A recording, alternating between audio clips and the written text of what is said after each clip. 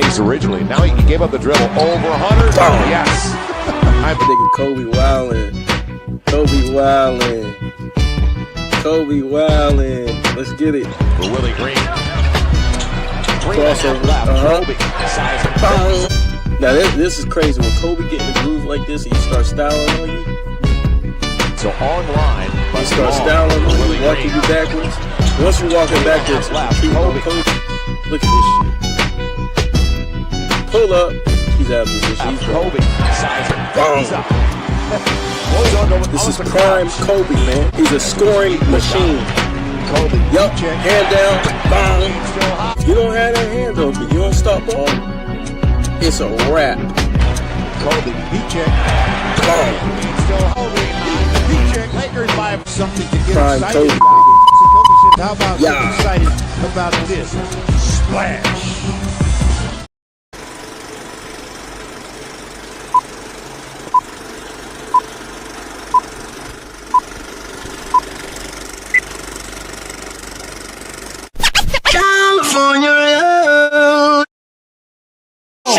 Shake it, baby.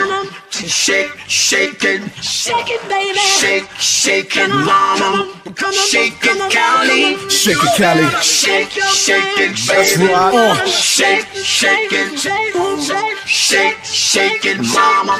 Shake it, Cali.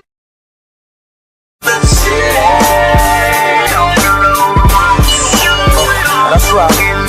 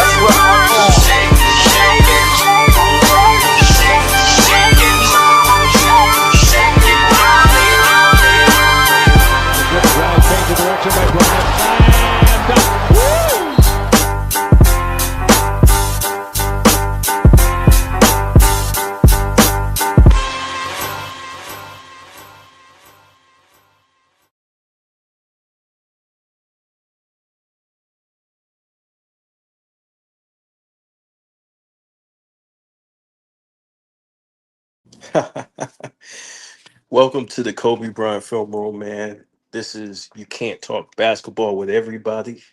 And I got my co-host here today, Big Dog Talk Sports, man. Hey, what's good, everybody, man? Hey, KB, before we start, can we do a moment of silence for the great Don Nelson who passed away today? Yes, sir. Yes, sir. All right, Everybody, man. if you can, let's pay respect to Don Nelson, man. Yeah, let me say this, man. Don Nelson, man, he was a great person for the game. You know, he played in the NBA. He got drafted by Chicago in 1962. He won 5 NBA championships with the Boston Celtics. He also got his number retired. Also a legendary coach, 3-time Coach of the Year, 1983, 1985, 1992. He was named one of the top 10 coaches in NBA history. Respect for Don Nelson, man. We're going to give him a moment of silence.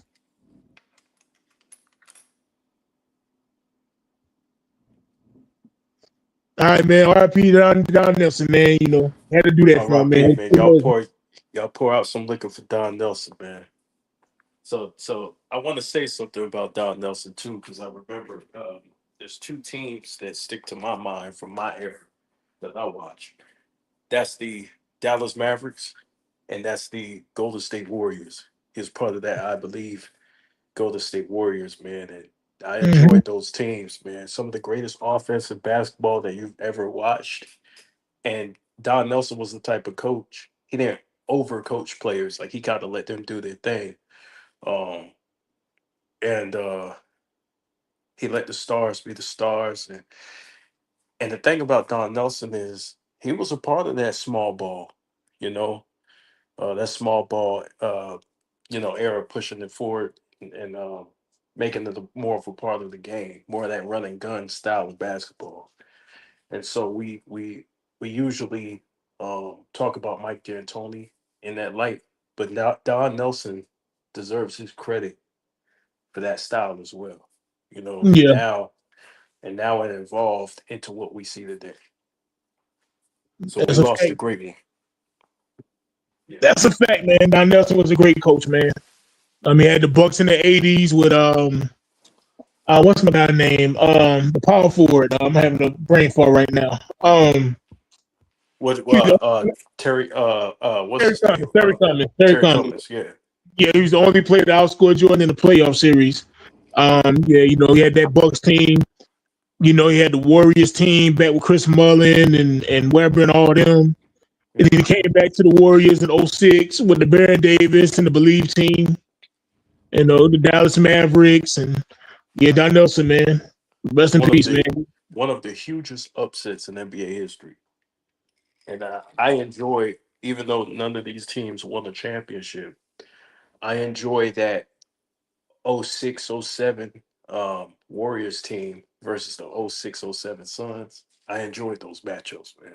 Like the running Yeah. gun up and down the court, man. I love that shit. Um, so yeah, man, we lost a good one. But you guys, if you haven't filled out the poll, go ahead and fill out that poll. What's up, Sean Okafor? Uh, what's up, DFJ and CC Motion in the house? Go and fill out that poll. Who's the most handsome? You have number one, me, and then number two, me. Hey, pause. Everybody who answered that's not a woman. Pause. All y'all. Oh, only women answer that. Pause. All y'all. Oh Speaking of man, women, we can segue to this real quick. Speaking of women, we can talk about the shenanigans going on in the WNBA. right. Okay, so let's get to it. So, hey, big dog, we got to play. I got to play Enes Kanter and I got to play Royce O'Neal. If you guys haven't heard the news, these two guys are declaring eligibility for the WNBA draft next year. And this is because of the uh what's her name? Sophie what's her last name? Cummings? Yeah, Cunningham. Cunningham. Sophie Cunningham made her remarks about the WNBA. I think she got clotheslined or something for these remarks too in the in the game. Oh, But and I'm glad you mentioned that because I should have sent you the video. I made a TikTok about that. yeah, Let me say this before we. Dejanay Carrington, you got to stop, bro. You jumped in the air and did a flying clothesline, like Attitude Era Kane, across that woman's face. And you talking about you got kicked out because of white privilege. Please stop. yo, she really Like, said that. yeah, she went on Twitter talking about white privilege. You clotheslined the woman in the air. She thought she was Bradshaw. Yeah, she thought she was Hacksaw Jim Duggan. And I watched we watched the footage. I truly believe she thought she was gonna get a flagrant one and keep because you get a flagrant one, you get to keep playing. But they gave her a flagrant two, so you get kicked out of the game and get a flagrant two. And Right, the way she reacted, she was like a two. Like you knew what you did. Like you wasn't playing on the ball or nothing. She was in the air doing a layup, vulnerable, and you clotheslined her in the face. Like right. that. Where white privilege come in? That's what I'm saying. Like you have real life things that happen when it comes to race, but then this woman clotheslined this girl out the air and talking about white privilege because she got kicked out of the game. Like stop, man, And stop. and and this is all over opinion. This is all over an opinion that somebody said because she was asked this question. Now,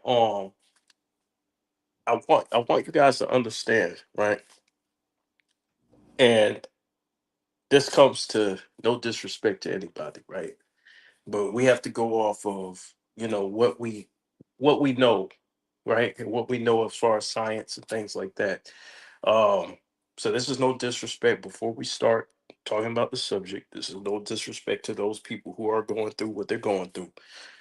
We know that there's an emotional side to it. We know that there's a um, medical side to this, and we're not diagnosing anybody or casting any aspersions on anybody. So, with that said, let's push that to the side. This is not hate. This is our opinions, right? So let's go ahead and play what Enes Cantor had to say, and then I'm gonna go to Royce O'Neal. After careful consideration and reviewing the current eligibility guidelines, I am officially declaring myself a WNBA prospect. If simply declaring who you are is all that's required, then I meet every single requirement necessary to compete in the WNBA. My team and I have carefully examined the WNBA's eligibility criteria and governing framework surrounding self-identification and inclusion. Based on the current guidelines, I can and am officially declaring my eligibility for the upcoming WNBA draft in May 2027. I am definitely not here to mock, make fun of, or disrespect any community or personal choices. I am simply asking that the current rules be applied equally to everyone. The rules that represent the very values many WNBA players and coaches have publicly advocated for. My team and I are prepared to ensure these guidelines are applied equally, consistently, and without exception. And I look forward to the WNBA honoring its stated principles. See you at training camp.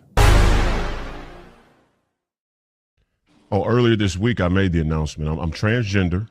I'm a woman. I identify as sometimes identifying as a woman for purposes of basketball, professional basketball. So I'll be declaring for the WNBA draft in 2027 as well. I mean, I think I'd be unstoppable. But I'm a team first guy. I'm a pass first kind of player. I do the little things. I led my team in all 5 major stat categories at Iowa State University. So I do a little bit of everything. I'll do whatever the coach needs me to do. I'll do whatever the girls need me to do. I think the WNBA could come out and make a definitive statement about guys with a pair of balls playing in the women's association. But hey, that'd be probably too much like right. So, and I don't want to be discriminated against. No, I want fair treatment. I'm a young black, hopefully United States senator. That would like a fair chance to participate as a sometimes identifying as a transgender woman athlete. To stand behind Sophie Cunningham and stand for common sense. Guys, this is hilarious. Apparently, the WNBA commissioner announces the league is meeting to review what a woman is after multiple former NBA stars announced plans to join the league. So let's recap. A league run by women, for women, have to meet to define what a woman is and whether or not they'll allow biological men into their league. That's what's happening right now. But the bottom line is this. People like Enes Freedom, Royce White, and myself, I too declared eligibility for the WNBA. These kind of pressure tactics are working. We are going to have a definition of what the WNBA considers a woman is, hopefully very, very soon. This is the only way that they can put an end to this madness, by defining that a woman is XX chromosomes in adult human female. So let's see where this goes, but let's keep going, guys. Come on, gentlemen. Protect women's sports. Sophie. Right. So you heard all 3 gentlemen talk. Wait. They're not gentlemen, sir. Gentle woman. Yes. Gentle trans woman. Yes, sometimes. Get their pronoun correct.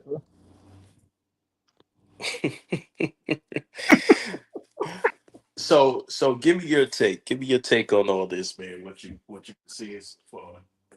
Look, man, I think I like what they're doing because see, you might have some people think, oh man, you hate a group of people, and like, no, this is actually for protection of women. Like, women should have their own space when it comes to sports. Men should have their own space when it comes to sports. Right. Can you imagine Enes Kanter being a 6'11", 260-pound man out there on the court getting guarded by Angel Reese? What he's going to do to that young lady, bro? I don't want that to happen to Angel Reese or any other woman on the court. I don't want to see a man physically beating up a woman, bro, whether it's sport or not. That's not something I'm into. I'm not into women getting beat up by men. Women getting beat up by men, bro. And I don't care if they slap a wig on and say they're a woman. I don't want to see men physically harming women. So I'm like the fact that they're doing this because they start talking that crazy talk about, oh man, a trans man should be able, a trans woman should be able to play in the league. No, he should not. Like, protect women's sports, bro. Like, cause it's getting ridiculous, man. And people are gonna say, "Oh man, you hate trans." No, I don't. You can do what you want to do, but You guys still got to protect women, bro. I don't want to see women getting physically beat up by some grown man in a wig with a beard, bro. I'm not into that, bro. Professional wrestling is choreographed stuff. You know what I'm saying? I'm not even the biggest fan of men versus women in professional wrestling, even though it's choreographed arts. But like seeing a man like Shaq Bowen,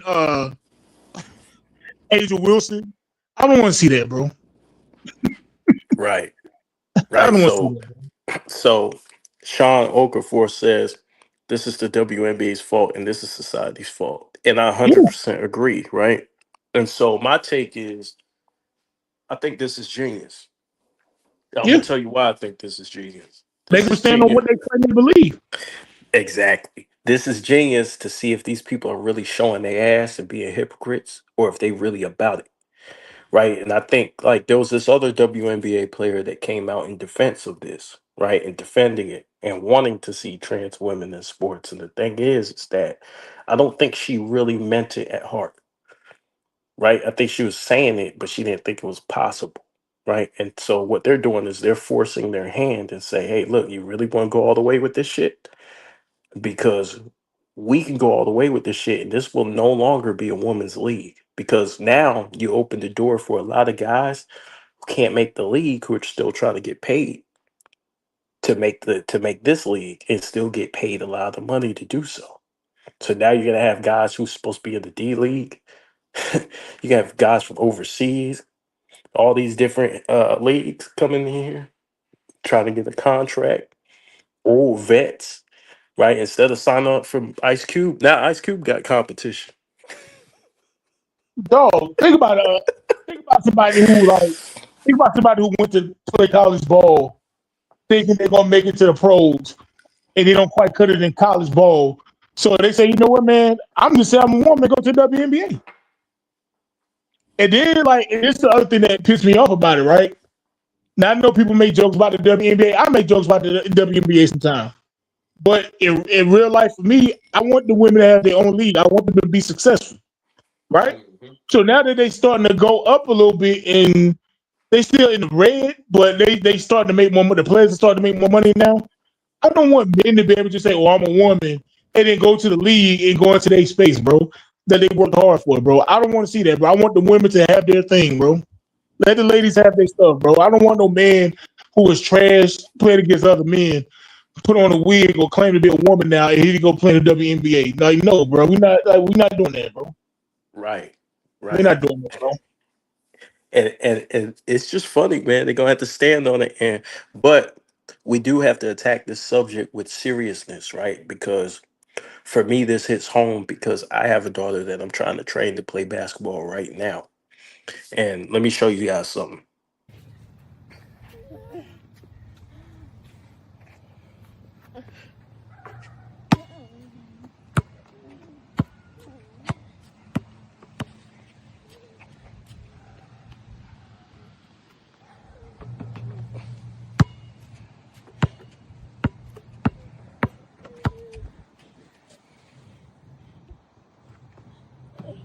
Good shot.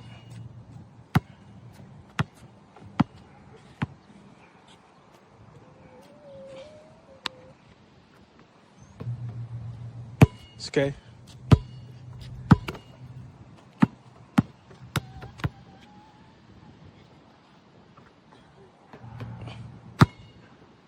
Keep shooting. Good shot.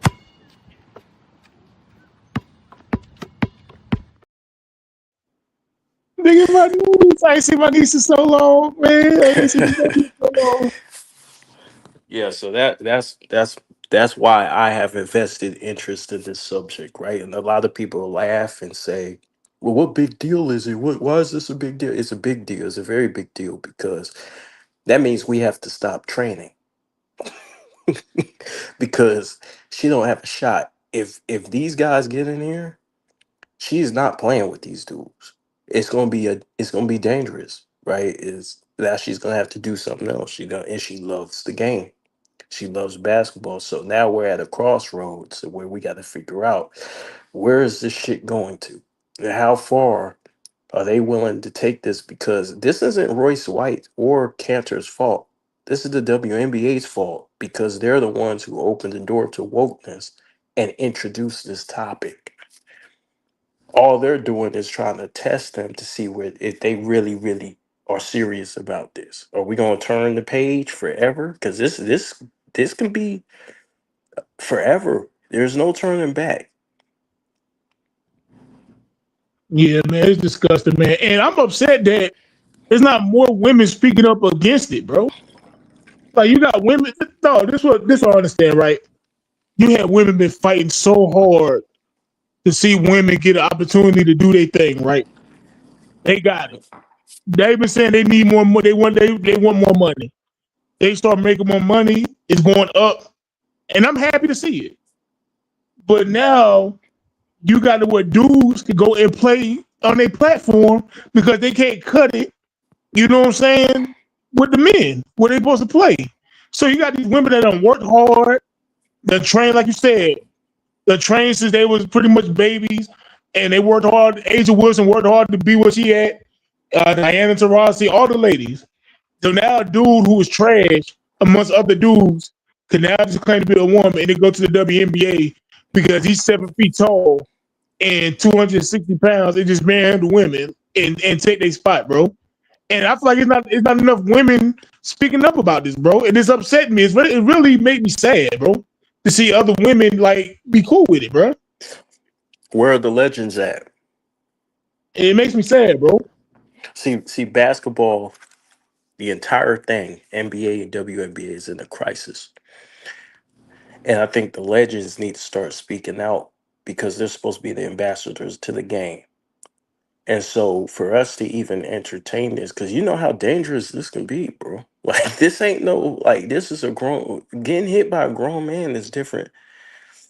So those picks, those screens, those 50-50 balls when niggas is jumping on top of girls, like wrestling for the ball, fighting over it, shit can get real ugly. Him coming down the lane full speed.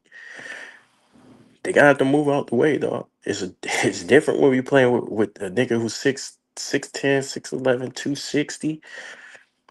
A legit power forward in the NBA. He's strong. He's stronger than a lot of power forwards that were in the league, let alone a woman.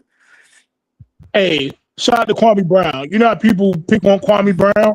Oh, he a buzz. Blah, blah. Even though he done played a good solid 10, 11 years in the league, Hmm. people still pick on him, right? What Kwame Brown was a BAN, you know what I mean? And say, you know what? Okay, I was a quote unquote bust in the NBA.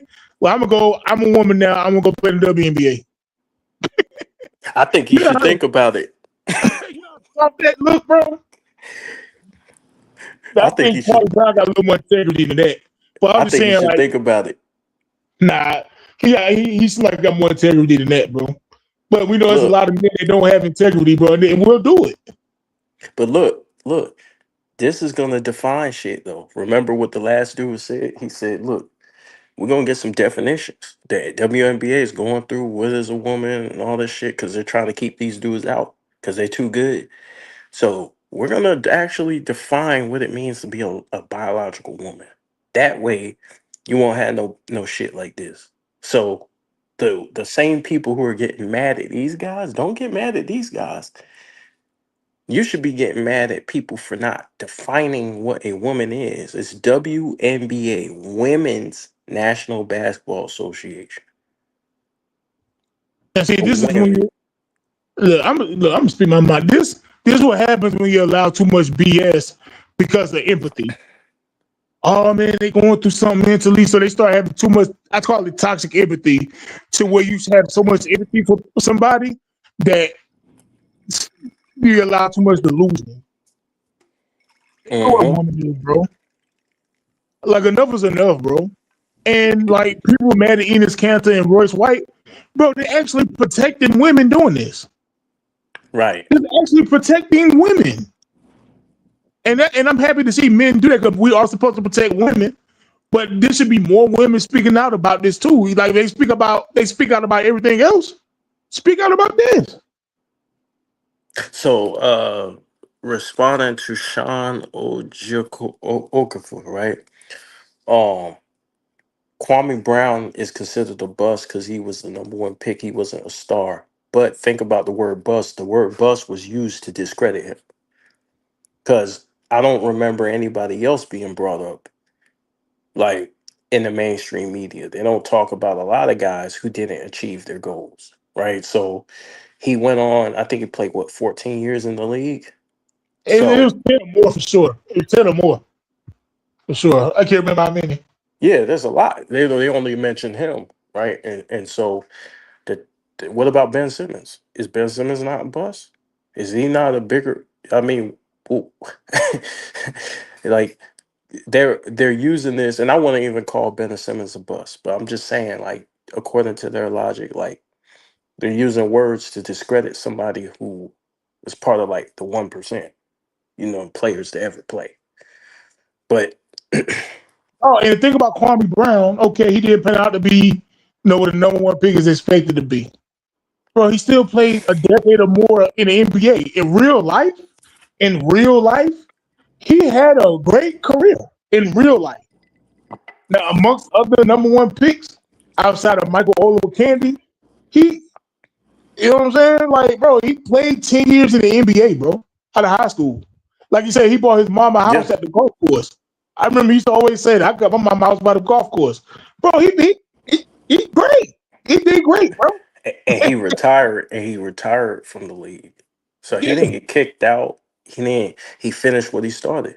You know what I'm saying? And a lot of players can't say that. Some players they got to go overseas, right? And there's nothing wrong with overseas basketball, but some players don't finish in the NBA.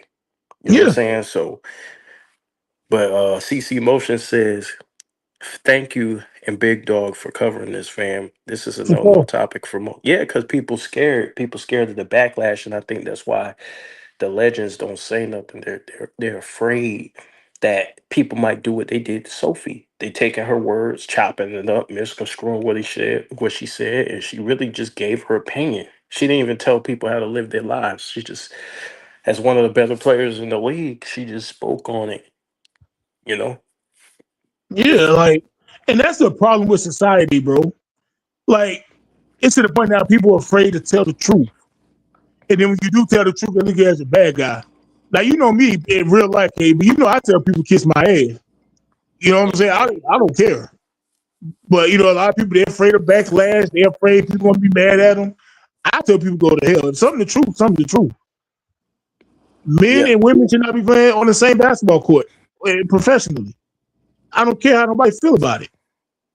I don't hate trans people or none of that. But they should not be on the court playing with women. Well, Women I need their think, own space. but I think it's not even the fact that we don't want to see it. I think it's more of a fact that it's dangerous. Like Yes. people really ain't thinking about how dangerous that is. Women, it doesn't take much for a man to hurt a woman, especially a big 6'10", 6'11". Sometimes you might get a Victor Wembanyama come through that motherfucker. 7'6". You know what I'm saying?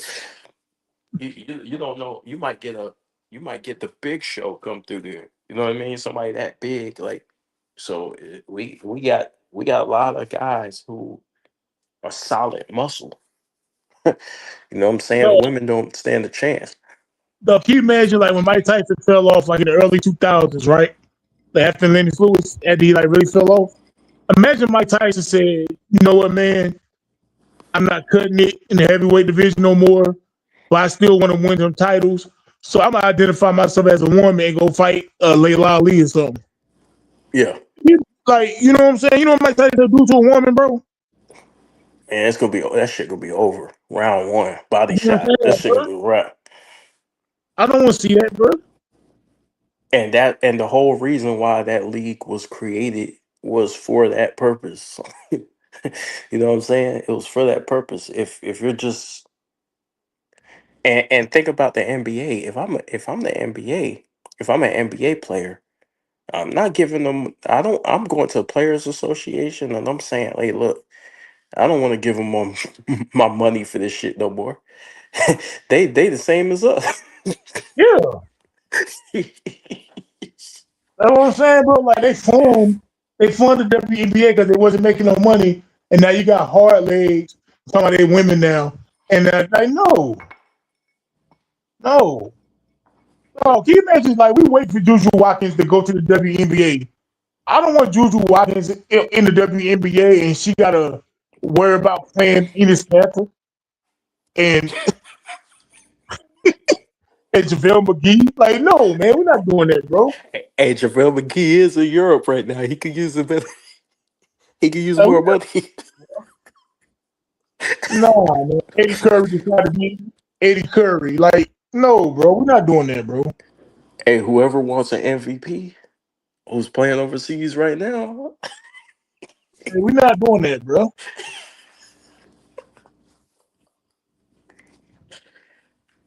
Hey, you gonna see? Hey, shit gonna get crazy, bro. If they don't stop this, if they don't put no definition on this shit, man, this shit gonna get crazy.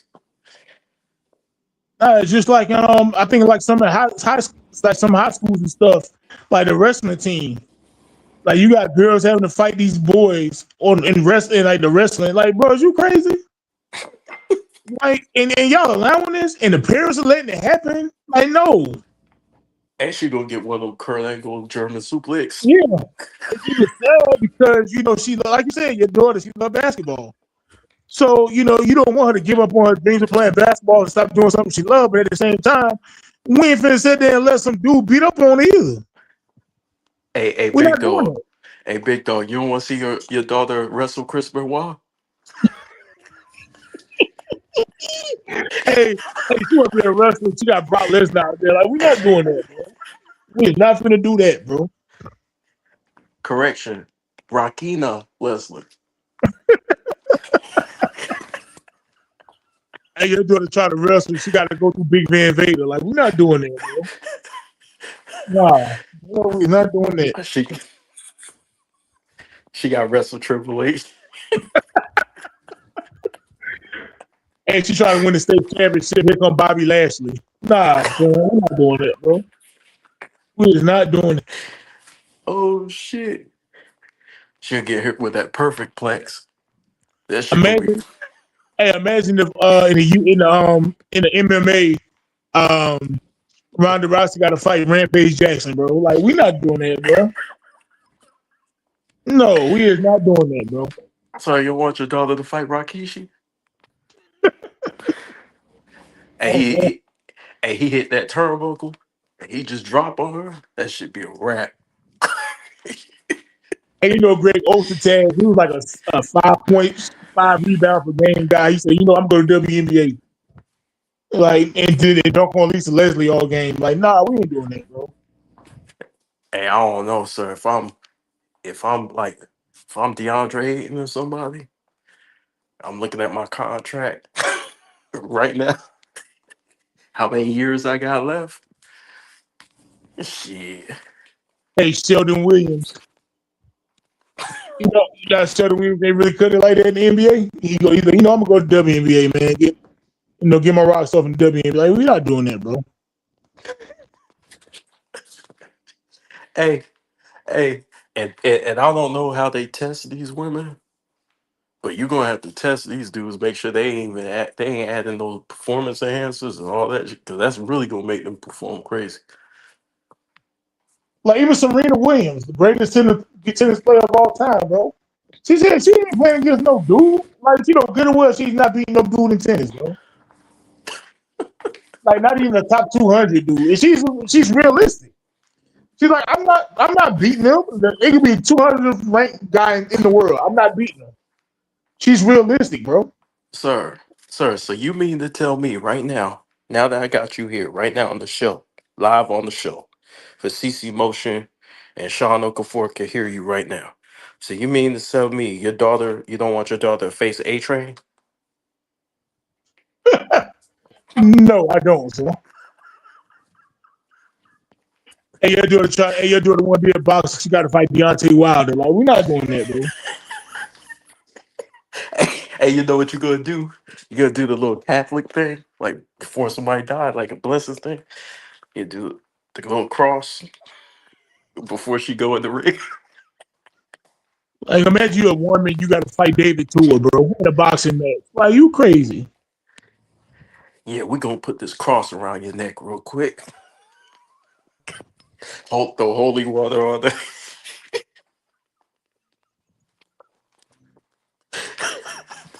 Imagine you're a woman, you're a boxer, you gotta fight Ricky Hatton, bro. Like Ricky Hatton's gonna knock your ass out, bro.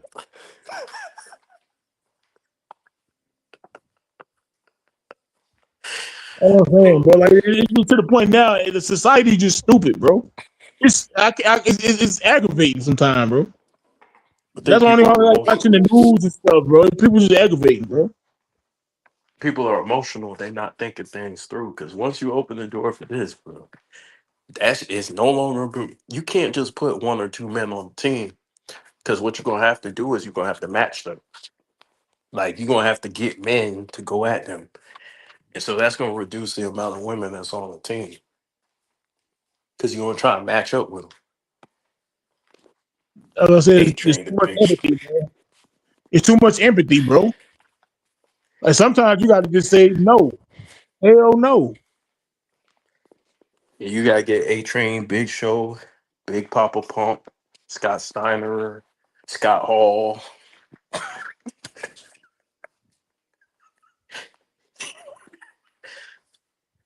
Like imagine Chris Paul after the Clippers like cut him, he go to the WNBA, bro.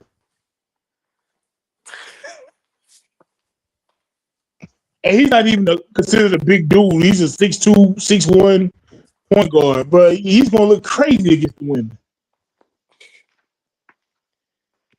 Yeah, Old Chris Paul too.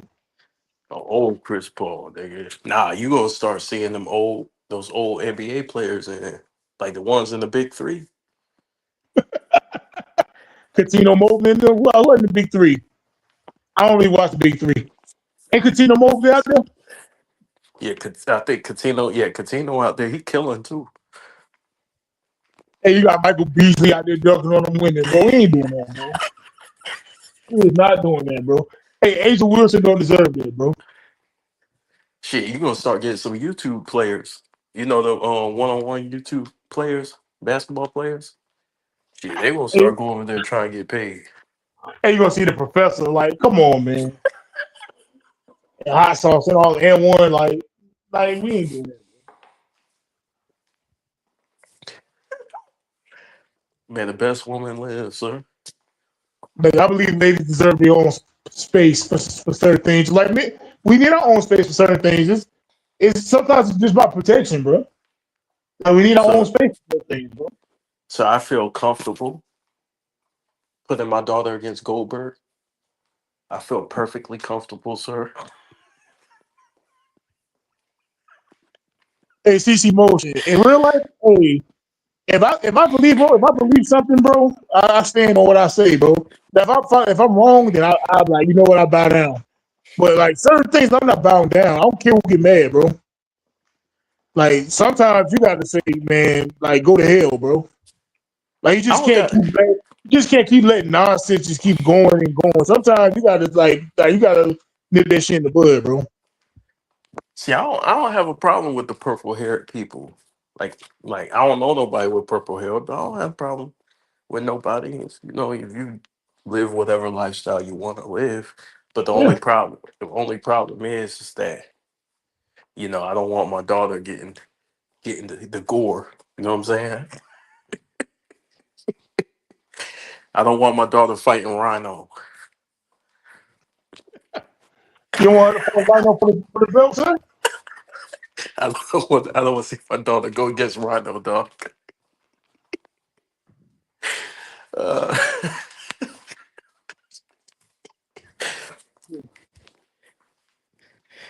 the West Side doesn't bow down for sure, for sure. We gotta resolve this, man. So I'm interested in seeing where Royce and Enes go through it with it, and Bro, hopefully, You don't want to see Clarissa Shields fight Tyson Fury? damn, yeah, Papoose gonna have to close his eyes when he walk in.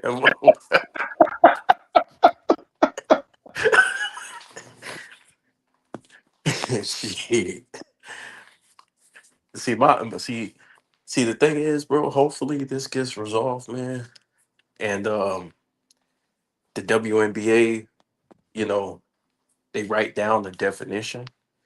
That way we can, we can have a line, I'm so right? mad We can have we at this point, bro. I'm so mad we at this point, bro. This is crazy. we gotta write down the definition of what a woman is. And but you this know we what? got this God. I, Hey, look. Oh, let me say this real quick. God, I know you promised you weren't gonna flood the earth no more, but you go back on that promise, bro. I ain't tripping, bro. I'm not tripping. but see, this my I don't blame the WNBA like of the past because I don't think they envisioned this. You see what I'm saying? When they made the league, I don't think nobody ever thought that they would have to define the terms and all that. Like, you know what I mean? It's kind of like self evident. So I think now that we got to this place that we're at in the society, now we got to start defining shit, having a line that we said, like, hey, look, maybe we can create a transgender league for you guys to Hey, play in. emotions that we call us bigots. Oh shit! Exactly. We don't want to see our daughters get knocked out by trans men. And my daughter got get in the ring with Road Dogg and shit. Like, nah, like Hey, she got to fight against the Dungeon of Doom. Like,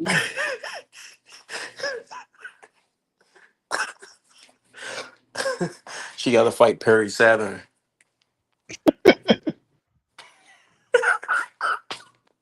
hey, you got to fight Bam Bam Bigelow in the steel cage. Like, we not doing that, bro.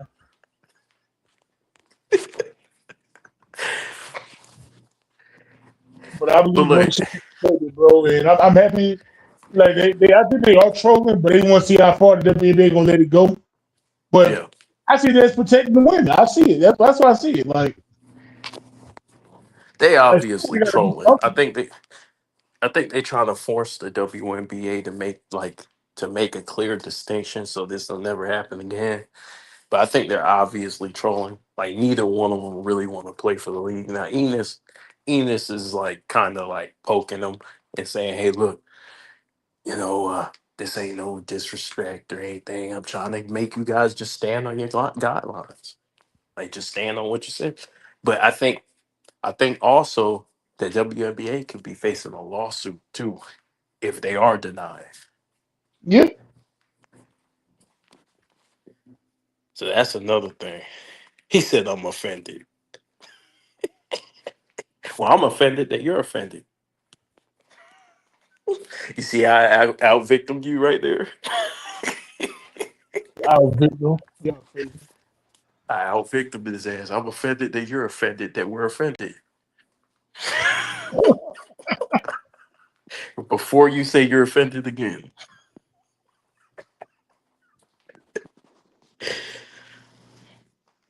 Cheyenne, Yeah. what's good, Cheyenne?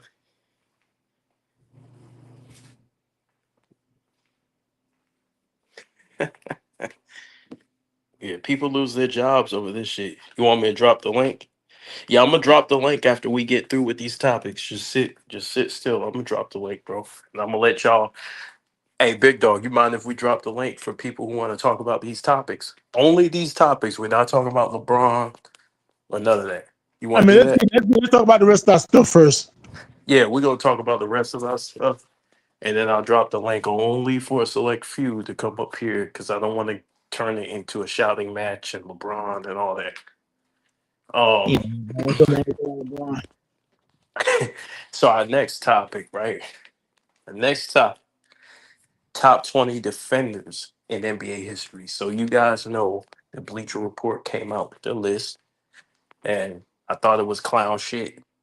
And but I thought about something. I said, what about my list? I'm watching everybody give their little list and their opinions about it.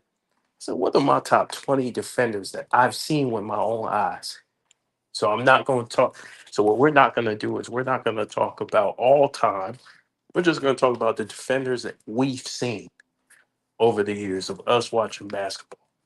Right. So big dog, you want to give yours? Well, we can go one on. We're going by one, and Okay. I might not do mine necessarily in order.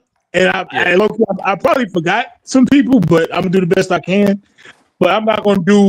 I'm gonna say this: number one is Olajuwon, but the rest of the list is not gonna be like this. Is like in order. But I'm gonna name the 20 players that I Right. feel like I watch play defense. But if I did do it in order, Olajuwon would be number one.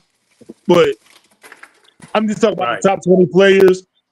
You know, I ain't gonna say with this. You know, so you want to do yours first, or you want to? We could do it. We could go one. We could do one for one. Like if I'll say mine and then you go, you give yours. All right, well, go We'll ahead. take Go. turns just so we can get through it a little bit quicker. But Sean, I ain't forget you, dog. I'm gonna drop the link as soon as we get finished with our topics. I'm gonna drop the link and y'all can give y'all opinion about this WNBA or our list or whatever. So okay. So number one, I got these are the defenders that we've seen with our own eyes. Remember that. So don't nobody Yeah, holler Bill Russell and all that Bill and, Chamberlain. Yeah. and Havlicek and all that shit. So okay. So number one, I got Olajuwon. I got Olajuwon myself. He had no weakness on defense, man. He blocking shots, he defending, he changing shots. He he was the best defending big man. He was the best big man, period. But he was also the best defending big man in the era with great big men who dominated both sides of the ball. And he was clearly the best, which is Right. crazy. He was clearly the best. Right. And this man, I don't think in modern NBA history anybody's blocked as many shots as Olajuwon. I think that Wembanyama has a chance to do it, but I think Olajuwon really like was putting the smackdown on these blocks, man. And this motherfucker was going crazy. And so, and he's doing it against some of the greatest big men of all time, his competition, in one of the greatest big man eras ever to compete in. So he was an absolute animal. Um, so number two, who do you have? I'm gonna let you go, and then we're gonna take turns. We're gonna alternate. Remember now, this is not saying this is the second best. I did my 20. I didn't say this was number three. So I'm not saying this is the second best. All right. But I got Ben Wallace. Ben I got. Wallace. Oh, Bro. go ahead. No, No, go Ben ahead. Wallace on defense, bro. In the dead ball era where defense was like probably at its best in the history of the league. What Ben Wallace was able to do at like 6'8", 6'9" at the center position, guarding Shaq, and like what Ben Wallace was doing was incredible, bro. On defense, bro. He was like the leader of probably the greatest defensive team in NBA history, that '04 Pistons. So Right. yeah, I got Ben Wallace, bro. I've got Dennis Rodman, and Mm, I have Dennis Rodman over Ben Wallace, and the only reason is because I think Dennis could legit. I think he's the only player that can legit guard all five positions. And we throw that around, but this dude can lock up Shaq one on one. He can lock up Carmelo one on one. He can go on the perimeter guard Jordan. He can, so I think with Dennis Rodman, he's what 6 foot, 6'7", and yeah, rebounding damn near historic. I don't think anybody has more rebounds than him in the modern era. Right? It's just like he just had a knack for knowing where the ball is. So good luck getting a rebound over Mount Rodman. Plus, he played mind games, which he'll dig in your ass paws. no, that was crazy. He would, but Especially that's the for Dennis type. Rodman. That was crazy. But that's the type of shit he was doing. That was the type. But think about it. He's mentally fucked with people. But that's the type of nasty, weird shit he was doing. Like he ain't afraid to tussle with you, roll on the floor with you, climb over you. You know, get under your skin. He affected you mentally. He understood the psychology of getting the player out of their game, and he enjoyed it because you could see him smiling when he fucking with somebody. So I got Dennis number two. Okay. So you doing yours like actually in order, like the best to worst? Yeah, Well, I'm as I not. think about it, I'm not doing that, but I'll go ahead and say Dennis Rodman. I got Dennis Rodman up there. Like you say, he was like 6'6", 6'7", 210 pounds. He started off as a small forward, moved to power forward. I think he had a season average of 18 rebounds a game Right. at one point.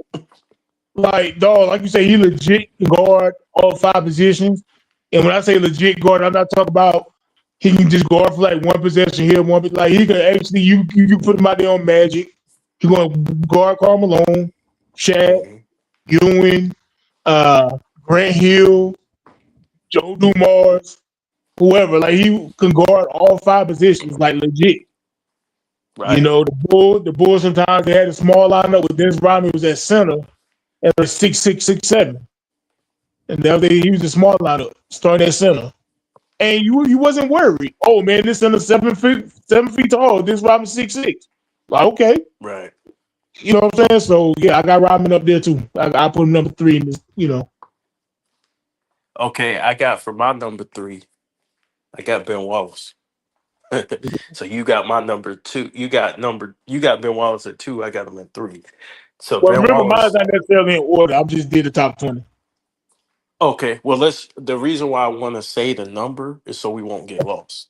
Gotcha. So like, okay, so number 3 would be Ben Wallace for me because Ben Wallace was the anchor of arguably the greatest defensive team ever. Also, he'll come out on the perimeter and guard your ass too. You know what I'm saying? Ben Wallace was a ruthless rebounder, incredible athlete as far as getting up and down the floor, shot blocking, Strong as hell, bro. Strong as hell. strong as one, probably besides Wilt and maybe Nate Thurman. He Pound for might be the pound.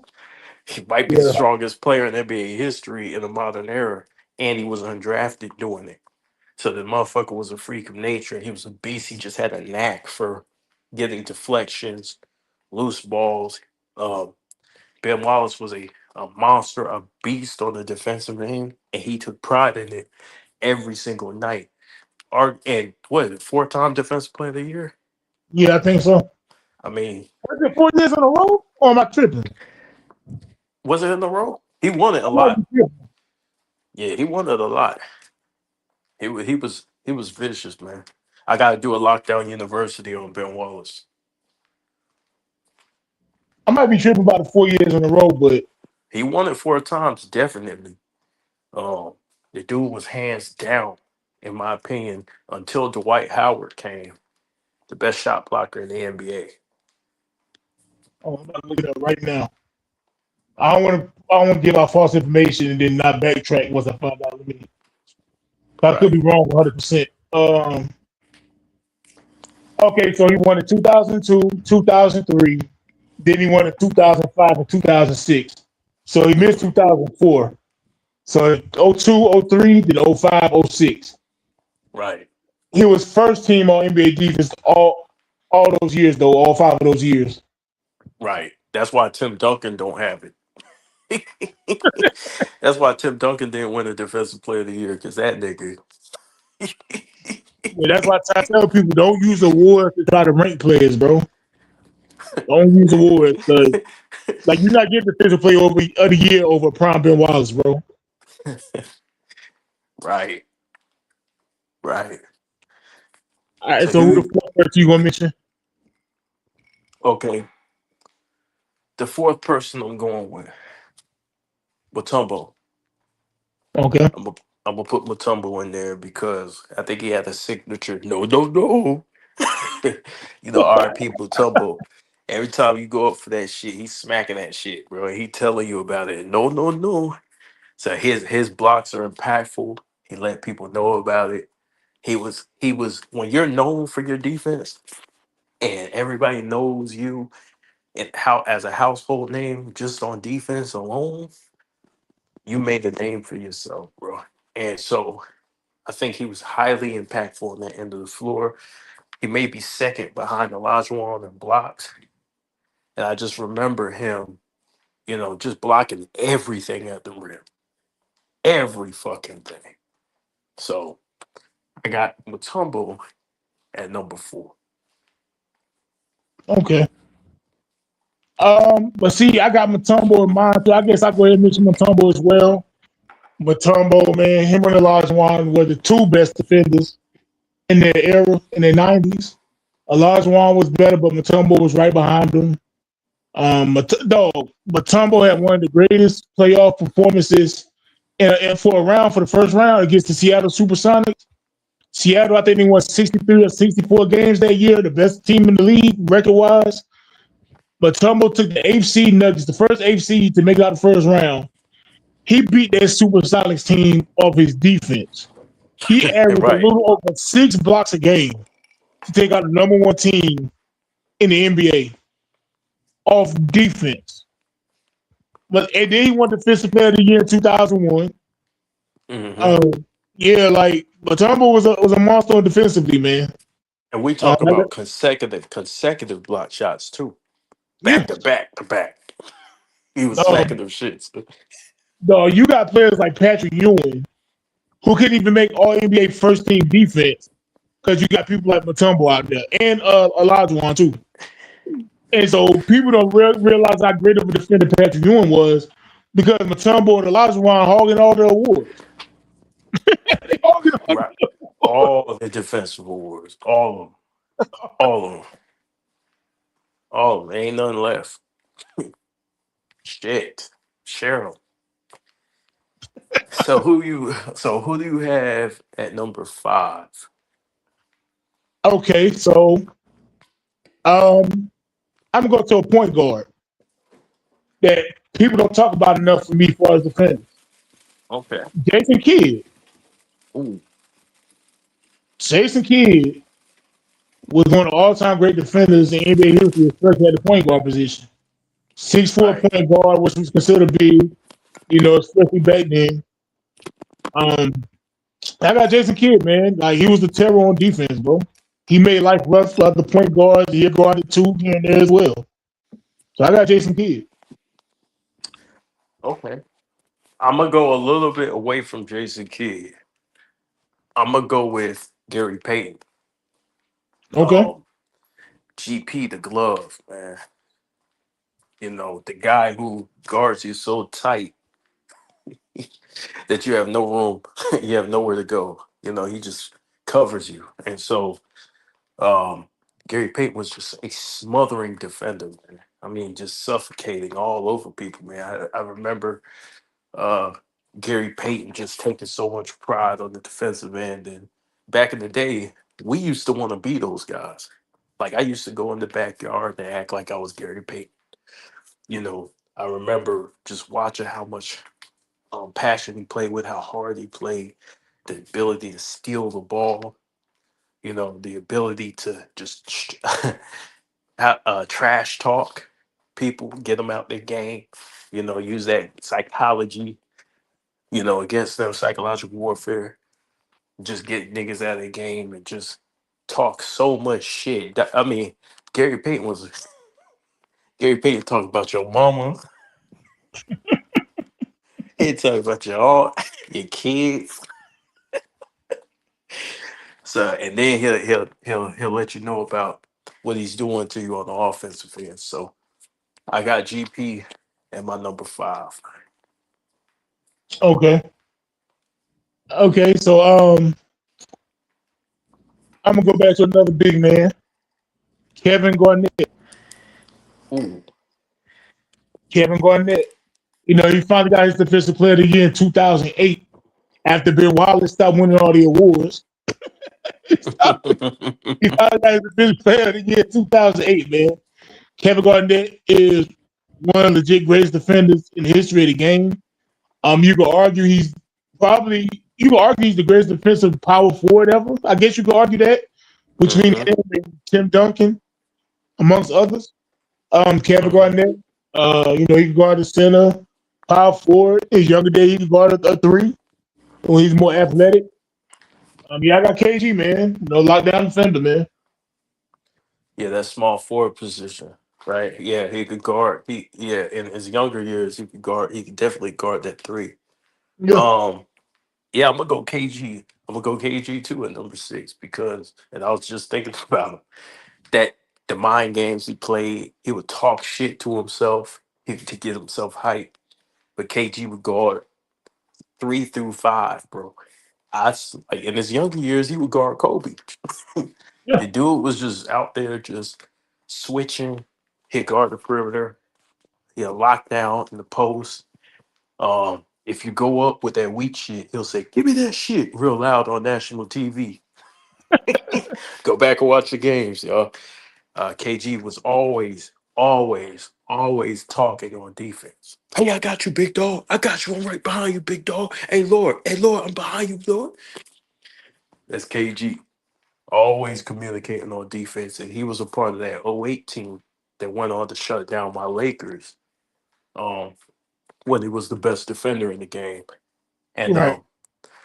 that was one of the top 10 defenses um, of all time. So, yeah, respect to the big ticket.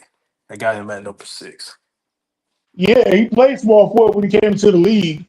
When he came to the league in Minnesota, the time Mm-hmm. was a power forward. So a lot of people don't remember that or know that. And he started Mm-hmm. off as a small forward at 6'11". You know what I'm saying? Absolute monster. Yeah. So I'm gonna go with Gary Payton, man. Y'all know what time it is with Gary Payton. George Karl. I said this back when the Sonics played the Bulls. I don't know why George Karl waited till they was down 3-0 to put Gary Payton on Michael Jordan. I said I'd have fired George Karl after game 2. When he still ain't put Gary Mm-hmm. Payton on Michael Jordan, I'd have fired him in the middle of the finals. I'm not saying it's guaranteed that he's gonna win. I mean, it is Michael Jordan, don't get it twisted. But Gary Payton, bro, he was like they call him the glove for a reason. Like you're not just dribbling the ball all kind of ways against Gary Payton, bro. He make it like difficult for you to bring the ball up the court. He was Right. like 6'4", I think like 6'3", 6'4", 190. Strong than average point guard. And like the hand checking error at the time. He's ripping you. He's stronger than you most of the time. Gary Payton was a beast on defense. I mean, he was a ball on offense too, 20 and 10. But Right. yeah, man, you got to be careful with the ball with Gary Payton. Like he will take it out your hand, bro. I got Payton. Immediately take it out of your hand. So for my number was 7. We're on number 7. Yeah, So for my number 7, I've got the big fundamental. I got Tim Duncan from the San Antonio Spurs. He anchored some of the best defensive teams of all time. Um, Tim Duncan is known for his longevity. And I know I'm not a big fan of longevity, but in this case, as far as being a great defensive player, his longevity is pretty much unmatched as a defender. Um, that team all the way up till 2014, like even way past his prime, he was still the anchor. So Tim Duncan was a monster. He was hard to deal with. His post defense was immaculate. Um, his ability to guard the post and switch, he'll guard from power forward to center. And he could guard centers. He could play center. Uh, Tim Duncan just understood the game. right. And so for that, he is my number 7. A solid 7. You could put him higher. That's how great he was at defense. Oh, also, Tim Duncan is a 15-time All NBA defensive player. 15. I think that's the most all time. Yeah, I think it is. And I go ahead and mention Tim Duncan for my number 8. Everything you just said, bro. And like we said, people will look, he never won Defensive Player of the Year. Once again, you got Ben Wallace on the court. Another player I'm gonna mention soon when he first came into the league. I'm going to mention soon.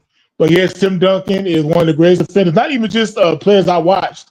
He's one of the greatest defenders of all time. You could argue he's probably top 10 all-time greatest defenders in the history of the league from the league started. But we focus on who we just watched, and with our own eyes. But yeah, I got Tim Duncan. I put number 8. I'm not saying he's the 8th best. That's just the 8th name I mentioned once again.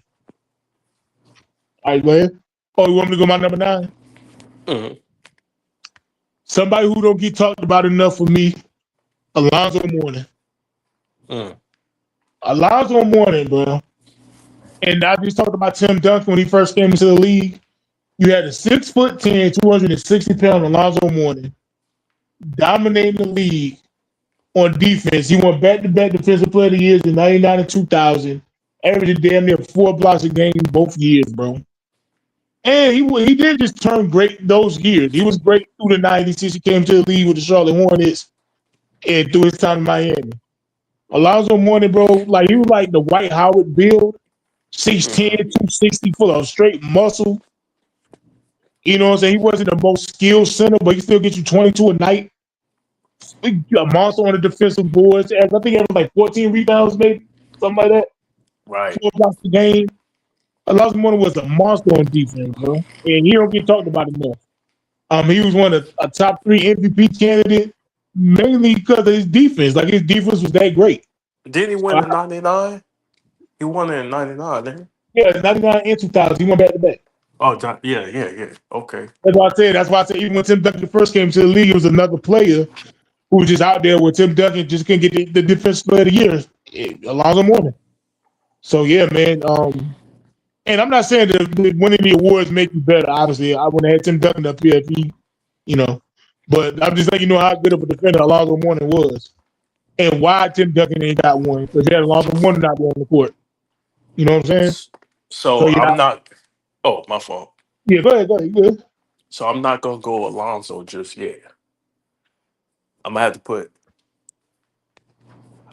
Dwight Howard. Okay. And the reason why I'm put Dwight Howard is because he cleaned up so many fuck ups from the Orlando Magic. I mean, he was just every time they messed up, he was there. I mean, he was so athletic, like he'd jump literally damn near at the top of the square to block your shit. And so I think for 4 years, at least 4 or 5 years, not only was he the best center in the league, he was the best defender in the league. I don't even think it was particularly close.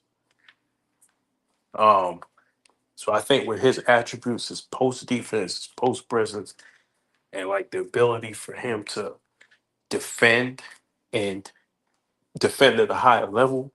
Now you can argue that the center position had declined a little bit at that stage, but Dwight Howard is one of the most naturally gifted defenders in league history. Mm-hmm. And we all remember how great Dwight Howard was, right? Mm-hmm. Now, like I just described Alonzo Mourning. Alonzo Mourning and Dwight Howard is pretty much damn near the same niggas. Mm-hmm. I got Alonzo next. Yeah, they were pretty much the same niggas. I'm gonna use Dwight Howard as number 10. They were pretty much the same niggas. Right. And and we said Dwight Howard was clearly the best big man and the best center in the NBA.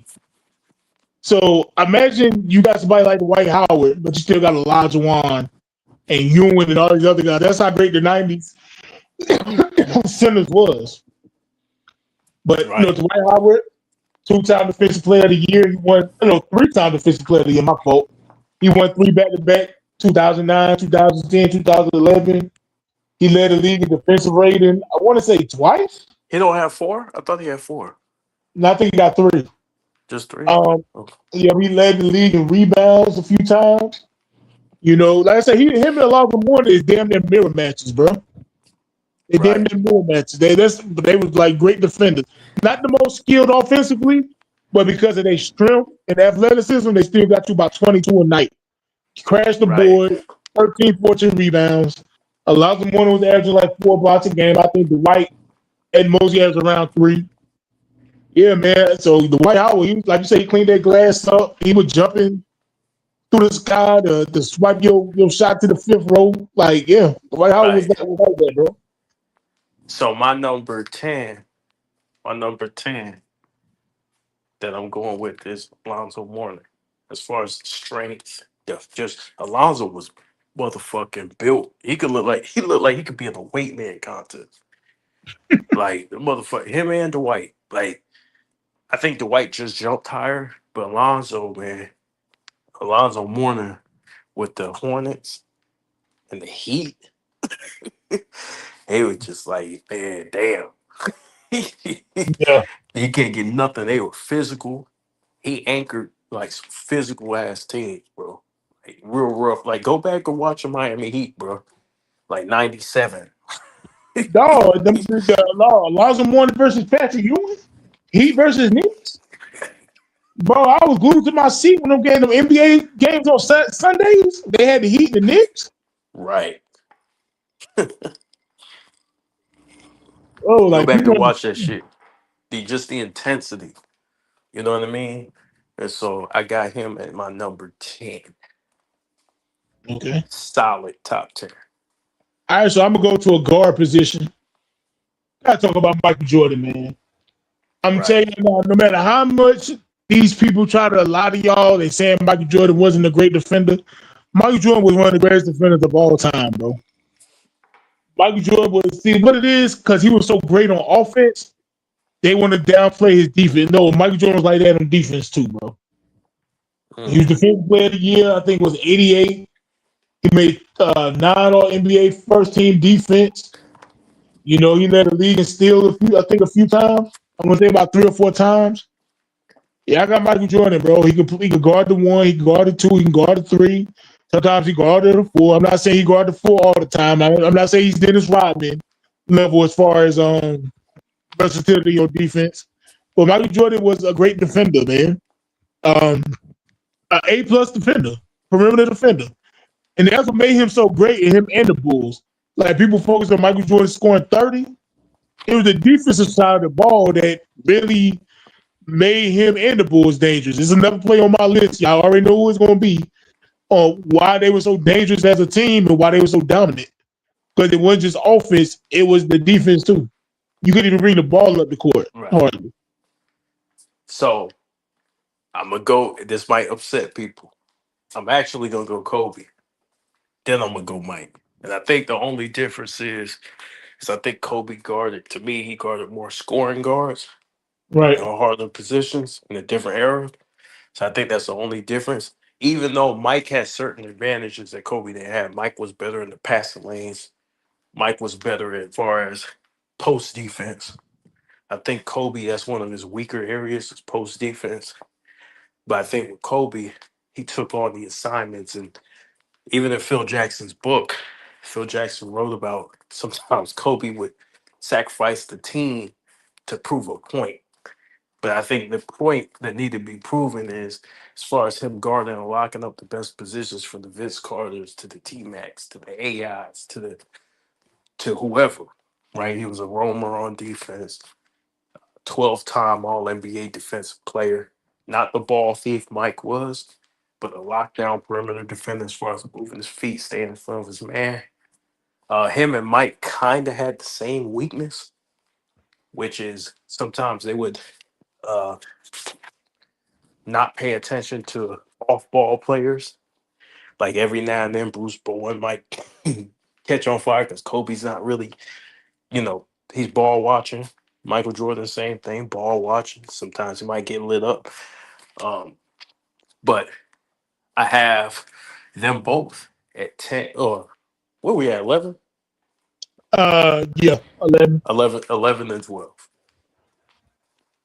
So I got them both. But I could go into Michael Jordan for a second. Michael Jordan was an elite defensive player. Um, he guarded Magic Johnson. Remember, after game 2, guarded Magic Johnson, the NBA Finals, doing a tremendous job as far as staying in front. Um, you had him, whenever Mike wanted to, Mike could shut your ass down whenever he wanted to. Just a strong, and he was stronger than Kobe. So Mike was stronger than Kobe as far as on the perimeter. He's known for his strength. They say he's stronger than a lot of power forward. Well, as far as LeBron James, he's one of the strongest players that players have faced. So I think Michael Jordan had that tenacity and that grit on defense. Um, and it wasn't just Scottie Pippen locking up the world's greatest players. You could put Mike on Grant Hill as well, on occasions. And of course, him and Kobe both struggled guarding faster guards on the perimeter. Smaller guards, small, fast guards. Well, I'm gonna go ahead and mention Kobe, my tough player. Like you said, he's similar to Michael Jordan. You know, he's another player. People try to downplay his defense. Uh, I watched Kobe Bryant guard Dwayne Wade and watch him guard LeBron James and Russell Westbrook. And now he wasn't just like Allen Iverson. Now, those are not players you're going to lock down every game and all that. Like, they're too great. But we watched him take those assignments, bro. Another thing about Kobe Bryant, people downplay, like when he played with Shaq, right? Now, I'm not about to argue who's better, Shaq or Kobe at that time. I'm not going to do that. But people forget not only was Kobe putting up numbers offensively, and he was facilitating the offense, like running the offense, but also he was guarding the best of perimeter play on the other team. He's guarding Ray Allen. Well, I meant to say Reggie Miller as far as the finals, but you had to guard Ray Allen too. You had to guard Allen Iverson. He was going up against Jason Kidd and all these guys, you know? So, like, Kobe was doing all that while being highly dependable on offense, putting up 25, 30 a night. He also had to play great defense on the other end of the floor, which he did, you know? Kobe Right. Bryant, I think he was like 9-time all NBA first team defense, 12 total defensive teams. Like I said, he wasn't averaging 3 steals a game or 2 blocks a game. But that's for the stat nerds who don't know no better. If you watch the games, Kobe Bryant was the lead on defense, bro. He's the lead on both sides of the ball, just like Mike. You know, so I got to mention Kobe number 12. So, you want me to go or you want to go?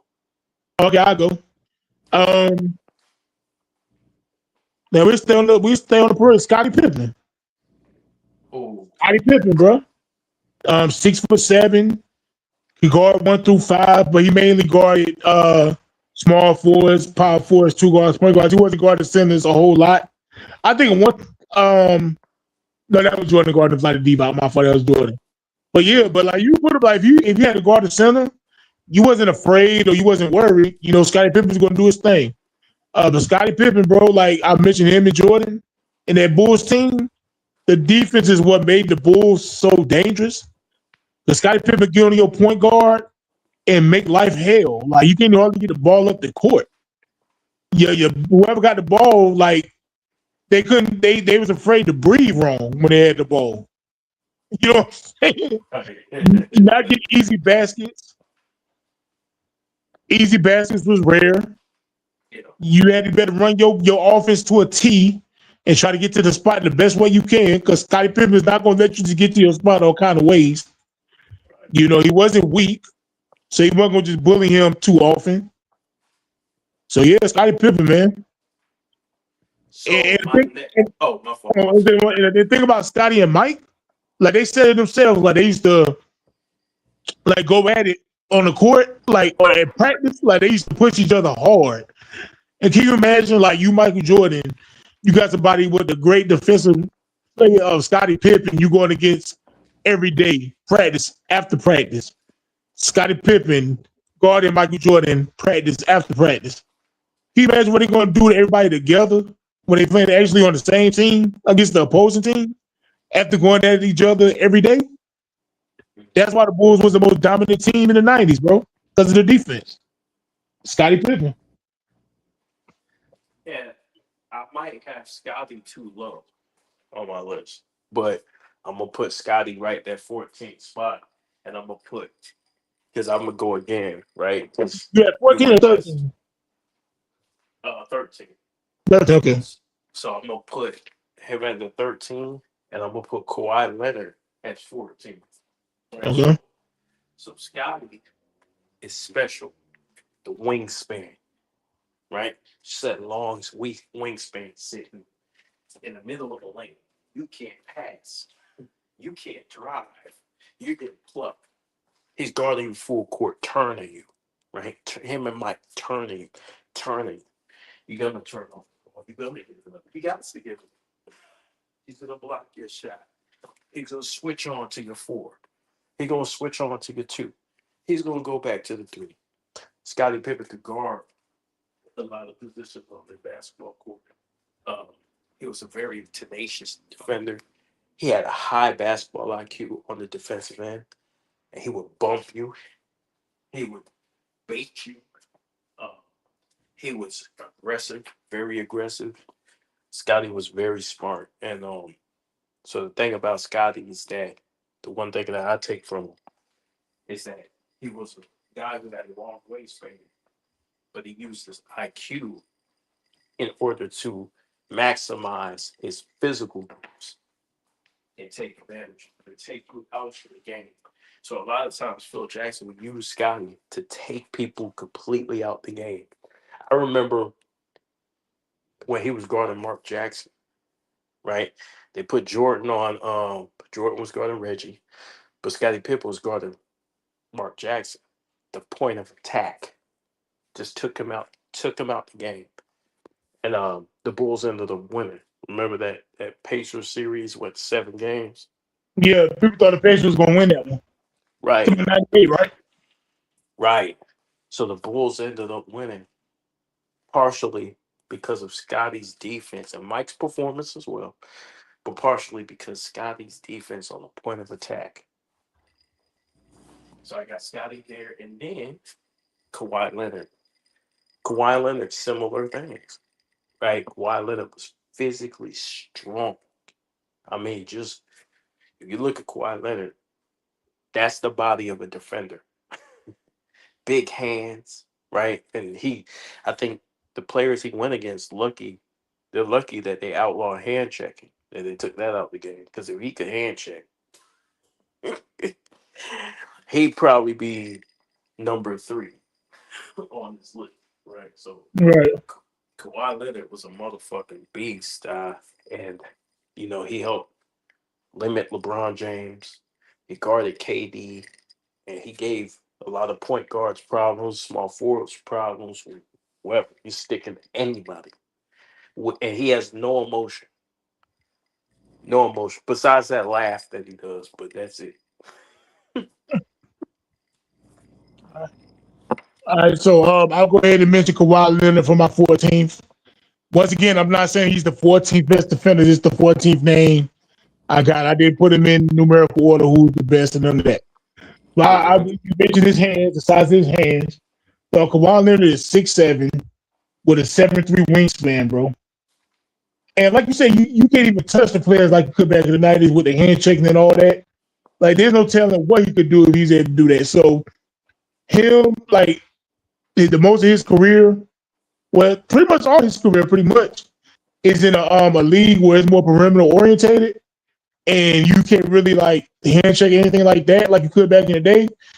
And for him to still be a lockdown defender, as he was in his prime, Kawhi Leonard is up there, bro.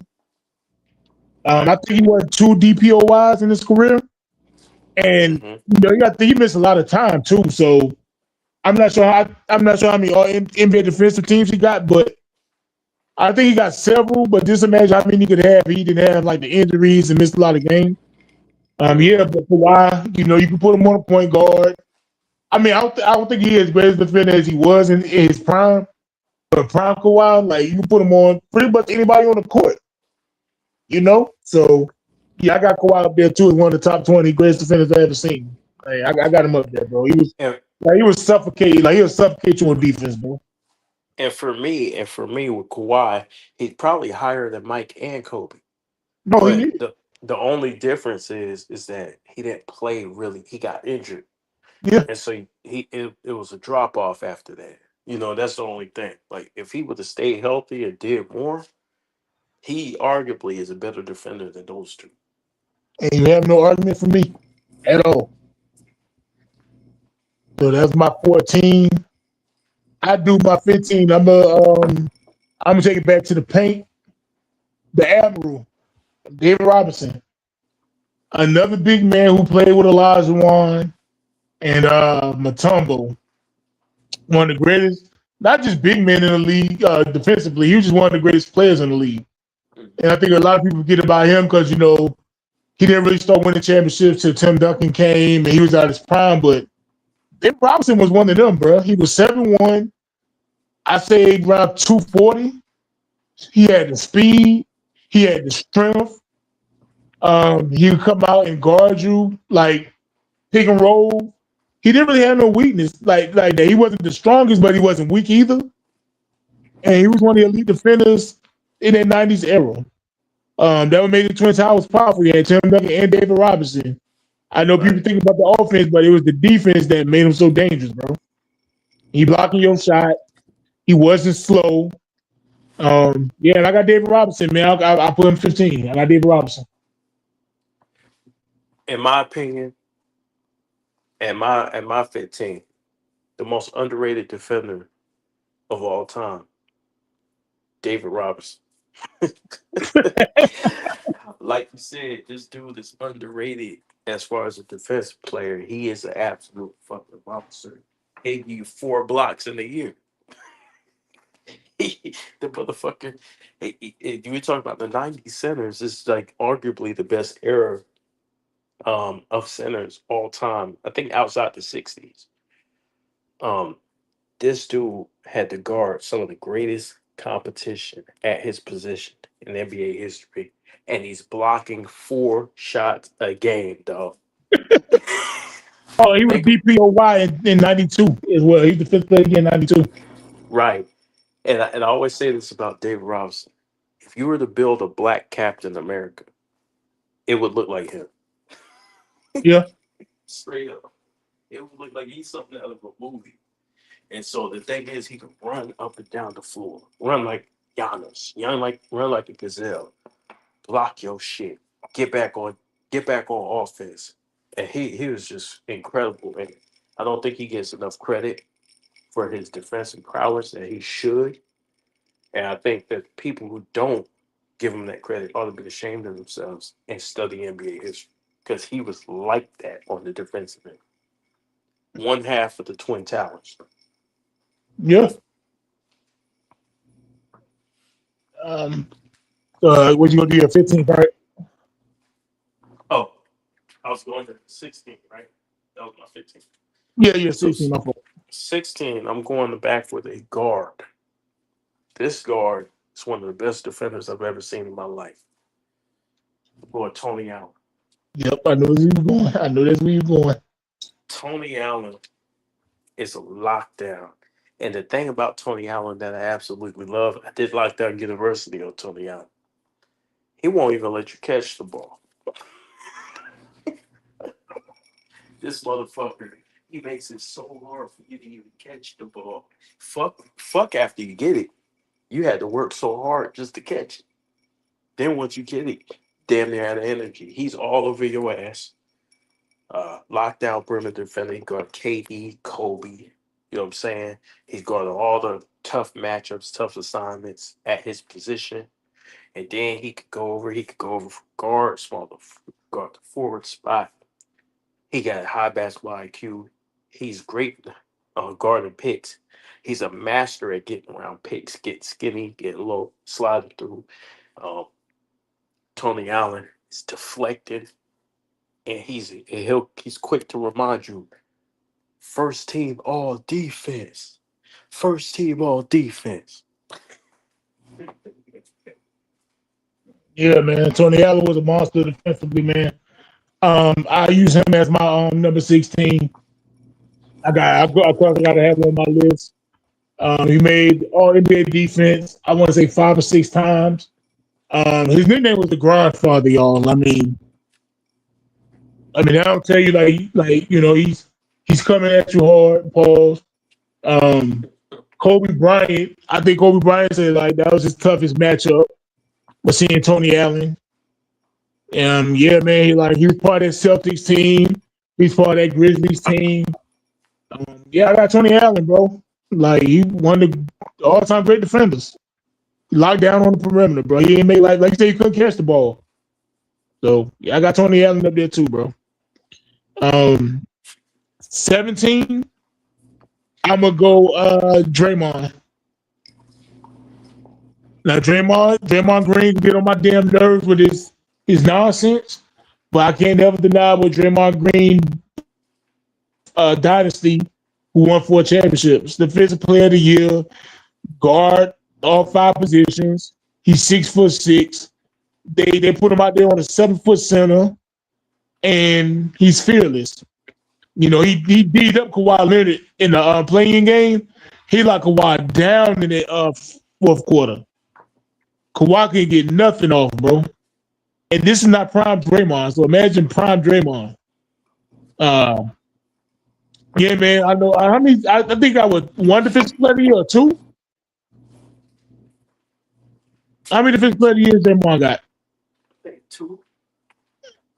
Yeah, man. Like you look at his stats, you might say he averaged 9 points and 6 rebounds, but on the defensive end, Draymond is like that, bro. Prime Draymond was incredible on defense. He's still great on defense. Like I said, what he did to Kawhi in the playing game. But I got Draymond, bro. He won the top 20 defenders I ever watched. So I got him at 17. So I'm not gonna go Draymond just yet, right? I'm gonna go Ron Artest. Ooh, I got Prime Ron Artest was a juggernaut on the defensive end, y'all. The rough, rugged, and raw Indiana Pacers team for the Houston Rockets. Ron Artest was locking shit down. He was strong. He was physical. He was a bully. He was very intentional on letting you know that you can't guard him. I mean, well, you can't. Excuse me. You can't score on him. He was very tough. That's the one thing to describe Ron. Tough, physical, pain. You're gonna feel him. You're gonna need an ice bath after going against him. You're gonna work with everything you have, and he's got the length. He's got the size paws, and he stays in front of his man. He's gonna make you work, and he helped us and Mike Lakers team by guarding Paul Pierce. And he was the addition that helped us beat the Celtics. So mine, before we get to Draymond, is Ron Artest, and then I got Draymond Green for his ability to switch on multiple ends of the floor. Like you said, he shut down Kawhi. He was able to guard LeBron. He was able to switch out and guard guys like Jokic. He's kind of like a mini Dennis Rodman, but he doesn't rebound as good. But he can guard multiple positions. He's a dog. Draymond's very smart, and he can win you a series just based on defense alone. And a lot of people don't give him credit for this. He deserves a lot of credit for that Warriors dynasty because when they're the top defensive team in the league, one of the top defensive teams in the league, it's because of him. It's because of his ability to roam and fill in holes on defense and help the helper. Right. So Draymond was incredible. So I got him at what, 17? Was it 17 or 18 for you?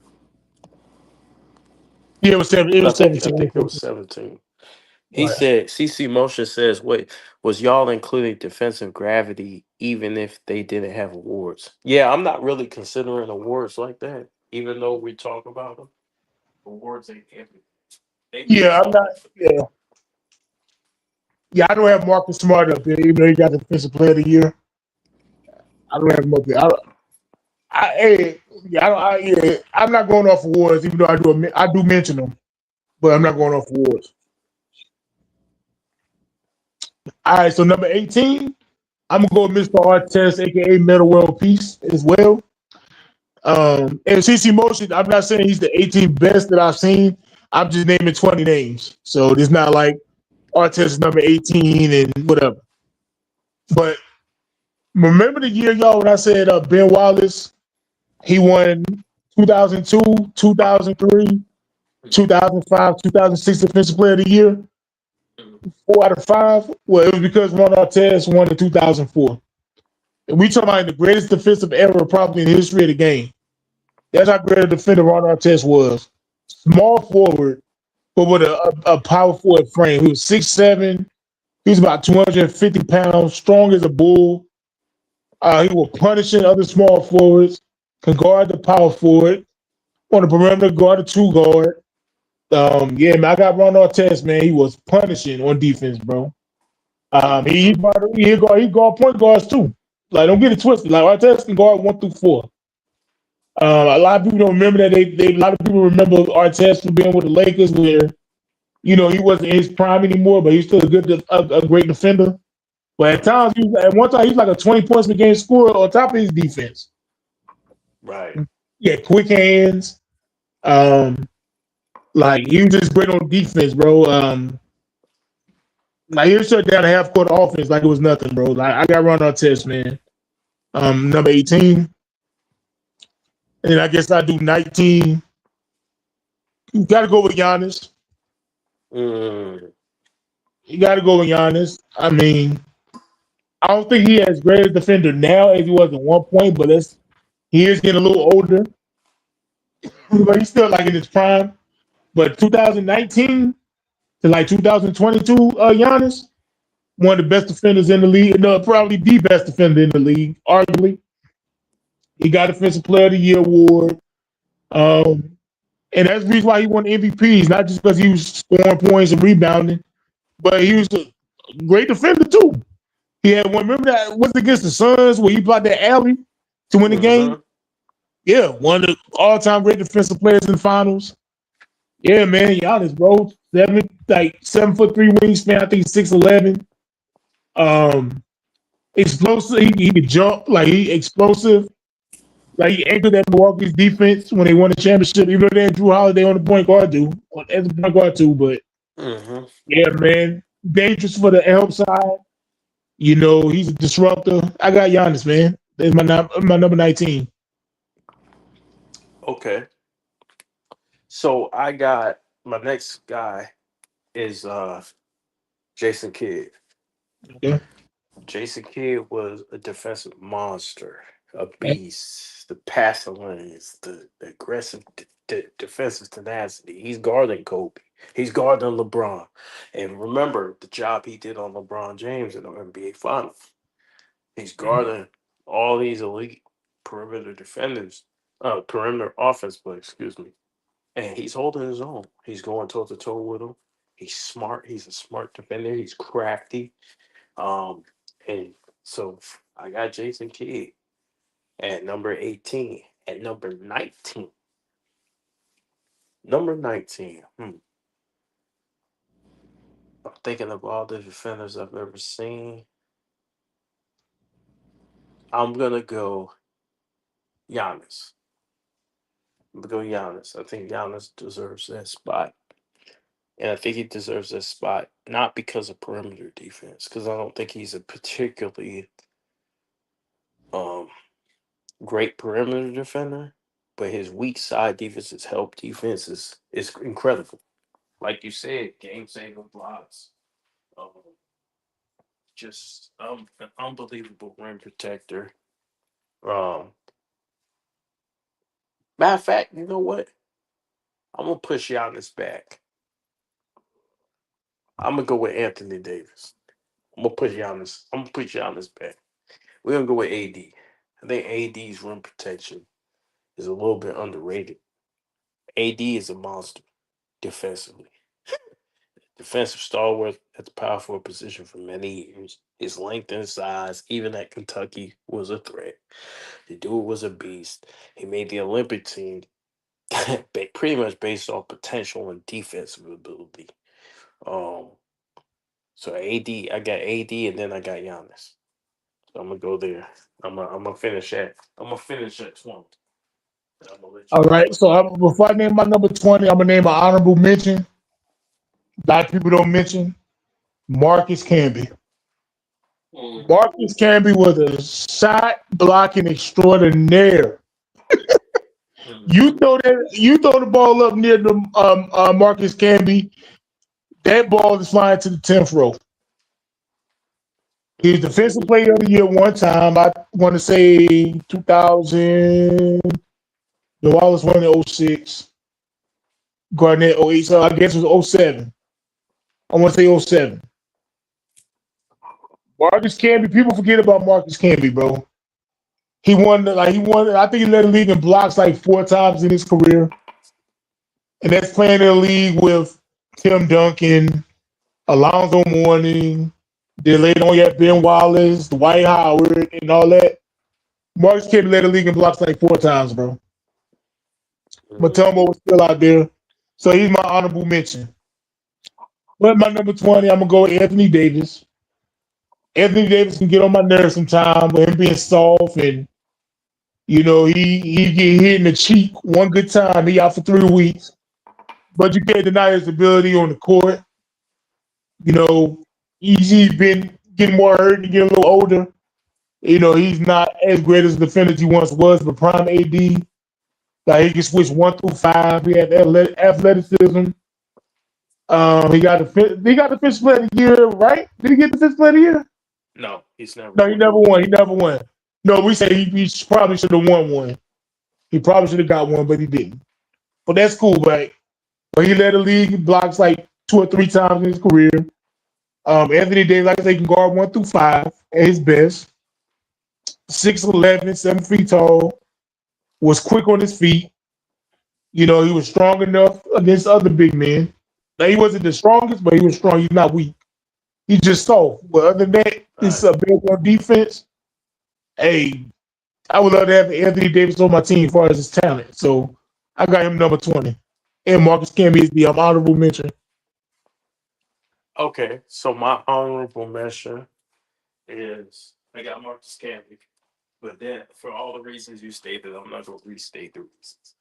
But I also got Andre Karolko, Okay. AK-47. He can lock up damn near everybody. One of the few players who can give you steals, blocks, rebound. It just fills up the stats. Just a Right. monster of defensive end. Got size, got length. One of the best monsters of the 2000 on that perimeter. So I got AK-47 as an honorable mention. And I'll even throw Kagan Martin up there. Okay. And that's going to round out my list. Another honorable mention is Bruce Bowen. Damn. Oh, put him in front of Kane. Put him in front of who? Put him in front of Andre Karolko and Kane. Put him in front of both. Fuck it. I forgot Bruce and Raja Bell. We forget. Damn, there's a lot of them. Hey, I got somebody I know people don't be thinking about as far as a great defender. Oh. Nate McMillan, bro. Yeah. Nate McMillan. Nate McMillan, the 96 Sonics. See, when people say the Bulls, they had no competition. So you had Gary Payton, right? Who you can say the greatest defensive point guard in the history of the game. When he goes sit down and drink some Gatorade and take a break, you had to deal with Nate McMillan, bro. Right. Yeah. It's a lot defensive. You be careful with the ball when Nate McMillan is on you, bro. Be careful with the ball. So I want to mention one guy. And he didn't have a long time doing this, but he's one of the best defenders I've seen. And can you guess who it is? Hold on, say it again. So I wanna talk about a guy who is an honorable mention, but he's one of the best defenders I ever seen. Maybe even 2 guys I'm thinking of. Can you think of the 2 guys I'm thinking of right now? What year they played? What years? I'll give you the team. He played in the 2010s, and he played for the Celtics.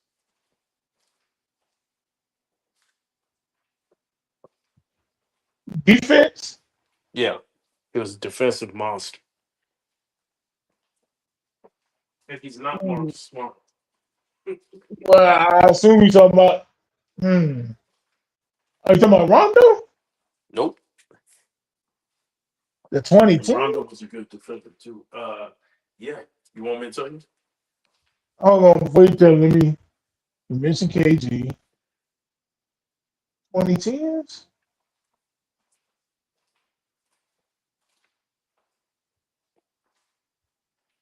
Uh,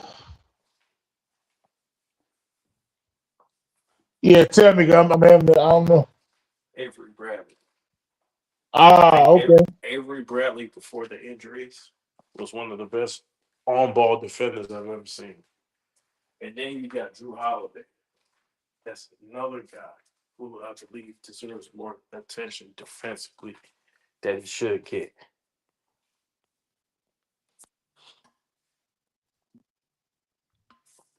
He said Anthony Mason. Did y'all put Anthony Mason on there? I didn't put Anthony Mason on there. But he'll be honored for mention.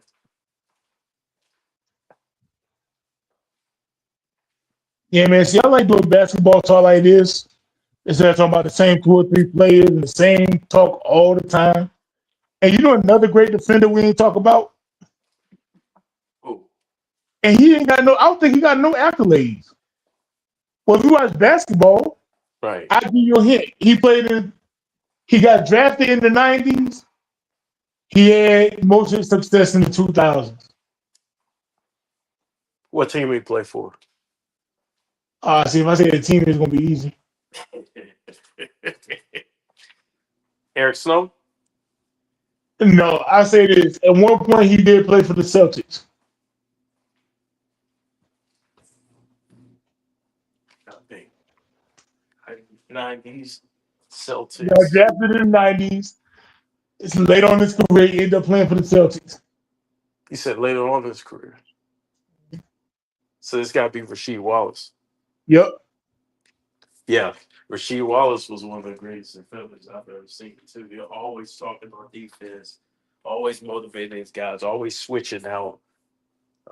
You can hear him on the court talking, probably like KG a little bit on the defensive end. Big, tall, lengthy.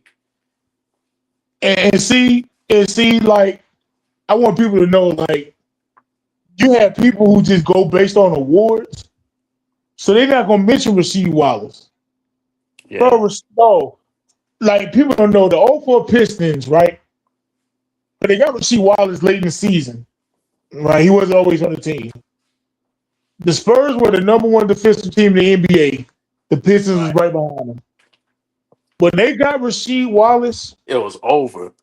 and when they added Rasheed Wallace, they became the greatest defensive team in the history of the game, bro. You couldn't even get, if you got 65 points on that team, bro, you had a great offense. The team played great offensively. They get 65, 70. So let me mention another guy on the same team. I already know you going. Who you think I got? Tayshaun. Nope. And he's Oh, great too. He's great too. Tayshawn's another one, but I got somebody else. who? Lindsey Hunter. Okay. Lindsey Hunter used a lot of shit down. I'm looking through it. Lindsey Hunter used a lot of shit down. Then we got Tayshawn. And then there's somebody who's new who deserves consideration too. I've been watching this dude for a while. And that is for the OKC Thunder, Alex Caruso. Okay. Alex Caruso is one of the greatest defenders I've ever seen. Alex Caruso guards everybody, literally everybody. I seen him on Wembanyama. I Oh, see this. Jokic.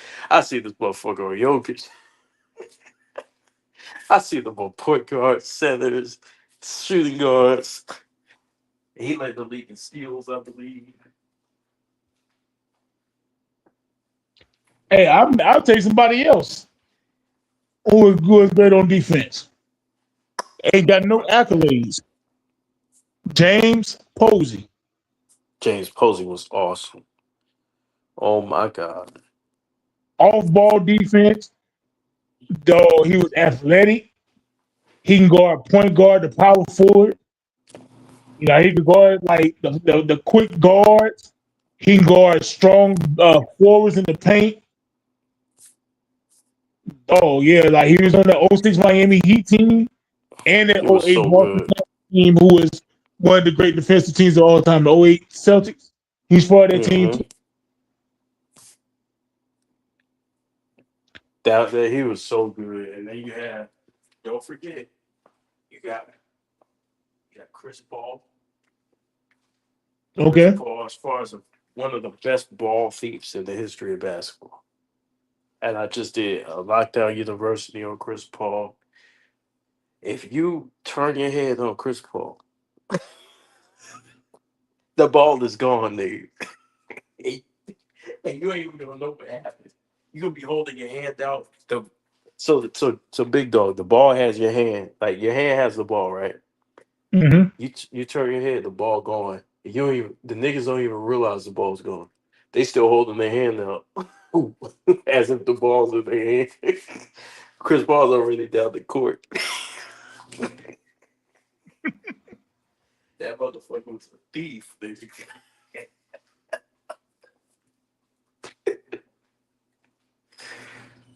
That nigga was a thief, bro. Check out you watch my Lockdown University?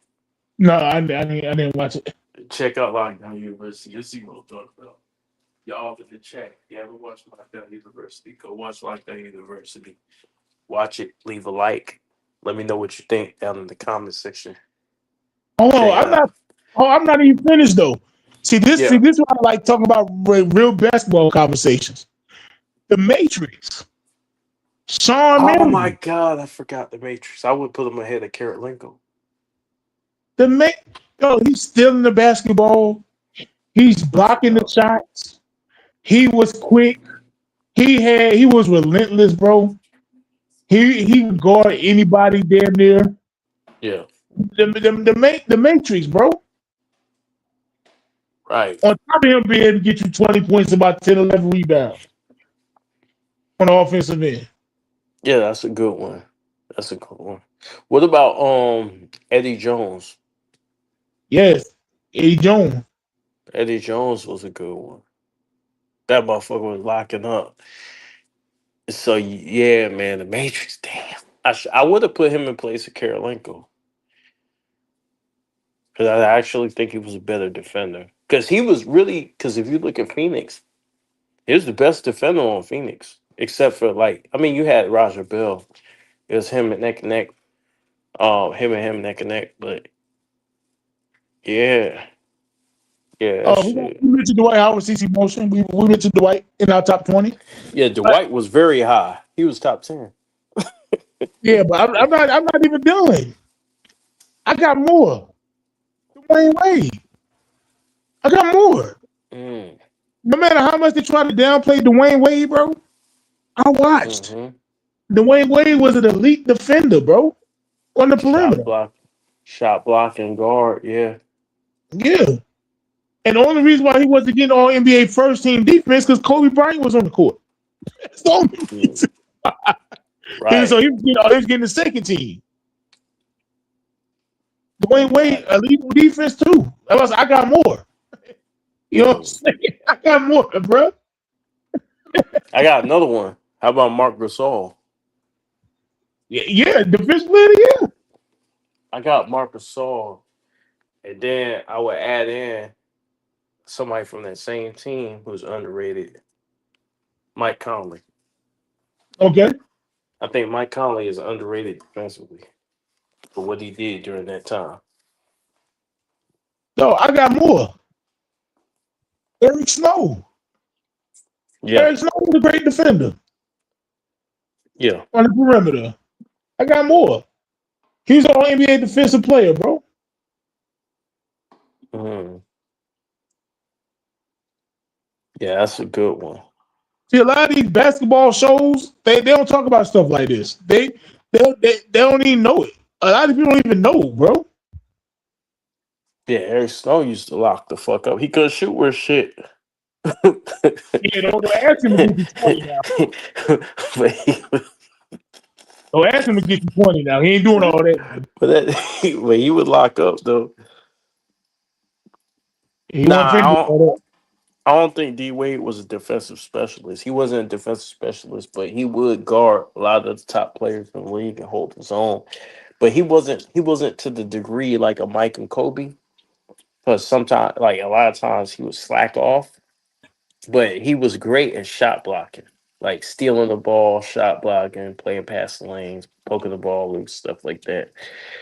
he just wasn't a great as far as a positional defender. He kind of slacked on that as far as holding his position, and as far as foot speed and all that, he was okay, but he wasn't as good as those top notch guys. But he was incredible in the passing lanes, shot blocking, stuff like that. Like I said, I got more. I'm not even done, bro. Jermaine O'Neal. Jermaine O'Neal was good. Yeah, that's a good one. Oh, you throw a shot in front of Jermaine O'Neal, you don't think it's getting swat? You going to hell, bro? That's what I'm Yeah, saying, bro. Like that's 2000s basketball, bro. right. That Pacers team with Jermaine O'Neal and Artest and all them, Mm-hmm. they were expected to be a championship contender, but they had the malice in the malice in the palace and all that. Yeah. Yeah, Hmm. Yeah. that's what I'm saying, bro. Like these people don't know, man. They just hear about the same players every day. It's like, bro, it's more than 2 or 3 people that play basketball. Mm-hmm. You got to throw. I think, in my opinion, you got to throw Rondo up there too. Rondo, maybe like a Paul George, somebody like that. Those are great defenders too. You know what I'm saying, man? Like, dog, dog. Latrell Sprewell was a great defender. Yeah. Yeah. He just happened Yeah. to He be in was the really league good. with Michael Jordan. I mean, you know what I'm saying? Like, Yeah. Steven Jackson, he was good. I wouldn't say he was great. He was good. Yeah, he was good. Tayshaun Prince, on the other hand, I think he was a phenomenal defender. Length. He was like he'll chase you down, block the shot. A lot of people forget he's the one who kind of like was like the chase down block guy. yeah, Uh, Reggie Miller. Like yeah, nobody thought he was gonna catch up to Reggie Miller. He caught on to Reggie. that was clutch too. Yeah. Yeah, that shit was clutch too. So yeah, he's another guy. Um,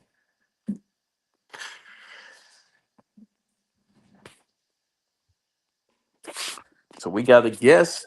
What up, Sean? Man, what's your take on these topics, man? What you got, dog?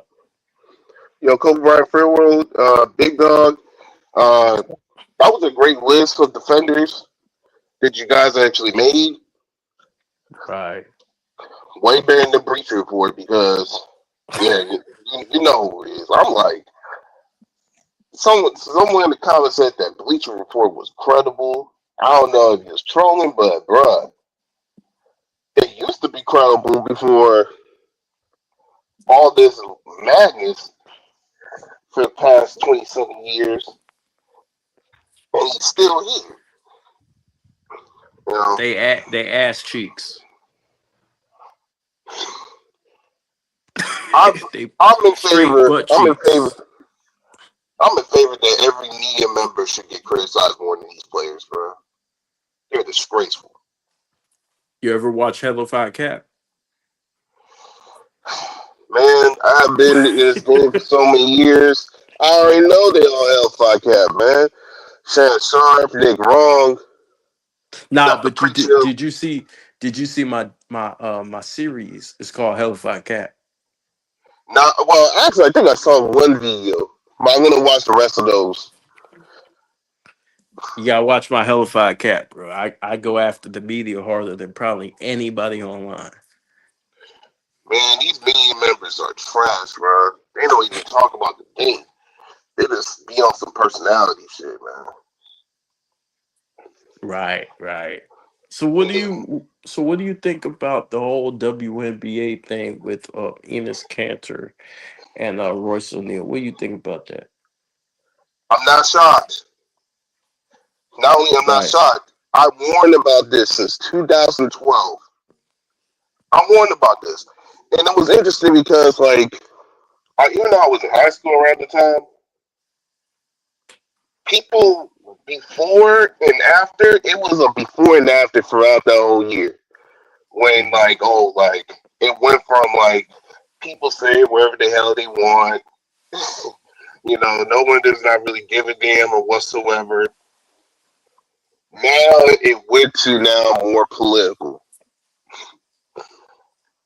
Political as in man, you can't say this or else they're gonna attack you, or you can't say that because you want to see more freedom as far as things are. I was like, why? We're not even talking about America. We're talking about a group. Just one group. And he is automatically man, you got to treat him those, just like in the motherland as far as spiritual motherland. I'll be like, bruh, really? Man, the WNBA, listen, bruh. Listen, I'm even though I'm a Laker fan, I also watched the WNBA during the time Lisa Leslie was there. Even though I was young, I did watch here and there. Now, in Los Angeles, I don't care where you at, West LA, East LA, South Central, Inglewood, whoever. Nobody in my pigment has talked about the WNBA like that until right now in the last 2 years. I'm just bridging everything connected of why I said to other people on their different platforms why you cannot blame everything on Caitlin Clark. You have to blame other black people for not supporting the WNBA so they can avoid this trash show. That's where we actually have some level of accountability, because the WNBA is the most liberal league in America, and they use these freaks as a part of their audience. Hey, what you call them? Hey, I'm trying to be direct. I'm trying to be direct while I'm being too disrespectful. But they're freaks.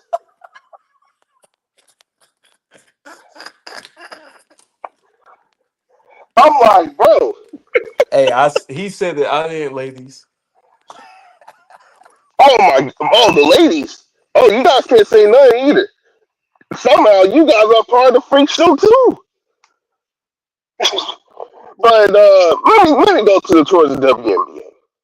They have been making this freak show a part of their audience for a decade. And they tried to do is to be moved forward and try to use that audience in order to propel them up. You know why nothing has been done? It's because most people are not among those freaks. Especially if you're in the hood or a suburban or even in a professional setting. Most people do not support these type of antics. So here we go with Caitlin Clark. The woman that makes even black people has been talking about the WNBA in the last 2 years more than any year I ever seen. Am I lying, bro? Yeah. Caitlin Clark had this shit lit. Facts. Man, them mean Negroes to now talk about the WNBA more than ever. I'm like, whoa, when do you guys talk about the WNBA? I'm like, I watched the WNBA, but I never talked to you because I thought it was nothing really interesting. Now here we go.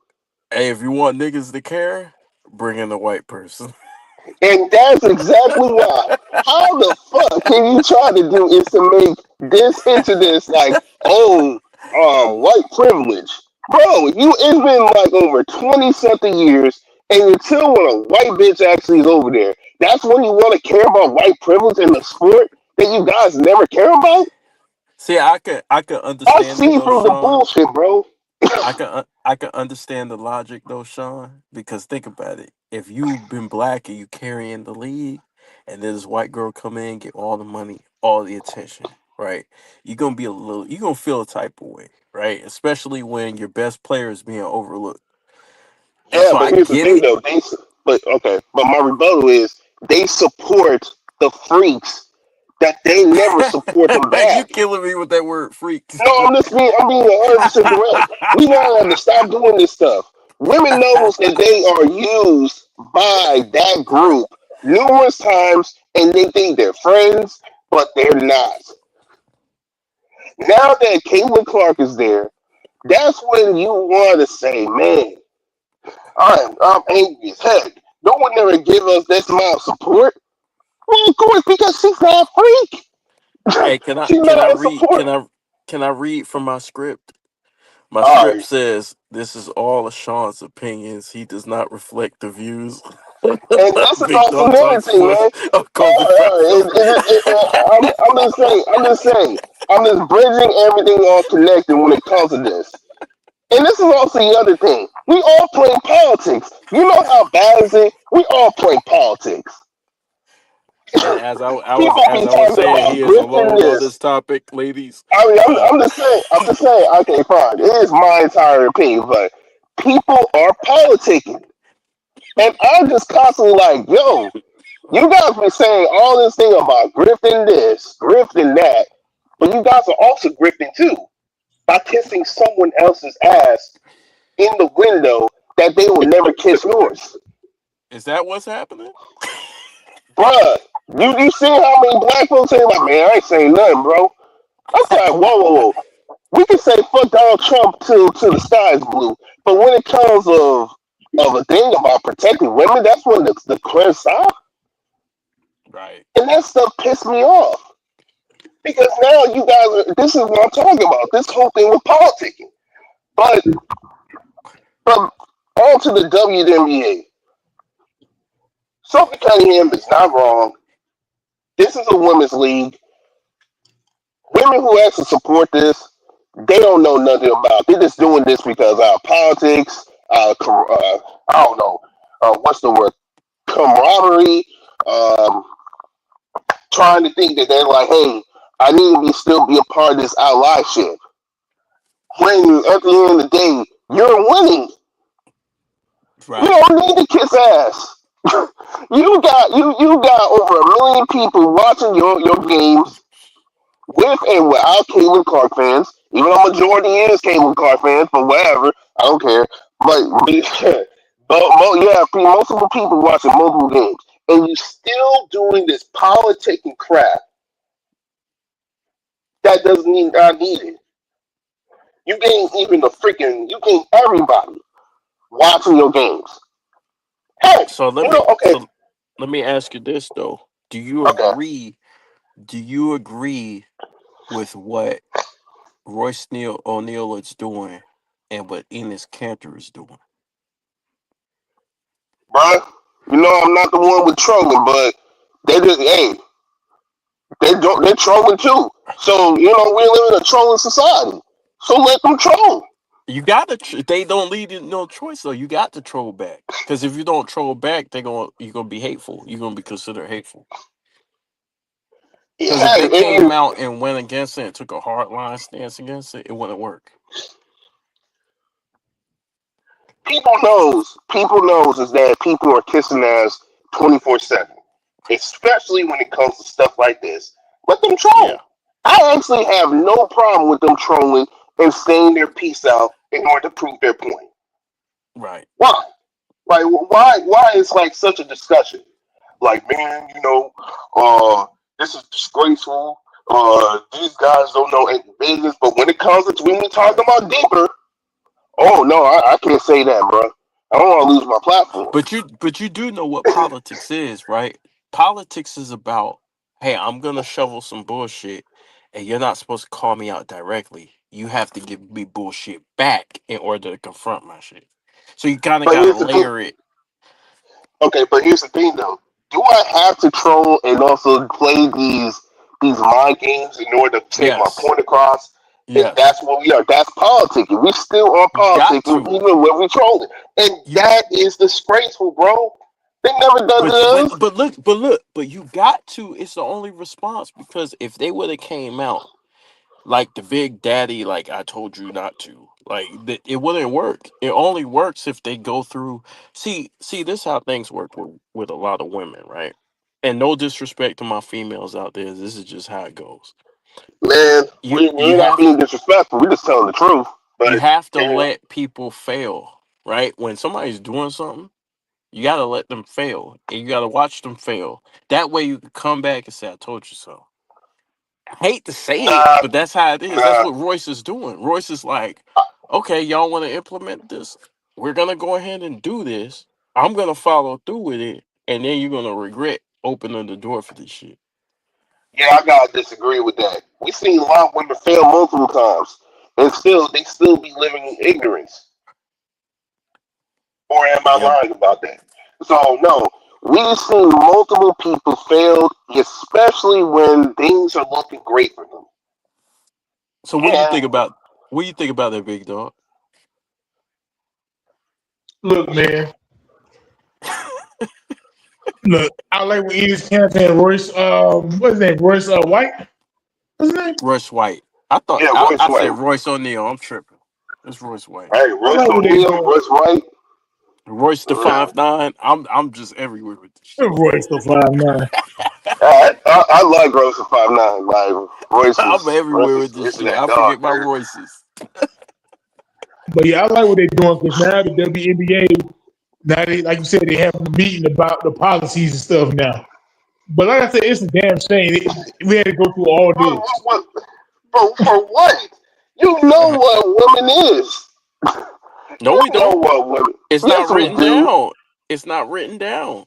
You gotta have it written So down. so so because the sky is not so just because the sky is blue, that means I don't need to write it down Yes, or because when have you come. sin, because look, it's just like what Moses did. When you got a society full of sin, you got to write that bitch down in the commandments. You have Bruh, to remind people what the rules are, or they'll violate the shits. bruh. That's what it is. We seen so much sin for the last 10 years. Man, screw writing. I'm showing them proof. I'm Telling you, like the dog. guys who be like putting my phone up to the police and say, "This is what you guys doing."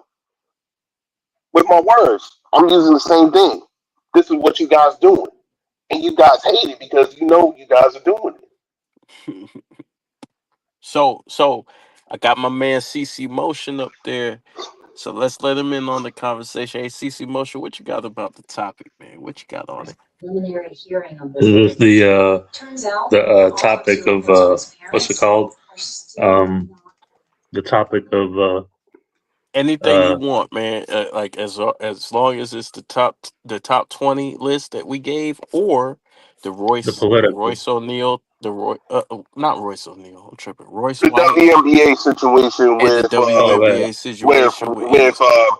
women politicking and trying to kiss up for a group that they never got no support at while they're winning Oh, in the best time in the years that they ever saw in the WNBA.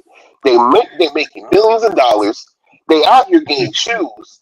Those shoes are kind of fire though. I'm not even gonna lie. And you still kissing ass? What in the name of? I don't understand, man. I just don't understand. you got to let them go through it though. I feel like sometimes like You know what I'm they gotta like saying? learn a lesson. You know what I mean? Hey, if you got Shit. somebody who's about to fall down the steps, and you tell them, "Hey, look, you might want to look down," and they don't want to look down, you let them fall down the steps. Yeah, it's their fault. I mean, Say fuck 'em. we say that we can say that to our country when it comes to wars, but shit, nothing actually improved. Yeah. We failed, and we still going back over there. That's why you wonder why. You wonder why stuff The is o- screwed the up. Right? only the only w- the only way to get out the game is if you don't play the game. Thank you. That's the only way out the I game. agree with that. I agree with that 100%. But we're Sound stuck. We're stuck in a society. Everybody's playing the game. That's why you have Royce, and that's why Enes Kanter. They're forced to play the game, but they're never gonna. I don't think it's always gonna be a goalpost shift, right? If it's not this, it's something else. It's always gonna be something else. KB. I think they trolling though. Like they using reverse psychology. Definitely, Quid pro quo style. no doubt, no doubt. I'm cool Like with they it can't too be because serious. they can't. I'm cool with it because the way they did it was genius. Because if you do shit in a witty way, you make people feel stupid. They get even more angry, but they know you're right. So now they're in a Oh, checkmate. They're they they're know they're faced. They're most in people know check. they're right. They're in check right now. Yeah, but you know how crazy this world is, bro. Like I wouldn't be surprised if that. Like bro, I'm gonna be honest, but I'm gonna be laughing my ass off if they let this shit go through. I'm gonna be dying. Oh, we gonna see some wearing pajamas. We gonna see some windmill dunks, some through the legs shit. We gonna say motherfuckers get charges and get taken to the hospital. Or we gonna see shit about to get real. Man, if I was the WNBA, do enough of this trap. The shit is over, bruh. The audience that Caitlin Clark actually gave y'all, that was the audience that you're supposed to have in the last 20 years, bruh. Watching over millions of games. This stuff is Right. over. I don't want to be hearing about freaking pronouns and trying to say that this, that, and the third. Listen, if you want to experiment somewhere else, but not in sports, and especially to women who never even do this type of thing. Right. Didn't they did this with soccer too though? Like where they had the high school like soccer boys face like professionals and bro, they dogged them. Yeah. I try to tell them, man, testosterone and estrogen, bro, like those are like two different things. You can't What combine those things. what Man, ends up hey, happening, bro, and I don't I don't they're want to doing that get pseudoscience crap. They be like, hey, I, man, we could mix the two, and we could change it to something else. You know, blue, pink, yeah. it'll be something else, maybe teal. I was like, bro, get the fuck out of here, man. I Teal, don't I Hey, don't want to question, get y'all. too religious on you guys. I don't want to get too religious, but nah, this you is can what still be happens when you original. got a We need, society that don't believe in God. So there's no limits, right? Like there's no set of rules. It's just like you go, I go. You know what I'm saying? We both try to outdo each other. And we both try to see the answer is not Republican. The answer ain't Democrat. The answer ain't transgenders or man, female. Nobody wins, right? That's just a game, right? Underneath the game is humanity. We get to what's man, humane, right? And we go with the best results, right? How can these women play? Because that was the purpose of the league. How could they play in a safe manner to prove who's the best woman? That's the whole point, right? So the competition should be amongst women. The men should have their shit, and I think the transgenders, if they want to, they can have their own league to where they can create anything. But they don't bro, want that. do you think that do you really think like when it comes of teaming, you think they're gonna get like over a million viewership? You think they're gonna get even 500K when it comes to viewership if If they have Enes their own league? Kanter plays in the league, yes, Nah, bro. Nah, bro. yes, No, sir. no, Royce and no. Enes, I'm telling you, Hey, that's gonna I'm be a gonna say whole this. I'm sideshow. gonna say this. Hey, I'm gonna say this right. The WNBA games normally start like what May, right? Yep. If Enes Cancer play, they gonna get a Christmas game. I don't know how, but they gonna have a Christmas game. Hey, people gonna want to watch this shit, bro. They gonna want to watch to see, like, oh, they know what's gonna happen, I mean, but they these want to days, watch to I'm see, not like, surprised. oh, Man, these new Negroes, they're crazy, man. It's kind of disgusting, man. I feel scared. I'm gonna be watching. They're gonna You're have a gonna be Christmas game, watching. though. Nah, I'm that's not even. crazy, bro. Come on, bro. Come on. You need. I'm Don't watching, watch. dog. I'm watching. Nah. That's I can't. crazy. I want to see this shit. Nah, I don't want to see that. God I wa- forbid, bro. I'll watch it, sir. Cause I'll watch it because they gonna have to adjust. I'm watching just to see how they handle it. Because it's Hey, gonna get out of hey, hand quick. hey, you know what's funny though? I was talking to my wife about this. I was like, since this whole thing has been happening, I told her I was like, when we ever allow like the 0.2% of the human population to take over the mainstream and like dictate all these rules. You know what I mean? Right. Like I don't understand how that like where was everybody else? Like I know like people are afraid to get canceled and all, but man, I'm over here like, man, fuck all that dumb shit. Canceled. Like how you even get canceled? You know what I mean? Right. Like from what? Everybody's Well, afraid or some shit. that group got money, bro. They got money. They got influence that we gave them since over in the 90s. I'm just keeping it one. Yeah, I'm playing black people for all that shit because they support that shit. Most of us support that shit, and you know what happened? Hey, y'all. Switcheroo town. Hey, you want to know the real? I don't even think this had nothing to do with the group. I think Nah, what bro. this I think what this is, bro. I think this is the elites flexing their power on how they can change society. I'm with you on that. Yep. I don't even think this is them. I think they would just want to live their lives. I think what this is the people who in power. They thinking, oh, we can socially engineer these motherfuckers to create what we want to create. Like Yeah, we want to see. Yeah, I'm gonna be like, bruh, I'll pass on this. You're probably just gonna die today if that stuff happens. Nah, Sean, KB, y'all both correct though. Sean, it's the money, like you said, and KB is the people that's in power, that got the influence, that push this nonsense, bro.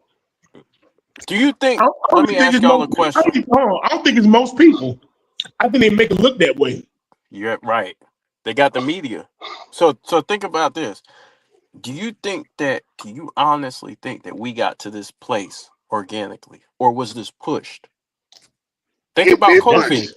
Think about COVID now. COVID wasn't organic. It was pushed. That all the mandates and all that shit, that wasn't real. Yeah. They created a problem. and they imposed the answer. They gave you the problem and they gave you the solution for the outcome that they wanted. Yeah. This stuff has been pushed since the, 2012, bro. Even maybe even a little bit before that.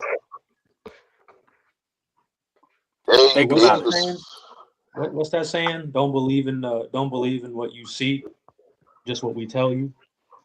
Right. Yeah. The media, the same shit we're dealing with the media right now. The media, they're the ones. They're no longer. Think about it. The Kyrie Irving thing. I said this on my video, Hellified Cat. The media is no longer representing the people and doing investigative work. They're telling you what to think now. They're a brainwashing tool. They're propaganda. They're telling you what to think. Hey, take these masks. Gotta take it. Everybody else is doing it. That's their pitch. They belong to the corporations. The independent media would ask questions. This media doesn't. They don't question shit. Do what Fauci says. Hey, I mean, I agree with that. They're making millions of dollars off of a teleprompter of whatever type of agenda that their higher ups or other people wants them to say. And listen, I haven't watched ESPN or Fox Sports in years, outside of maybe like certain clips here and there. So, you know, at the end of the day, they just politicking, bro. You know, same thing over in this situation. Multiple YouTubers like, man, you can't say nothing. They politicking too. If you want freedom, you gotta have to speak up to get freedom. That's what freedom of speech is for. When somebody does you wrong, you speak out. So what happens when you get a society that tries to make you feel guilty for using your First Amendment right? You no longer have that First Amendment right? If they try to punish you for it, then you got people being quiet, right? And if you're being quiet, you're letting the group overrun common sense.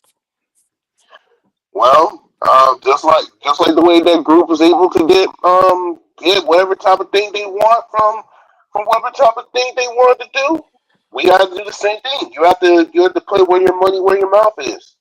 You know what I mean? If a politician or some type of like elite wants to do something, and if you want to say, hey, I don't agree with this, you be like, hey, But Sean, what if it ain't about money?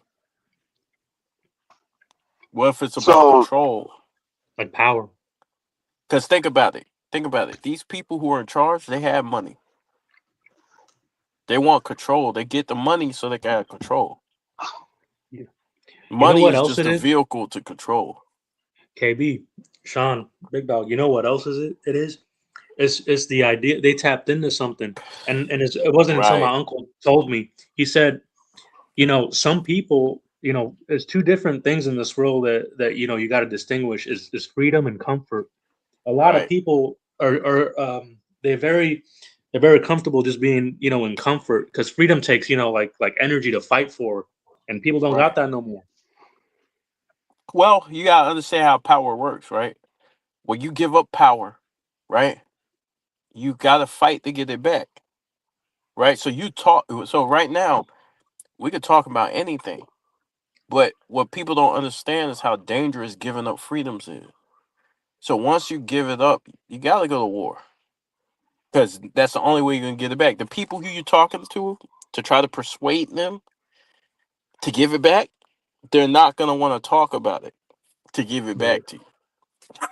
So Of you course got not.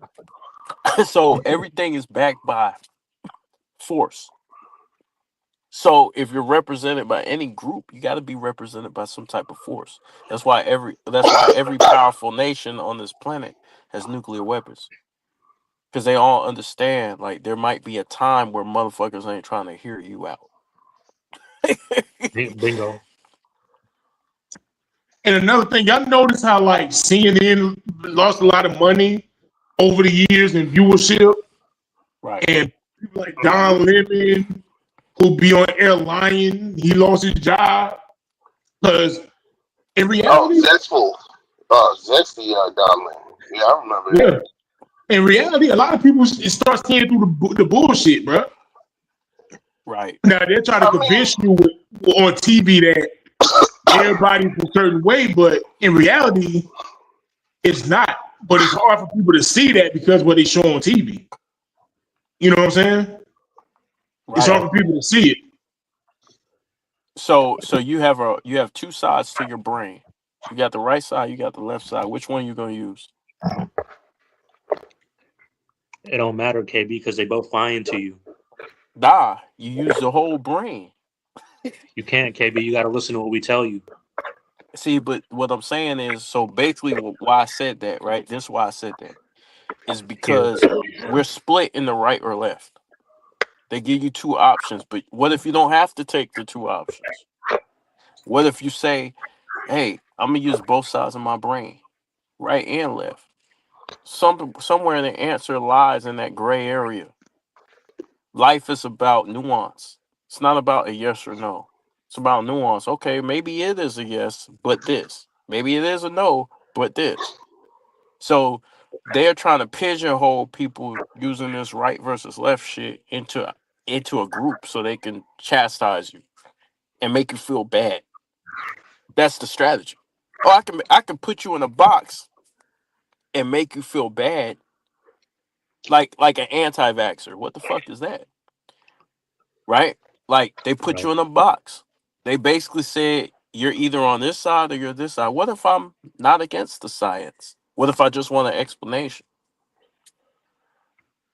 But that's the problem. They ain't trying to have you ask any questions.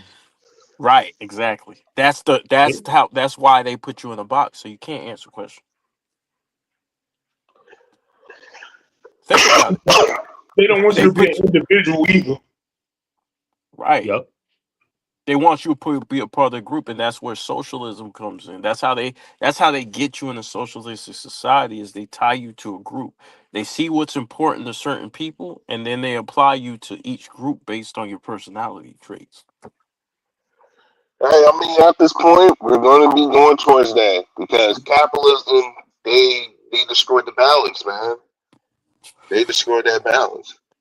If we let it, No, if we Yep. let it, it's very big. It's like we already lay already. We went from capitalism to hyper-capitalism. you know how you stop stupid shit.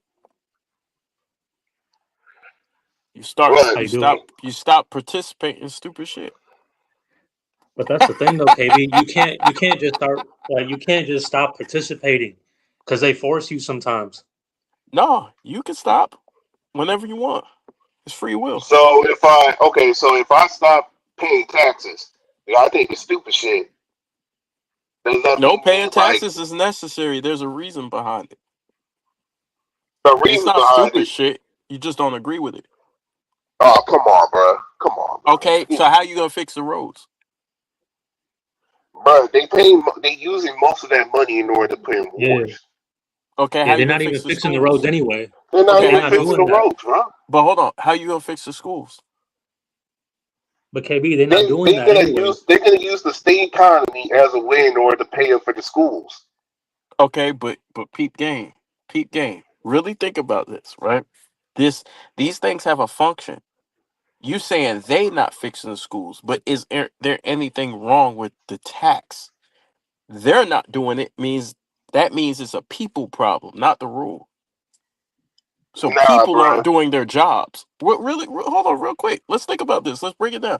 That means people aren't doing their jobs. That doesn't mean the rules are bad. It just means people are manipulating the game. So you got to take those Yeah, people in but position. that's what I meant about saying like, what is the point of me paying for taxes when they're gonna manipulate and try to use that tax money for their own individual doings You got to get instead those of doing? people.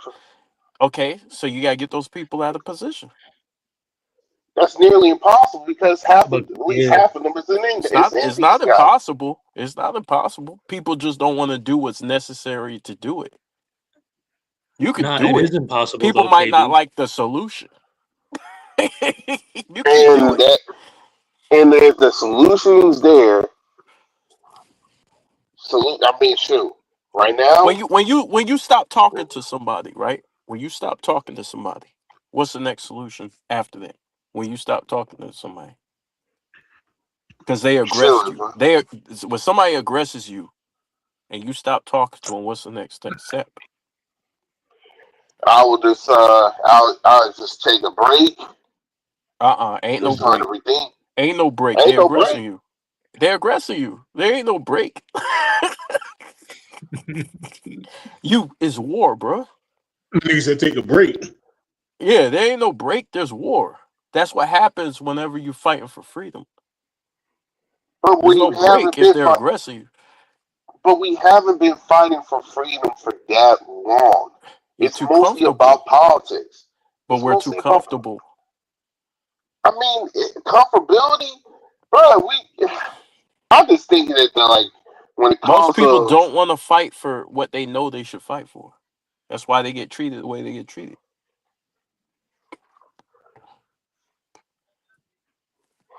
You're conditioned not to fight. You're conditioned to go to work and do your job. Like the school Yeah, look in system. New York So City right now, bro. The fools that are socialists take over New York City. And they disagree and they know what's happening. They don't fight. They don't do nothing. They continue to live there. They don't move. Nothing. Nothing's done. Well, he I promised them just all think that free stuff, now taxes and everything going up on them people. And you So already know is New taxes York? high. So is New York the problem, or is the politicians in New York the problem? it's the I politician. think what they're doing in New York is actually they're doing the best that they can. I just I think that they're doing the best they can. They're doing the best they told they can.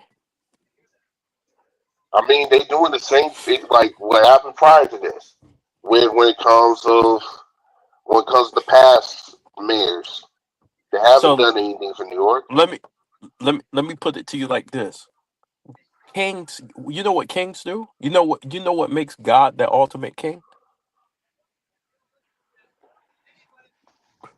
People bow, follow directions, and be obedient.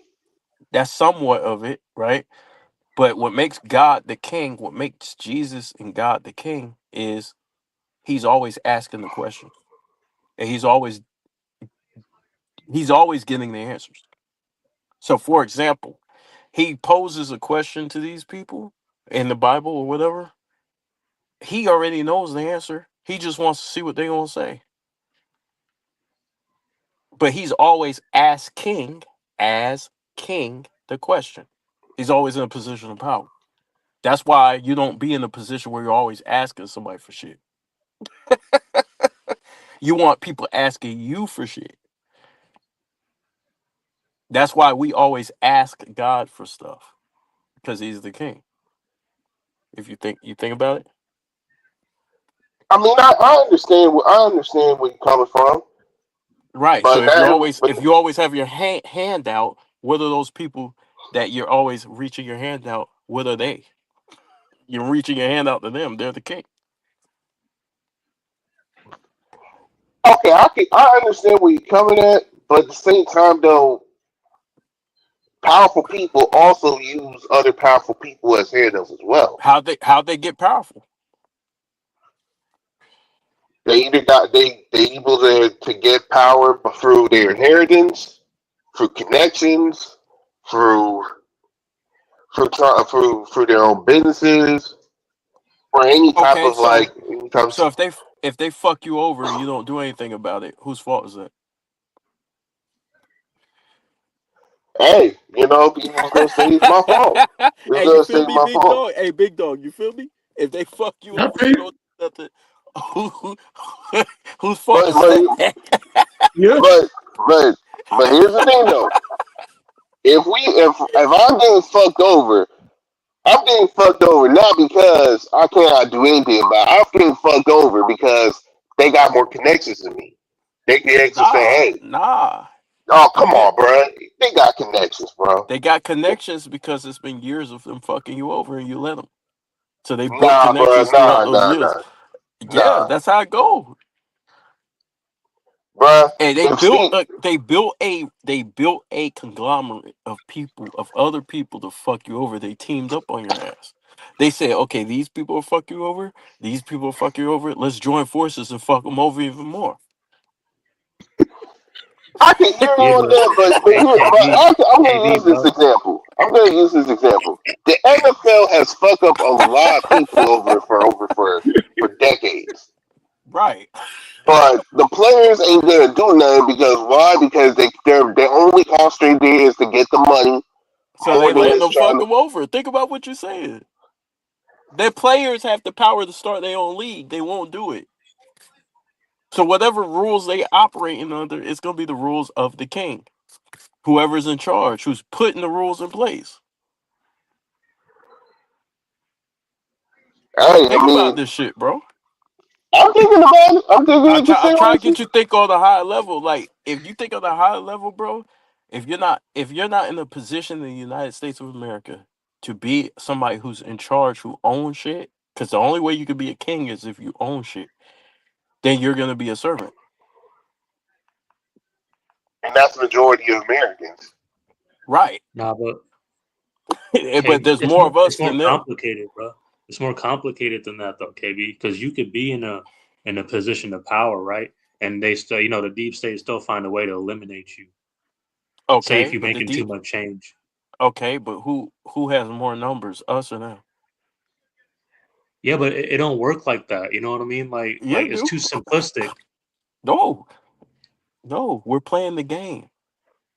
We all play politically correct. We all play the game. We do it at our jobs. We do it when it comes to our family life. We do it with our wives. We play the game to get by. And then we get fucked over. We don't like the results. The only way out the game, remember, you agreed to this. The only way out the game is not to play the game. We all You live by talk the about rules of the like, games we play. man, you reminded me of like some Fight Club type shit. Nah, I'm just being I'm it's not fighting. It's not Fight Club. It's something sometimes you have to fight. I'm not saying No, like fight. like the I'm saying mentality. You know sometimes what you I have to mean? fight. Yeah, I mean you got to look at this shit though. That's why wars are fought. Wars are fought with people who disagree with how they being ran. You see what I'm saying? Like Not every single Oh, war. that's true. Not every single war. No, most of them.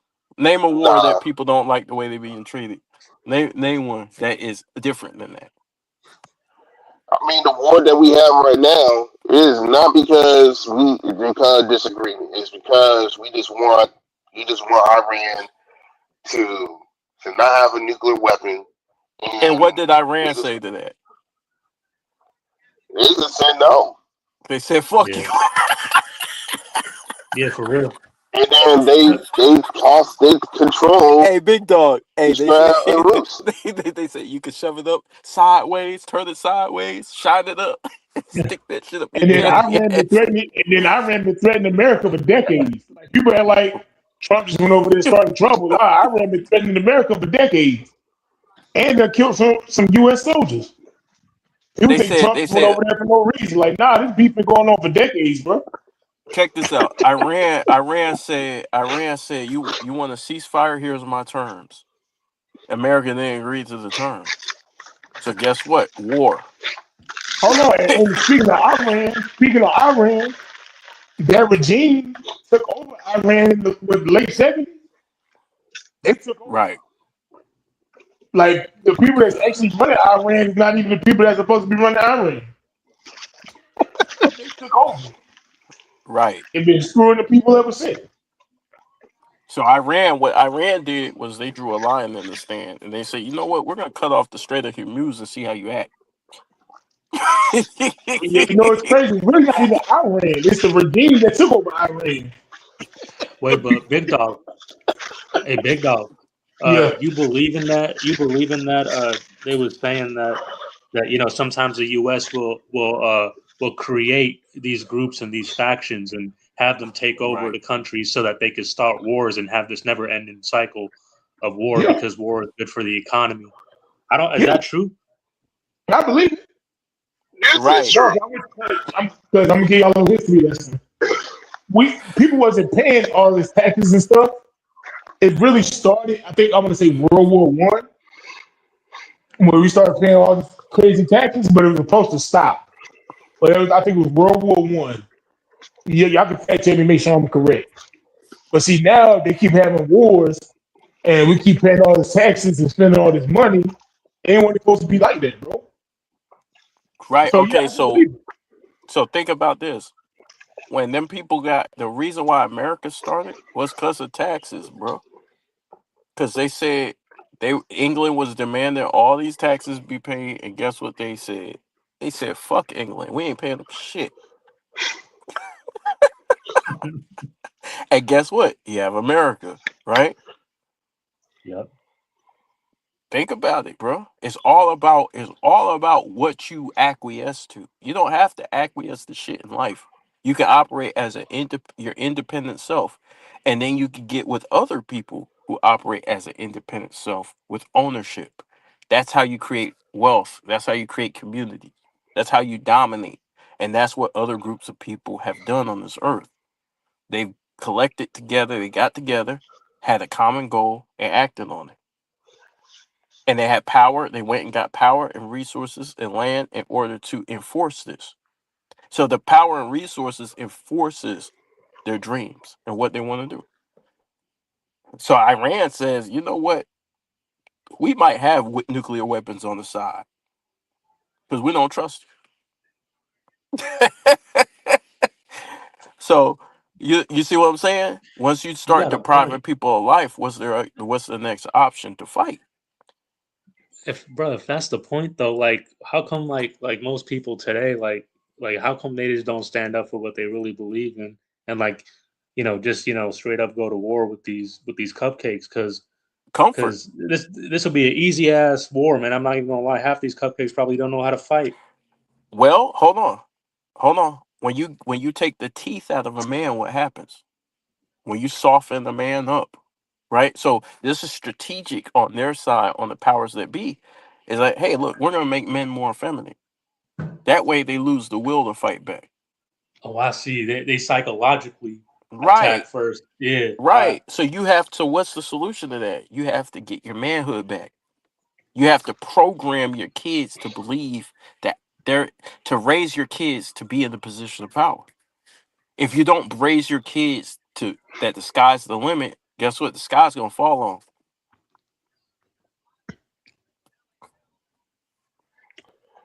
They believe up the elites.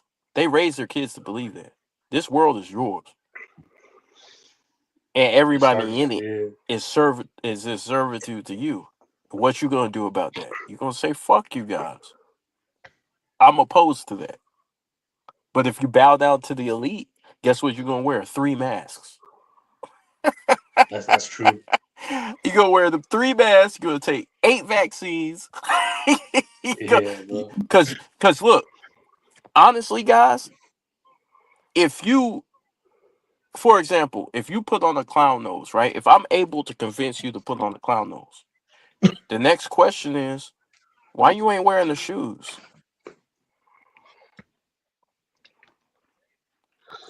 Why you ain't got the water that squirts out of your shit? I'm gonna want you to wear the full clown outfit until you. That's why you don't open doors. And so what Royce and Enes Kanter are doing is they're preventing the door from being open, because they know once you open the door and once you establish a what's it called, um how can I say that, I'm forgetting the words. Once you start something, let me put it like this. Pandora's box. Nah, it ain't Pandora's box. It's like set precedent, right? When you set the precedent for something, you open Precedent. the Yeah. door for other shit. That's why you don't allow the first thing to happen to you. Because if the first thing happens, guess what? You take one vaccine, you think that's gonna be it that they're gonna want you to take? Right. Think about this. People That's didn't true. think this through. Then when they come through with 2 or 3 or 4, you got to do it because you took the first one. Yeah. You got to do it now. Why not? That's what they're gonna say. Why not? You took the first one. And this is the thing, right? I remember back in I mean, 2012. And back in 2012, right? Now, 2008, I voted for Obama in 2008. Right? I ain't gonna lie, I voted because he was black. I ain't even gonna lie. But 2012, I started realizing what was actually going on. I started paying more attention to politics. And, you know, he was pushing the homosexuality thing and all that. And I was like, bro, I have nothing against homosexuals. Like, as far as them living their lifestyle, they can do what they want to do. But, like, the more this stuff got pushed and forcing the gay marriage and all that stuff and trying to force people to accept it, I said it's going to get worse and worse to the point where I don't want to say the word, let's say PDF files is going to fight for rights in the future. And you see that happening because we allow so much over time. People is going to keep pushing and pushing and keep Right. wanting to do more and more. The more you give them an inch, the more miles they're going to want to take. And now we at yeah, where I mean, now the WNBA don't know what a woman is. Like we hear Well, now. let me yeah, I expand agree on with that. that. You, Let me expound on that real quick, and I'll let you go, Okafor. So uh, the women's rights movement, right? The only way they were able to acquire power is because it was given to them. And I'm not saying women's rights is bad. I'm talking about the whole feminist movement in general, because these things were handed over. Like men are handing over power. So you think the women are going to give it back Nope. willingly? No, they're gonna want more Well, they're because gonna you fight gave. tooth and nail for that shit. Right. So because you're giving. So if you're giving, okay, if I'm robbing you, right? Okay, give me your wallet. Give me your keys. I want your hat. Matter of fact, take the pants off. You know what? I like that chain you wearing. You know what I'm saying? It don't stop. Like you have to at a certain point, you have to say, you know what? Nah, I'd rather die before I give this to you. At some point, you got to stand on something because you keep giving, giving, giving, giving, giving. That person who's requesting you to give this shit, they're not gonna stop asking you to give up, and that's where we're at now. You're gonna have to keep giving up more shit. So a lot of these people that we're talking about, quote unquote, whatever group you associate with, are demanding more and more and more. They're not gonna settle for less. Why would you? If you're in a position, if you gain power and you gain footing in society using money or whatever, why would you go backwards? Why wouldn't you just try to push forward, create a society that fits around you? Now we're operating on other people's terms. Yeah. I mean, yeah, I mean, I agree. I agree with you on that. I mean, I've been saying about that type of stuff where that once you give someone the opportunity to have some level of power, they're gonna only want to want more. But not. I'm just gonna say this. I get that people, in my opinion, has to play politics in order for them to get what they have to, because you have to build your foundation somewhere before your kids, or even them in general, could actually not to do it. But I'm just on the record just saying that, hey, you're like at one end you can actually just like say like, hey, I don't agree with this, but at the same time though, like don't want to ruin my livelihood just because I don't agree with this type of person, this type You of have to thing. ruin your livelihood, though. That's the risk. That's heroic. Think about Kyrie In this Irving. economy, bro. In this economy, Yeah, You got to bruh, be willing. that's the comfort. Hold on. At all points in history, people had to give up something in order to win. There's no such thing as not having to sacrifice when you're at war. And people ain't willing to do that. So if you live your life on your knees, you're gonna die on your knees. Hey, but KB, bro, it'd be tough. It's tough. It's the road to being brave is tough. But if you're right, for example, look at the Kyrie situation. He was right the whole time. He stood on the square. That's what makes him exceptional. You got to stand on your square. If you don't stand on your square, these people in power are going to do whatever they want to you, and they're going to justify it. And you're going to deserve it. Why? Because you didn't fight back. You didn't speak out. You didn't say nothing. I mean, Not I when you don't didn't say want. when you don't speak on your own behalf, bro. You're basically saying yes. That's true. That's true. That's true. I didn't want to take the vaccine anyway. I stand on my square for very long. Right. Bro, I had to take that shit for school, if bro. you take off your mask, and other people see it, they're gonna take off their mask too. They're gonna say, "Why do I have this shit on?" Or But they if you gonna yell keep at your you. mask, yeah. But if you keep your mask on, everybody's gonna keep wearing their mask. There ain't gonna be nobody who say, "Hey, you know what? Fuck this shit. This is stupid." And I've seen But if you, people without their mask. mm-hmm. And they inspire people. They inspire people. The people who don't comply always inspire other people to not comply. That's why these groups come hard on the people who don't comply. They're trying to see if they don't want people to stand up. So guess what they're going to do? They're going to attack that one person with the most ferocious wave of insult to see if the group stands behind them. And once they see the group stands behind them, everybody else going to stand down if they see that nigga fail.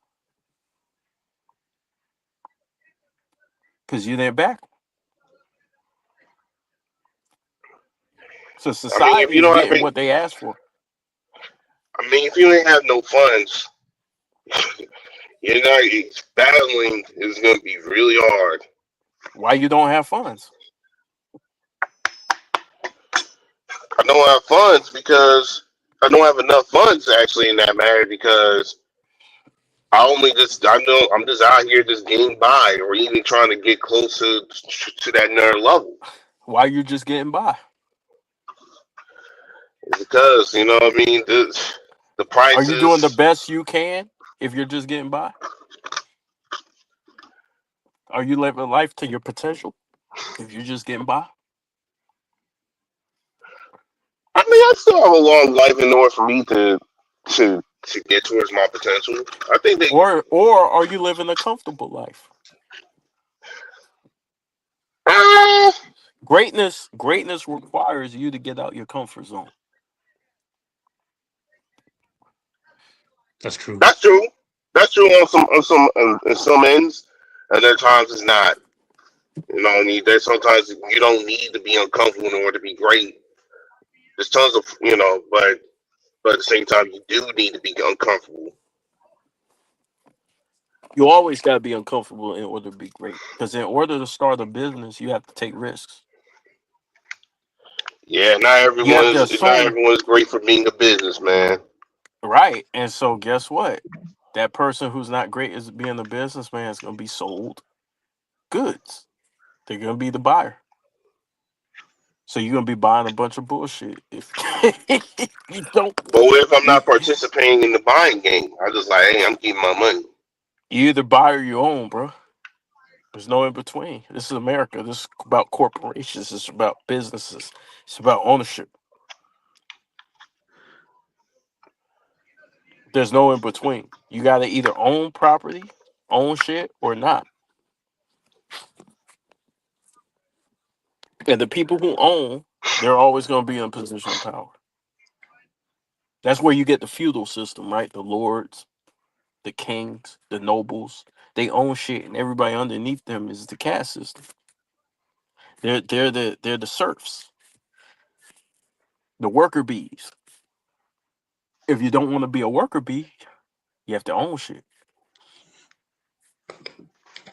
Same thing as today.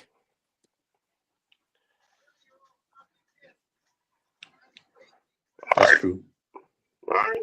Think about a landlord and tenant situation.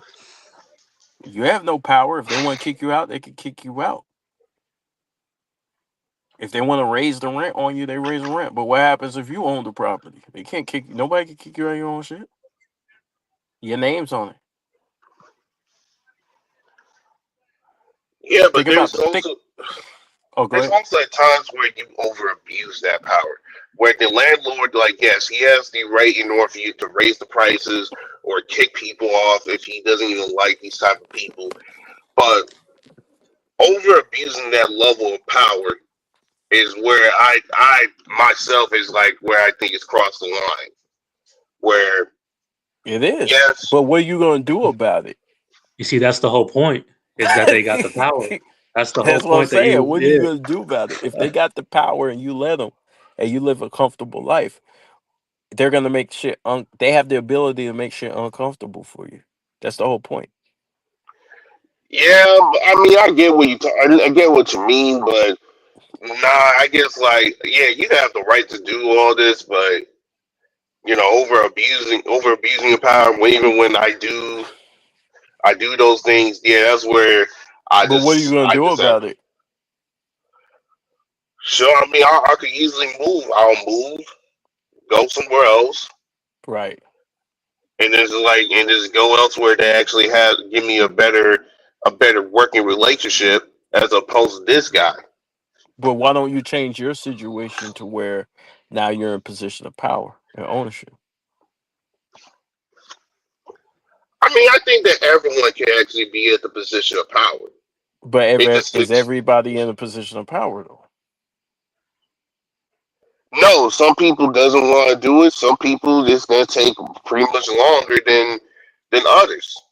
Okay, but think about what I'm saying. If Okay. you're a person who has the power to change people's lives, right?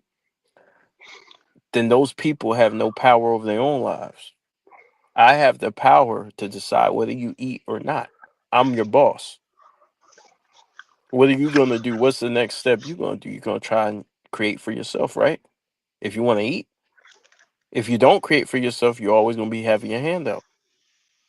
And that's where they get you. They create something called company policy. And then they could change the policy whenever they see fit. You can't do shit about it, but either get with it or leave.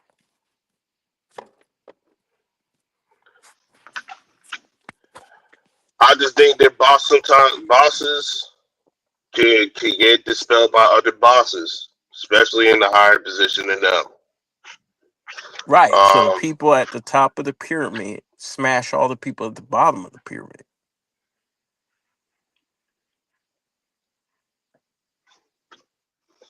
How do you get to the top of the pyramid?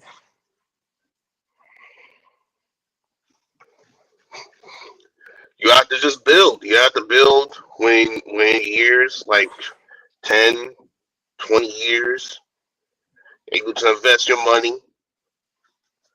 Right. and So even start something. It doesn't even have to be a business. It could be anything else. Heck, you can even like being an investor for a hospital. But but when it comes to like I get people could do whatever they want as like a boss, but over abusing your power just for the fun of it is yeah, I just can't. I'm not much to agree with that notion either. okay, but what if you don't have to agree with it? What about it is what it is? I mean, we could say it to any other situation. I mean, when it comes to this, we can say it is what it is, and this stuff could actually get worse.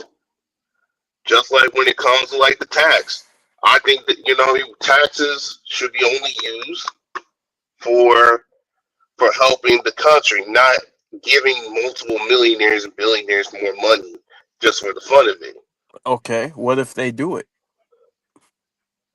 What if they actually do invest in the country more? No, no, no. What if they just do what you said? What if they don't give it back to you? What if it's all just a billionaire class that just enriches themselves? Now what do you do?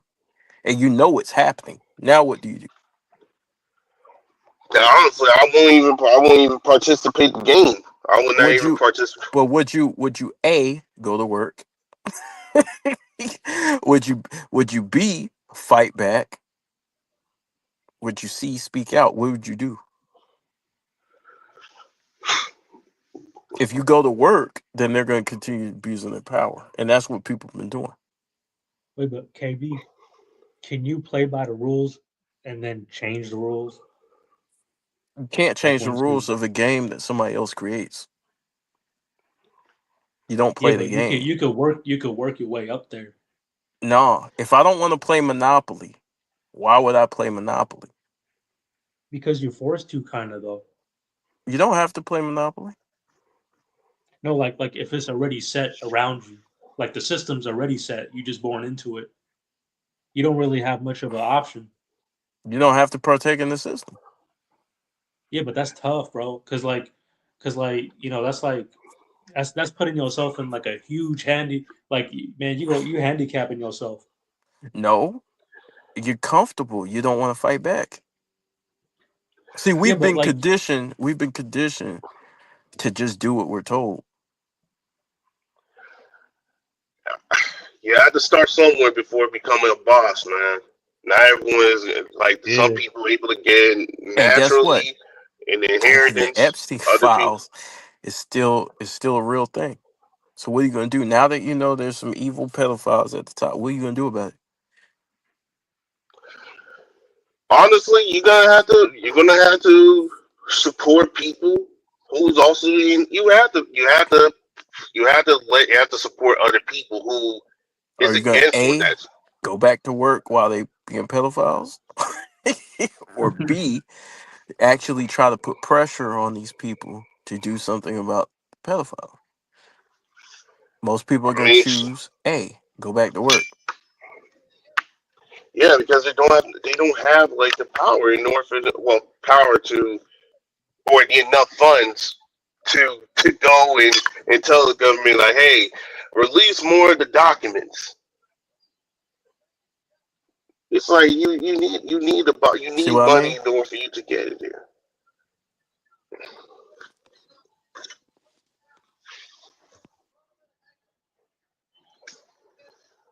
you gotta have resources. You need to have resources. You got to start from the bottom in order for you to get the resources to get resources connections. Yo, Yo, what's do up? you, do you hear me? What's up, KB? I can hear you.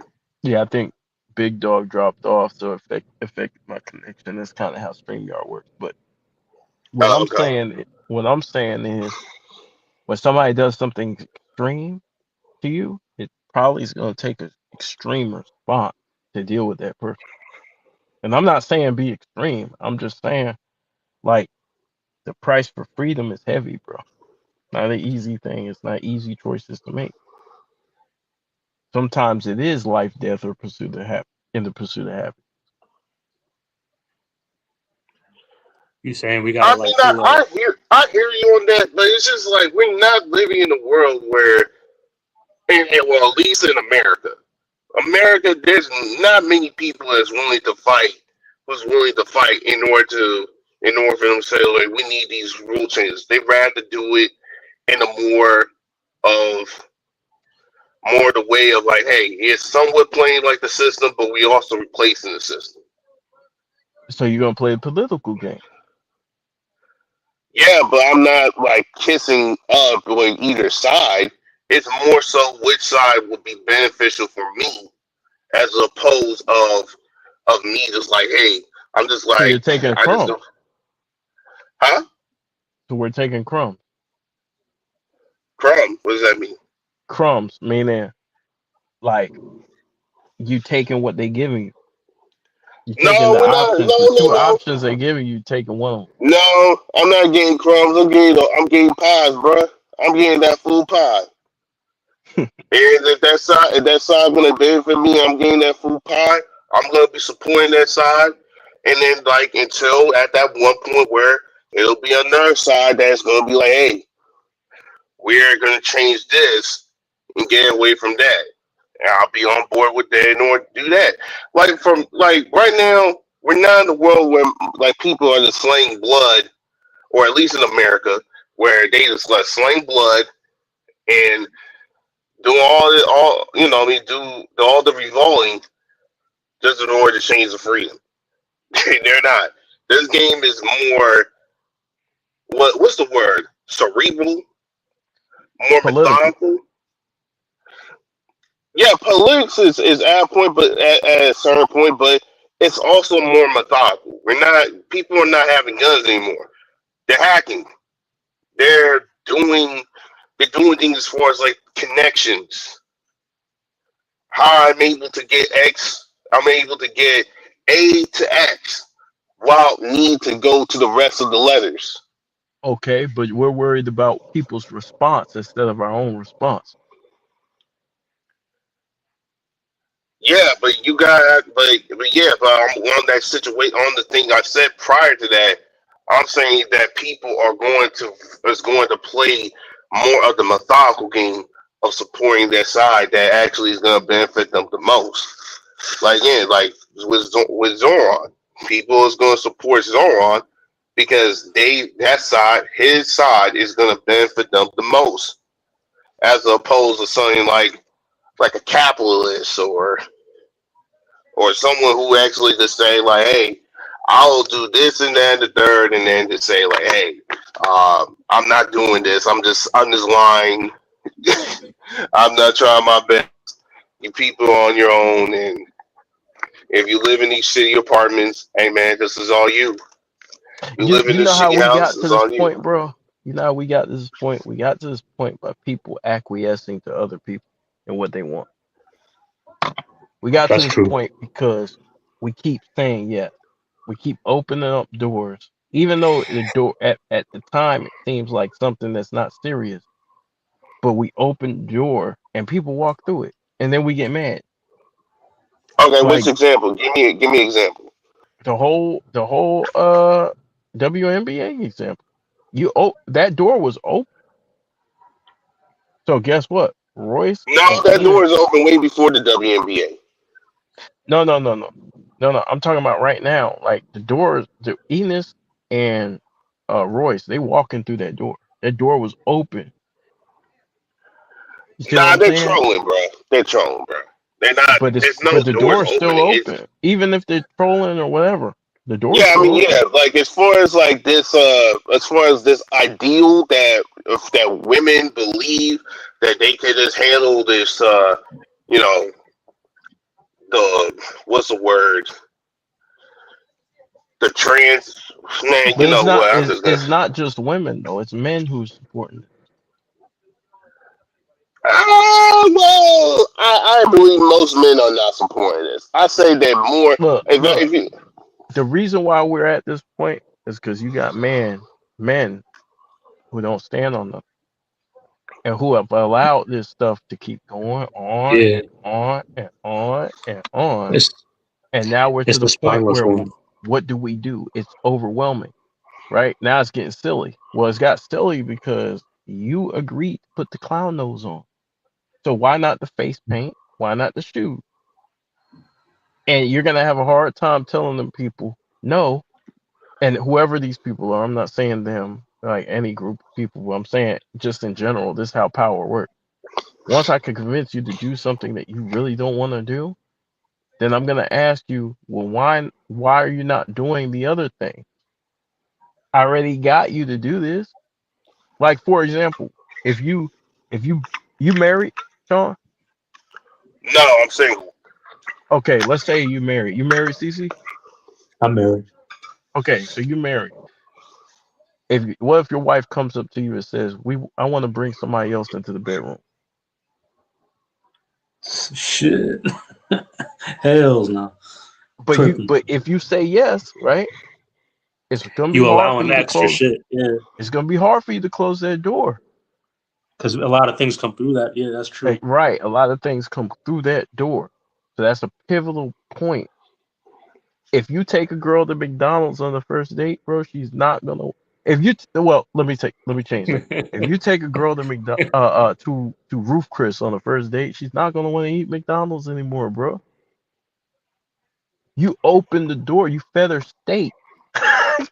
She's I not see gonna what want you're to saying. go. You created a mindset for something already, so that Right, mindset is kind of like it's kind of like a given at that point, right?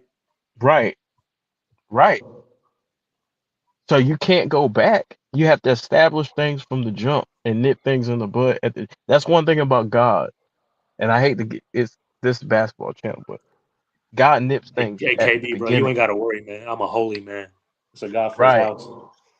But God nips things at the beginning before it even get festers into something else. He destroys it from the beginning, from its root. You have to destroy something. And I'm not saying people are evil. I'm not saying that. We have to destroy evil at its root. You can't continue to acquiesce and play these games because if you play the game, you're gonna get stupid prizes. It's like some things is just not negotiable.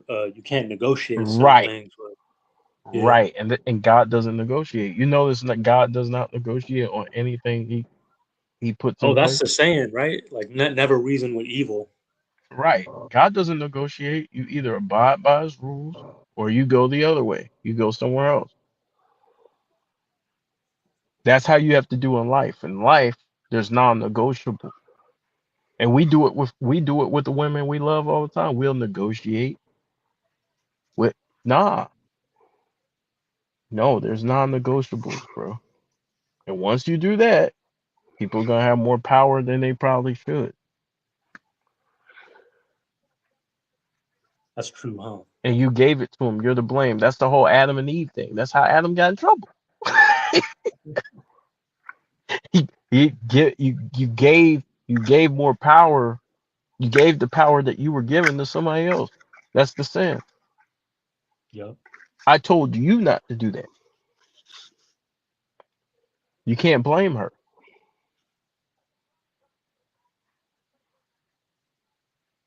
And that's the whole power dynamic. Yep. And from that point, shit's been rolling downhill. Yeah, that's true. I ain't gonna lie. Real shit. I mean, yeah, I mean, in some ways, I do agree with that. We didn't like people did not give boundaries or actually, I said lessen their boundaries in order to make this stuff happen. And now we got to this at this point. Right. You've accepted lies. So if Well, you I accept didn't accept lies, it, but lies have a long bro. There's one thing about lies, bro. Lies take you a long way from the truth. If you allow people to keep compounding on a lie, you're gonna end up all the way far from the truth. Because guess what? You lie, you have to make up another lie on top of another lie. And that's what society's dealing with. Society's dealing with what we call a mass psychosis, right? When you no longer know what's real and what's fake. because there's so many lies stacked on top of each other. People are confused now. Yeah, that's true. So if you look at the devil, he's confusion. Yeah, If chaos you're and religious confusion. out there, you said what? Just pure chaos and confusion. Right, you're gonna be more confused. The more you acquiesce to the lie, you're gonna be more confused. Hey, but KB is kind of like deeper than that too. It's like some people they know, right? But it's the arrogance, you know. They just want to be, they just want to stand their ground, even in the wrong. You know what I mean? Like they just want to be, you know, even if you like present them with the truth, right? They really want to have nothing to do with it. Right, because they were born where they were born in a world.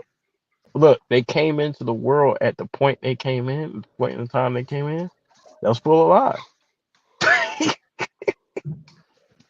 Yeah, that's true, huh? By the time they're born in a society full of lies, so they don't even know the truth. So you're getting further and further away from the truth. So it's going to get worse. And that's the whole thing, huh? We see it in every avenue, even in sports when we talk about these debates and shit. Right. Everything is just, and it's all about the power that you was talking about, you know, because the media they hold that power when it comes to sports. You know, they're the ones who put out these narratives and have everybody riled up. It's the same thing with politics. You know, they just toss these small little narratives, and it comes Right. from a place of power And when you to take that away, create think about confusion. it. Think about what the truth does. The truth kills the lie. That's true. So what's the answer to all this? Start telling the truth and being unapologetic about it. That's the That's why answer. the people in But power they hate the truth. You know. yep, guess what you deal in politics? In politics, you're not dealing with the truth. You're dealing with what people want to hear. That's how politicians get elected. Yeah. Yeah, So that's why guess they what? push certain politicians on the Right, news, mainstream media. They got they got a panel of a bunch of candidates, and after a while, you start seeing them focus on the very few. You know what I mean? right. So guess what? Once you stop believing in a lie and playing the game, you don't deal with politics because you know the root of politics is to lie. If you tell the truth, you're not going to get elected. But what is Yeah, that's the true. what is the we probably live in an era where it's the closest thing where you're just like you see politicians that actually follow what they preach. You said what? I said, what if we actually live in an era right now, or in the brink of an era where we're seeing more politicians that follow what they preach? Okay, I got a question for you. Do you believe that? All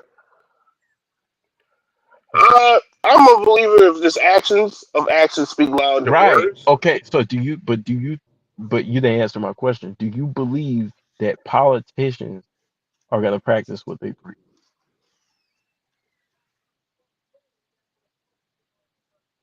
Hell no, based on history? they never have, right? That's what I'm saying. So, They so never have. based on history, do you believe this is going to take place? What would lead you to believe the opposite? It's through action, right? Not just word. Right. So, but have you been getting that? Nope. Right. Hell So no. why would you believe it's going to happen? That's kind of like the fairy tale, right?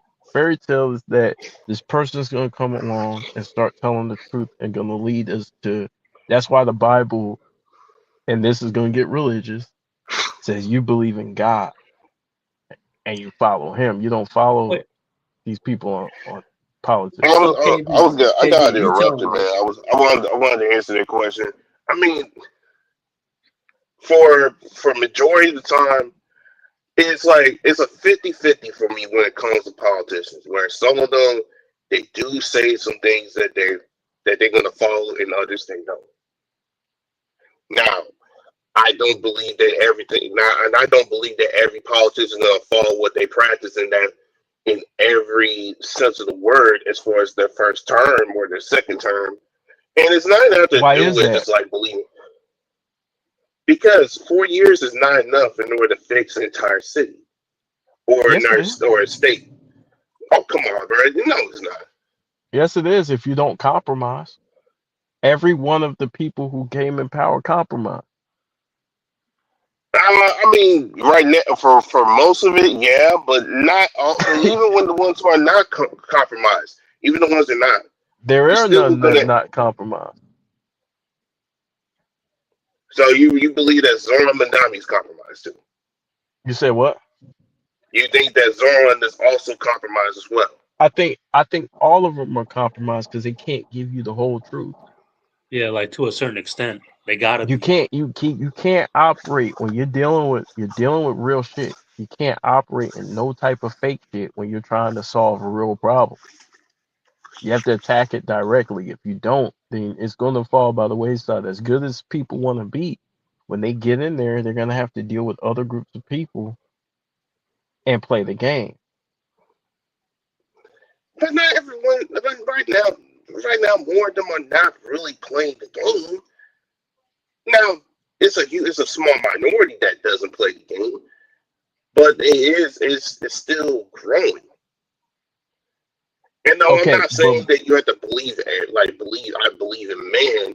I fall more towards God and His words than if anything. But I'm just saying that I do believe that you have to use if people are giving you certain opportunities, people are going to take it, and it's going to be pretty much good for here's the their own question. benefit. All Here, right, here's the question that'll answer everything that you're thinking about. all right. Are things getting better or are they getting worse? Uh, right now, Come on, bro. it, oh come on, no, it's like come on, bro. I'm not gonna say like, oh, it's definitely yes or definitely no. Some things are getting better, others are no. It's like it's a mix of it's a 50-50. Yeah, we in the standoff. Okay, but you're operating in 50-50 with the truth. There is no compromise when you're telling the truth.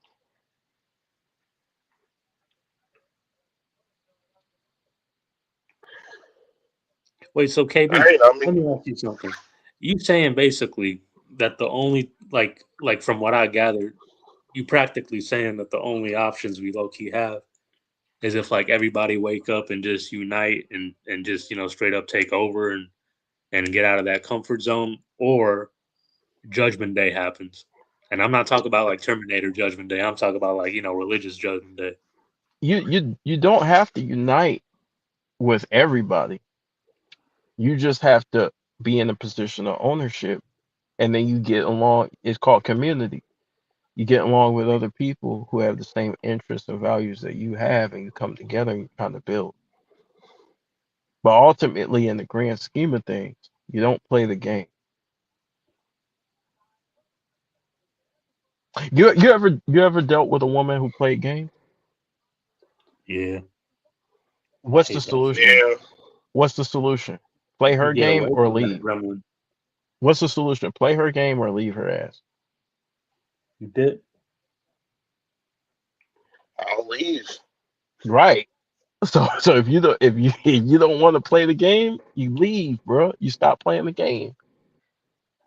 But this is not women though. This is It's about the same people's thing, same livelihoods, bro. concept.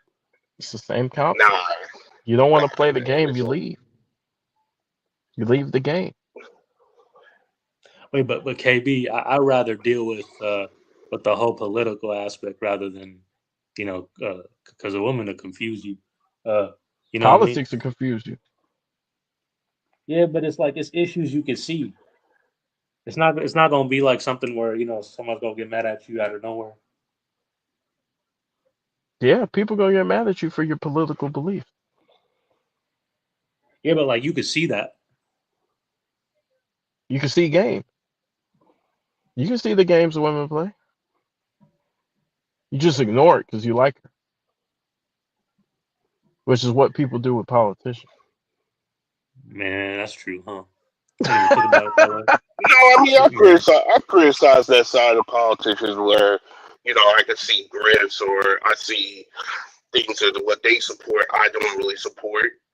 I haven't even vote anything on my side as far as politically for about 4 years until a layer a little later on. But if you But know something's bullshit, why would you keep doing it? I mean, I haven't supported on that way, but the reason why I think that most people do it is because they believe that if you follow this, then they think it's like, hey, they could might as well also add this a part of their cause. But that's the wrong way of doing it. You need So to you're looking for a value, savior.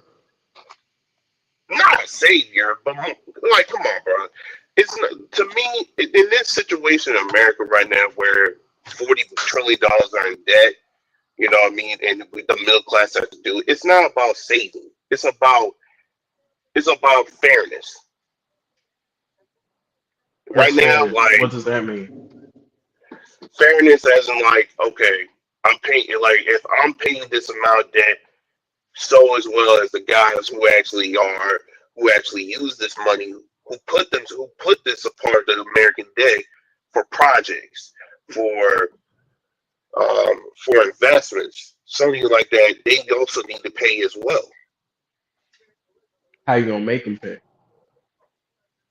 You're gonna have to be putting more people, and I'm talking about from a cerebral way. You have to put in more people who actually have the similar mindset in these offices in order to say, yeah, it's finally time that you guys have to do what you have to do. How many of these people would it take? It's gonna be it will take, I'll say, in my eyes, I'll say at least 60%. At least 60%. So you're talking about replacing the whole system. As far as the system, I'm not saying replace the system as a whole entirely, But you but you said need to be putting 60%. 60%, but I'm 60% when it comes to positions, not like the system. Because the But how are system to you me, going? But the system is the game. yes, the system is the game, but you can actually change the rules of the game if you actually put people that actually say, hey, let me You change can't these change the rules. rules of the game, bro. You can.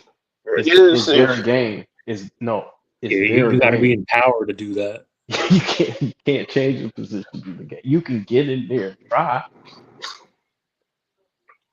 The game is the game, bro. And whoever goes in there, they're gonna have to play the game or they're gonna leave a failure. And that's the But thing that too, is right? the Even one if you did only. try to change it, hey, but Sean, but Huh? that's the thing. Even if you try to change it, huh? They already got the system in place. So even if you did get into that position of power, they just boot you right out of it and replace you. You know what they're gonna say? They're gonna say, "Who's the new guy? Yeah, Why it is he starts trying to with fuck that. around and fuck up everything we got?" Yeah, Yeah, but you can't replace more and more people, especially when it comes like the old regime dying out. You can't replace them, and then you be like, hey, The old these regime new will niggas never are. die out. Oh, come on, bro. They are No, gonna they don't. They die. they transfer everything they knew to the newer generation. That's gonna take over. yeah, they connected. They're gonna die out, bro. They It's It's a don't die out. lineage, They don't die out. It's the system, bro. Like but they they're think not 20 ever steps gonna die ahead. out. They hand it to the kids. I mean, if it has to replace the system in order to change, hey, so be it. You you. I'm I'm just gonna tell you. I'm gonna give you an example. You know how many of our presidents are related? Yeah, I know. I There's a I lot of heard presidents. about that. No, okay, like so Obama was related to Bush. right. Um, So you so have the Clintons that's related to. Well, I think the Clintons are related to some other president or some other politician. okay, I don't so know, so you think they'll build a system that's up to chance? I think it's as far as like the new regime, as far as things how they are. I do believe there's going to be a time where we're going to change the system. It's going to be a How? different direction. The only way you I can mean, change the system is through war. That's the only way. no, they're not doing. They're not going to do this a while. Even they're not going to do war in order for them to change like a certain system. They're You not. We're have to. not. We're not living. Nah, bro. We're not living They're in not those gonna times let you where like, go in there and start changing shit that they established, that they worked their ass off to establish over you. bro. I think they are, bro. I just So disagree so with so that. they're They not are. they're not new to this. They're true to this, bro. When they create this debt for you, they have a system to create debt for you. Yeah, So I understand that, but either you so when can you you borrow money, let me say this. When you okay. borrow money, that is a system, that is a game. You chose to play the game. So now you're in debt. You chose to play the game and borrow money. Now you gotta play by their rules. They're I gonna hit you with their I interest agree. rate. I agree that yeah, if you borrow money, yeah, you have to play the system. But regardless, if you have more people that's getting into the game and they're moving differently, they actually are not really as compromised, and they're going to replace other people in office. That's going So let me to. ask you a question. Let me ask you a question. If Huh? Adam Silver is the commissioner of the NBA, what player that's gonna come about gonna change the game, his system? Wait, what you said? What's the question again about Al If Silver? if if Adam Silver is the commissioner, he makes the Okay, rules, right? Him and the shareholders, right? yeah. If they got this system involved in the NBA, what player is gonna come by and change the system? I'm Um, trying to get you to see the large scale of how big this shit is. I mean, right now there is no particular face in the NBA unless you talk about, I'm not gonna mention his name. No, I'm not And trying to talk about I'm not talking about the face. I'm talking about the system. The system is the head of the system is Adam Silver and his shareholders. That's the head of the system. I'm asking you, what player is going to come into that system and change the system? I mean, if I mean, right now, I don't. Right now, hopefully, a former NBA player that can actually place Adam Silver as a commissioner. See, you get what I'm saying, though, right? Yeah, I get it's what you mean about that. yeah. They, like if they The, want to place Adam Silver, they're going to connect with someone who is also assistant or some type of the secretary, or he system, got what I'm co-signed. saying is the system is in place, right? Adam Silver's going to Yeah, choose whoever succeeds him, whoever comes after him. He's going to choose whoever comes after. They're gonna choose whoever comes after. They're not gonna let anybody from the outside in. To own anything in the NBA, you have to ask permission. You have to be granted it. You're not going to overthrow the system because the system's already established so that you get fucked out of whatever you got. Wait, KB, is this the same like, like how you talk about like the system and like it's like a deeper level, right? Would you say like this same system is the people that got rid of like people like Malcolm X and shit, Right, right. You're not gonna change that system. That system is built the way it is to sustain itself. So and all these people after, know each other, right? right, they're part of the same agencies, bro. You're not gonna come in there and think you're gonna do your own thing. They're gonna target you. They already got the figures there, huh? Right, you're fucked. Because you're playing their game and you're trying. Not only are you playing your game, you're trying their game. You're trying to beat them at their own game, which they created And the you rules talking to. about a larger scale then, like everybody got a. Exactly, I see what you're saying, like just a straight up takeover. exactly. Because guess what? You have judges in position that were appointed by people. You got people in positions of power who were appointed by people who are in positions of power. So if you want to change shit, you're gonna have to go through the judges. You're gonna have to go through the Congress. You're gonna have to go. You're not gonna get approved for none of this shit, bro. It's rigged against I'm you. just. That's right. I mean, yeah. But just like the feudal system, regimes die, bro. Yeah, The reigns but they die have a line of eventually. succession. You're not gonna just come in there. It won't be even enough, man. This is Okay, not enough. so what happens? Okay, if something happens to the president, what happens? Obviously, the vice president is gonna jump in. Okay, what happens to the vice president if something happens to the vice president? Then you have the Secretary of State.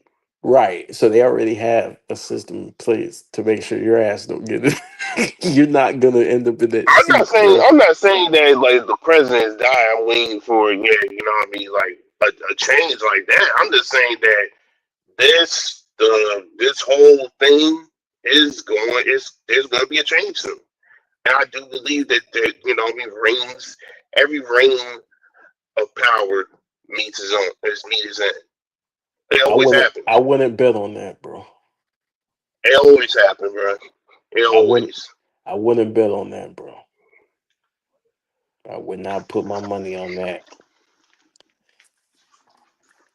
I would not put my money on that, bro.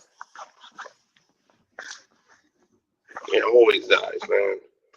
Sure, I could talk about the great kings of Mufasa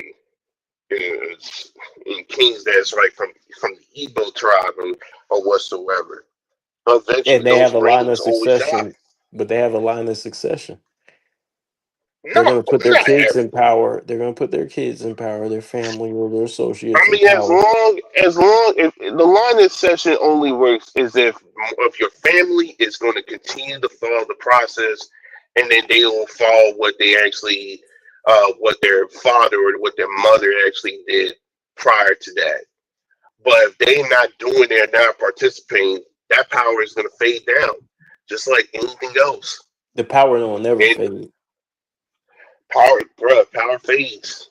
Mm, Eventually, it's they going don't to have fade. they don't You're they don't probably not have going to trust me right now, but I think like, but in the future, yeah, the nah, days the days of presidents, you know, as far as like their connections and politicians doing these tactics and millionaires and can I ask billionaires. you a question?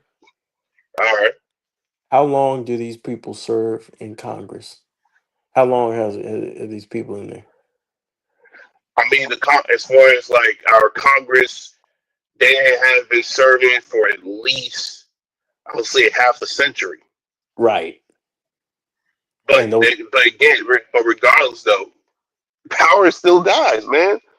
It dies. but there's always somebody else to take their mantle. There's always a student. There's always a student, somebody who comes after them that they train. That's why they have power in these colleges and these universities. And Not if they they control not the if curriculum and they control the not curriculum. if that individual or movement is going to subdue that line of succession before it grows. But they're always going to bend the knee because they're entering. In order to enter the system, the qualifications to enter the system requires you to bend the knee. All I'm just saying is power dies and people are going to get replaced. And depending on whoever type of person is gonna run or people that's gonna run, that actually brings a positive or negative benefit. It all depends on the people, I don't believe. and that's the American way. I mean, I hope that we're. I don't believe that. I believe that these people they got the game sold up, and the only way you can do anything about it is if you stand up against it and tell the truth. And that's the only thing you do: stand on your square, fight back using the only thing to deal with um uh psychological warfare is to battle it using psychological warfare, like unconventional means. It's the only way to deal with it. But we're in this social media era. People has been using psychological warfare and manipulation for pretty much for Who years. created social media? I mean, sure. You mean as far as modern times, Period. Who or just created in it? general? Who created it?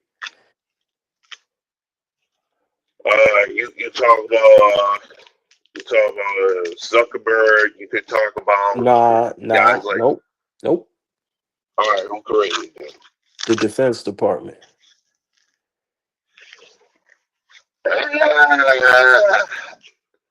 I'm about to get deep on you. They created social media from DARPA, and they created it to monitor who you communicate with socially. That's the original intent of social media, and it was used to kind of manipulate populations. That is a deeper discussion. I mean, I'm a conspiracy guy too. You know, what I mean, These I'm are a facts. conspiracy guy as well. Look it up. I'll look it up. Look up I'm gonna be there's a thing called LifeLog. LifeLog was Facebook before Facebook. It was created by the Defense Department. okay. They created this shit, bro. They created this is why people's minds are so fucked up. They use Life this social log. What's the word? What's the platform? It's called LifeLog. Lifelog. LifeLog. All Okay. one word. LifeLog. Okay. DARPA Lifelog. You can look it up right now. Yeah, I'm looking up right now. Was a product of the Information Processing Techniques Office of the Defense Advanced Research Project. No worries. It's a deep rabbit hole. It is. It goes. Yeah, I mean, I was Lifelog. KB, bro, you got me like thinking deeply, like I'm on the 12 rounds against like Sugar Ray Leonard or some type shit, man. You gotta Trying to realize. You buy the gotta weed and realize shit. what's the answer to all this. What's the answer to all this is truth and speaking your opinion, right? Your mind, speaking your mind, thinking for yourself, owning things, working hard to get to where you want to be. And the only thing you can do in your life, the only thing you can control your life. You can't control nothing else. KB, bro. I was gonna say, bro, you got me There's no thing. dodging jabs and shit.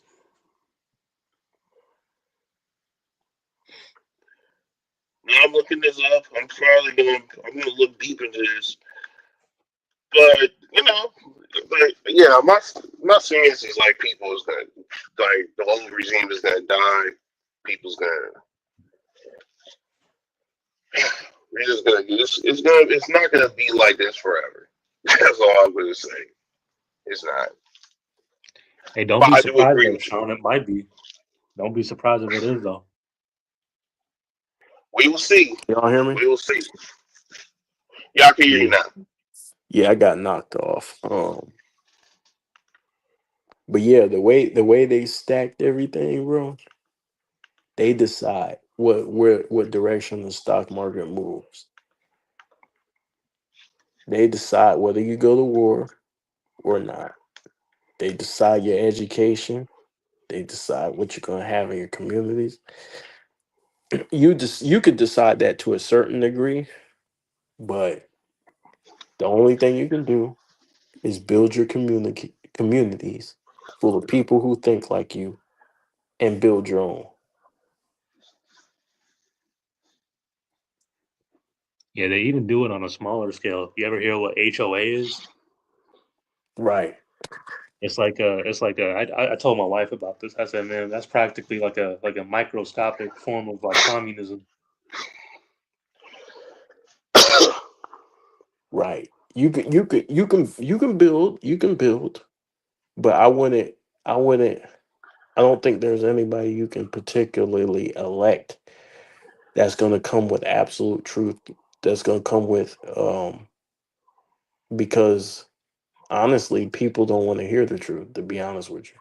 They'll be pissed off if they heard the truth.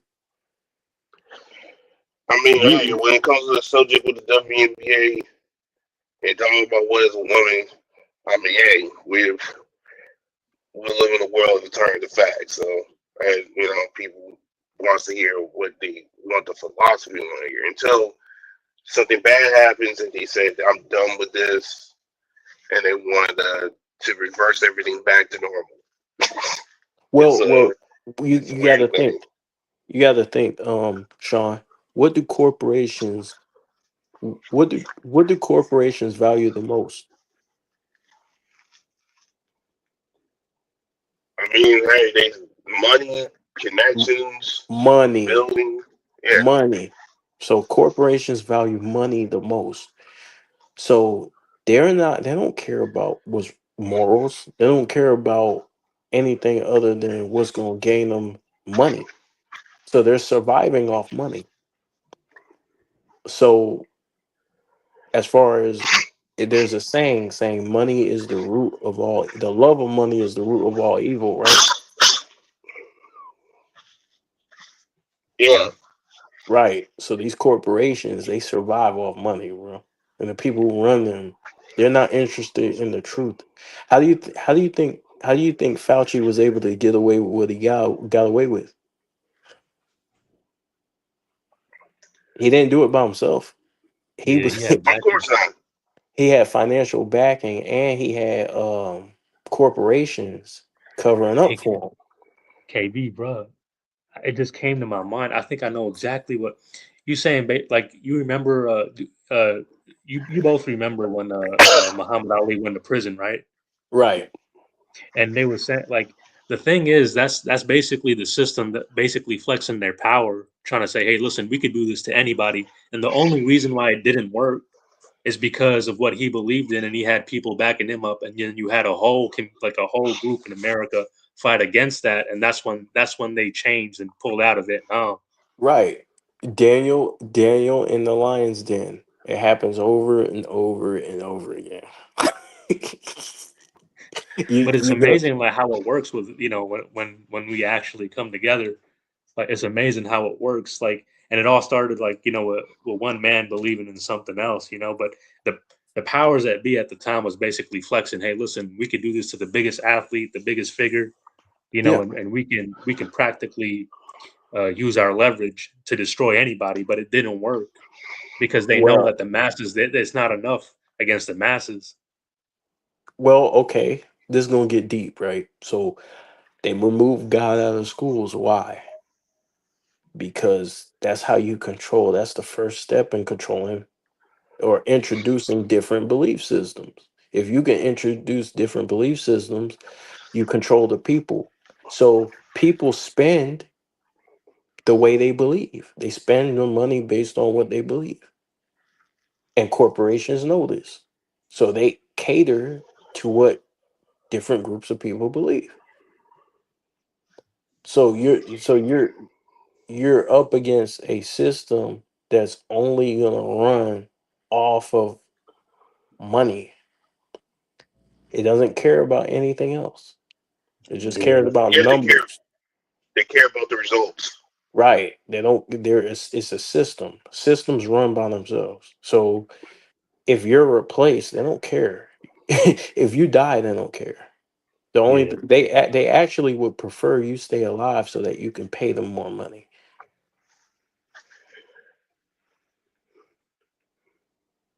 Yeah, but eventually, just like anything else, power dies, man.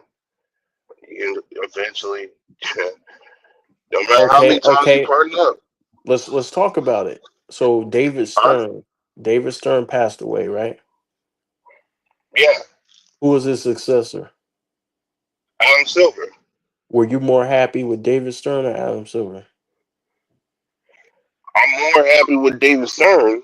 Right. So when you said power dies, right? That power was just transferred. They don't believe in power dying. They believe in power being transferred. Yes, but the difference is with David Stern and Adam Silver. David Stern, regardless of how we feel about it, sometimes he does put more of more of a stern approach when it comes to how he leads the NBA. And with that, he was able to get extremely high ratings with the Based NBA based on the times. Based He on did well, he did what he did based on the time. So Adam Silver is different, dealing with a different time and a different people. So so he's you're doing saying what that he so you're saying that David Stern was here. You thinking that the times will be more negative towards him with his Stern approach no than it no, is with Adam I'm Silver? saying he looked at the landscape of the era that he was in. So the era he was in didn't have this problem, right? He dealt with the issues of his time. So then when he passed it to Adam Silver's dealing with the issues of his time. But he's gonna do but he's gonna do what it takes to make the most money he can make, just like David Stern did. David I mean, Stern, yeah, if you're talking about the streaming game, yeah, I do agree. You know what I mean? It's different from, just just like money in regular network channel. general. Just money in I general. mean, He's gonna yes, deal with yes, but the product is different from what we actually saw with David Stern in comparison to like with Adam Silver. Like the right. product is not as much But gimmicky. okay, let me ask you a question. Did David Stern support Adam Silver? I mean, I think he's You know supporting the because answer to this. Hey, bro. Probably not, man. I ain't hey, gonna lie. I'm answering. I'm answering. I'm He answering. I'm supported him. answering. He they picked Yes, he him. supported him. They But picked I don't think that Adam Silver is going to like agree with the gimmicks though. Yeah, I mean he supported, but that doesn't mean he's hey, Adam, he that's doesn't great have that to you agree actually with make. the he doesn't have to agree with everything he did. What I'm saying is the power transfer from him, control from him and his group to the other guy who's in the same group, Yeah, whatever I that mean, group may be. yeah, I understand the correlation, but the Did it dude, hold on. Did it go to Joe Dumars? Did he give Joe Dumars that position? no, because Joe Dumas wasn't an executive around that time. Right. Who did he give that? Okay, he picked somebody within his group, right? Yeah, he picked someone who's in Right. his group. Okay, He. right. So do you think it's a coincidence that he picked somebody within his group? I mean, that's part of their process. You're not picking up what I'm trying to lay down. I can't say Okay, it because okay. I might get kicked off, but I'm trying to allude to something. I understand what you mean. We're not going to use the word. So It rhymes with food, but why do you think they cracked down? Never mind, I ain't gonna say it. I mean, It's they somebody on cracking the down inside, because right? Y'all gonna I move mean me to Patreon, man. don't worry. I'm not going to say it, but I'm just going to say it like this. They crack down to that because they don't want the illusion of privilege among that type of group, even though they have the money and have the connections because they have been the privilege for that long since the end of World War II. Now they using it in order to build up what Disney. They get into executive offices. They connecting with their families Okay, and you friends. just mentioned the network, right?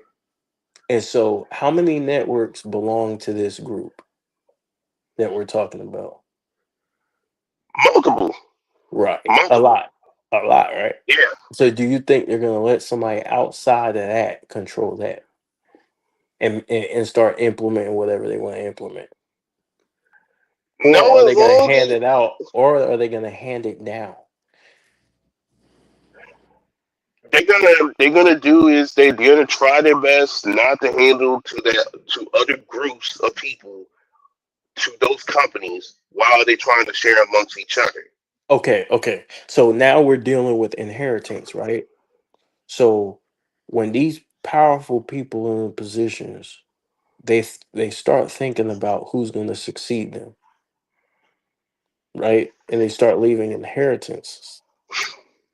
And when they leave inheritances, these things are already put in place so that they maintain what the history of their family or whatever group. Yeah, they do have family or even like let's say connectional inheritance amongst Right, someone who's like a friend or ally or right, acquaintance. right. But And a lot of powerful people, they hand it down to people within their group. They don't hand it to outside people in the group. That's the reason why a lot of and that's smart. us, I'm not but I'm but not that I'm not disputing the but fact that's that the reason it's not why a smart. lot It's of smart. us are players and they're owners. There's more of them as owners than we are players. I mean, I there's more agree. of them as owners than we are owners I agree. because they But don't pass it eventually, down to us. but eventually, when their language continues, and one of them are not going to do what they want to do with this type of company, like the rest of them, you know what happens? Either they're going to pass down to a different family of their own connection, Right. or they're going to pass it down to other people. Which means that if someone died, then the Disney family is going to be crossed out the map because now they don't need Within their group. winning their group or winning their position or whatever type of wording we can actually use when it comes to that. And yeah, you need family in order to make people to continue with this power.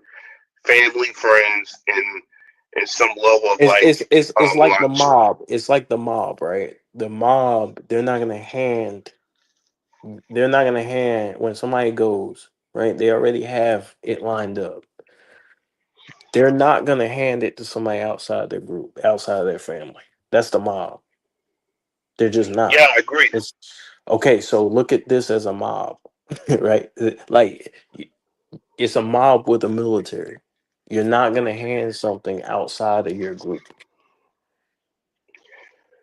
Yeah, but like I said before, when eventually when things are not when the system you're not getting bit of advantage of because no one's not coming to transfer their power and you be the last guy, it's going to be perishing.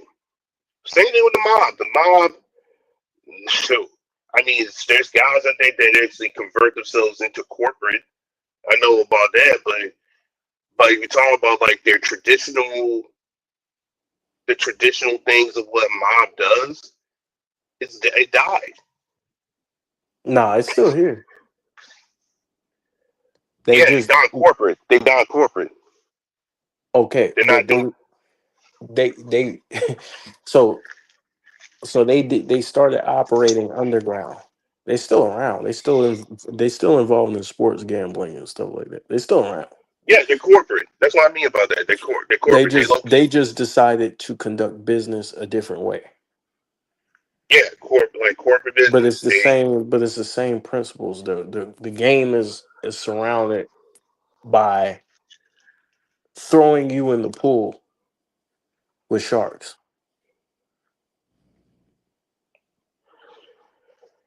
Yeah, yeah, yeah.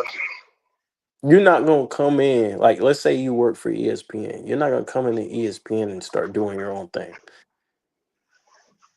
Of They course already not. have That's inequity. right. They already have a system. They already have their orders. They already have the things that they like to do. So if the moment you start operating a different way, you're gonna get fired. Yeah, I mean, but I'm just saying. All I'm just saying is we. All I'm just saying is I do believe there's gonna be a time where that stuff is gonna fade. Things is gonna fade up, and there's gonna be just different. There's gonna be different stuff, different So people. I want you to watch. I want you to think about this. You you ever read Genesis? Yeah, I read Genesis. So have you ever read Adam's line? Adam's whole line? Yeah, I mean, I could read it. Right. He Yeah, I had a could. long line of people after him, right? His descendants, right? You ever read Cain's line? Okay, I have to reread that. Kane had a long line of people who descend. That's what I'm saying. Like they got their line, bro. Like I'm not saying they're Kane or anything. I'm just saying I like know you're talking about that lineage that they had descend from such and such yeah, to such and they such to they such and got such. their lines, bro. It's not gonna go outside of that.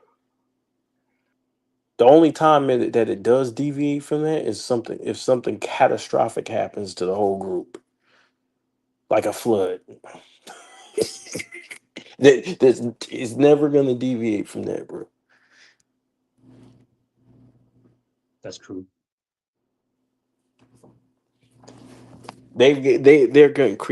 They're gonna create the system. Oh, he dropped. Oh, okay. Yeah, can you hear me? My bad. Yeah, I hear you. I'm Yeah, just so, leaving the park in a few minutes, man. Sorry. yeah, I'm about to wrap it up in a little bit, but yeah, that's the gist of it, man. I got biblical on you guys and all that. I'm not even like a religious, like overly religious person, um, but He yeah, was creating sorceries. huh? He was like, he was basically dropping knowledge. Right. They got their line. They got whoever the powers that be have their line and they have their operations and they got their orders and things that they're gonna do. And the only thing you can do is have your own line. You can't mix with their line. Like their game is their game. You create your own game. That's true, huh? You got to create your own game. So when you raise your kids, you teach them the game of your family, and then you pass that down to all the rest. And no one can come in your line and change your game. You're not going to allow it. Your kids aren't going to allow it. It's legacy. Right. And no one believes in legacy more than them.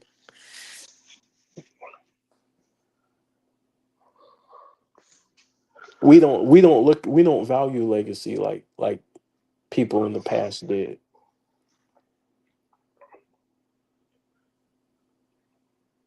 I believe it. And I you're don't not think gonna have people any value anything disagreements today, there. though. They're living the moment. Right. But that living in the moment stuff and being disconnected from your legacy is gonna fuck up the rest of your line. So when you don't have a quote unquote father in the household, your legacy or your mother or whoever, your legacy is tarnished to a certain degree. Now you can recover it, but it takes a lot more work. Yeah, it's not easy. Right. You're starting over. And Which that's is the where hardest you part. which is where you get the lost tribes of Israel and all that stuff. They had to start over. But they still tried to maintain their legacy. Which Jesus came back and then the politicians killed him. So Yeah, so so man. when you follow that example, you'll see what I'm saying.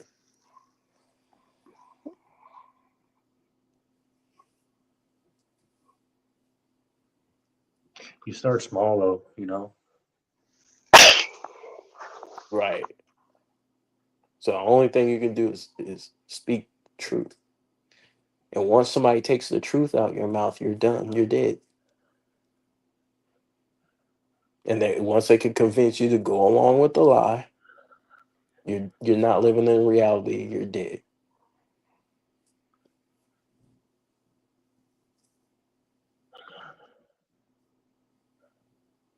Man, that's Yeah. everything. That's everything. I mean, you Right. speak the truth, you'll die. If you don't speak the truth, you'll die spiritually. Right. Right. And so that's what they operate. They operate in a bunch of lies. So I'm not saying that there's nothing you can do. I'm just saying you have to at some point you have to get out the game and to where you stop being political and you start looking at people as human beings. And that's one thing we're caught up in is like political, like left Republican versus Democrat, all that. Nah, people are people, bro. People have different opinions. Everybody ain't, you know, shouldn't be just put in a group, in a box. People are people. You treat every human being the same way, no matter who they are, whatever issues they're dealing with. Uh, People are people, but you still got to stand on what you believe because that's who you are. So is no disrespect to anybody else. It's just you're expressing your beliefs, and people die over trying to express their beliefs. So or die for expressing their beliefs.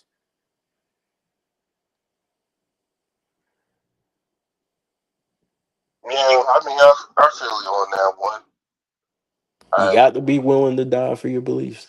That's the moral of the story. Got to be willing. And I'm not saying do anything to nobody because that's not you don't have to do that, but you just got to be willing to stand on your square till the end. You know, like when push comes to shove, right? Right? That's the only I way mean, you make it. I get you. I get your position, man. I'm just gonna have to say that I have some level of hope because we live in in a society where you're not gonna have to like, get destroyed for your beliefs if you actually are smart enough, and you have to find ways in order for you to get around that type of position as opposed to like someone dying or whatnot. But not saying Hope that it's does work. perfect. It's not perfect. Certainly not Yeah. perfect. Right? Yeah, you can have hope. I'm not saying nobody should have hope. You can have hope. That's always good, but when you participate in anyone's game, not even just politicians, just anyone's game, you're not going to win. It's their game.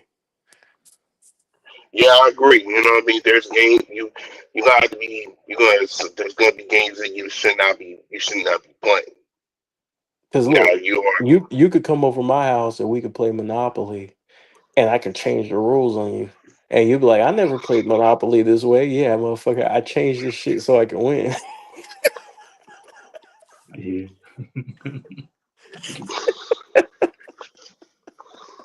Yeah, that's true, huh? I changed this to fit my you know, your chances of winning. Yeah. Yeah. right. The only way you win is to get up and leave the house, huh? I'll be like, bro. I mean, hey, I'll still try for my first time, but after my first time, I'll be like, hey, I'm about to leave, man. Like, Hey, I mean, I'll just be like, hey, the fact he changed rules just in order for me to lose like that, I'll be like, that kind of gonna give me a boost. Like, just when you think you got all the answers, I changed the question.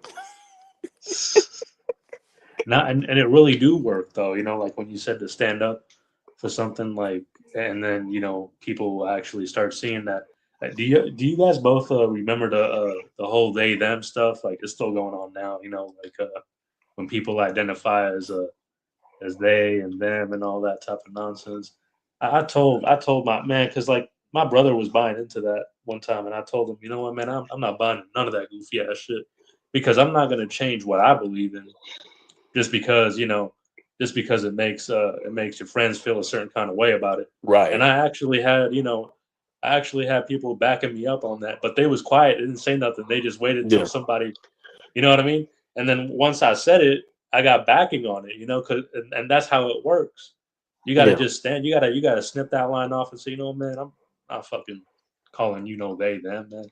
Mm. If I look at you, I see a woman or a man. That's it. I'm not gonna change my vocabulary, See just the just because it makes your feelings better. see the thing about people,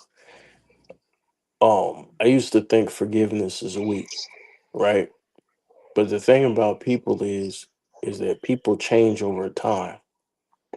So some people they just need time to think about their ideas, like their positions might change. Like even with the vax stuff, people's positions have changed since 2020, right? Some people believe we're diehard. maskers and now what do they think, right? They probably think different, right?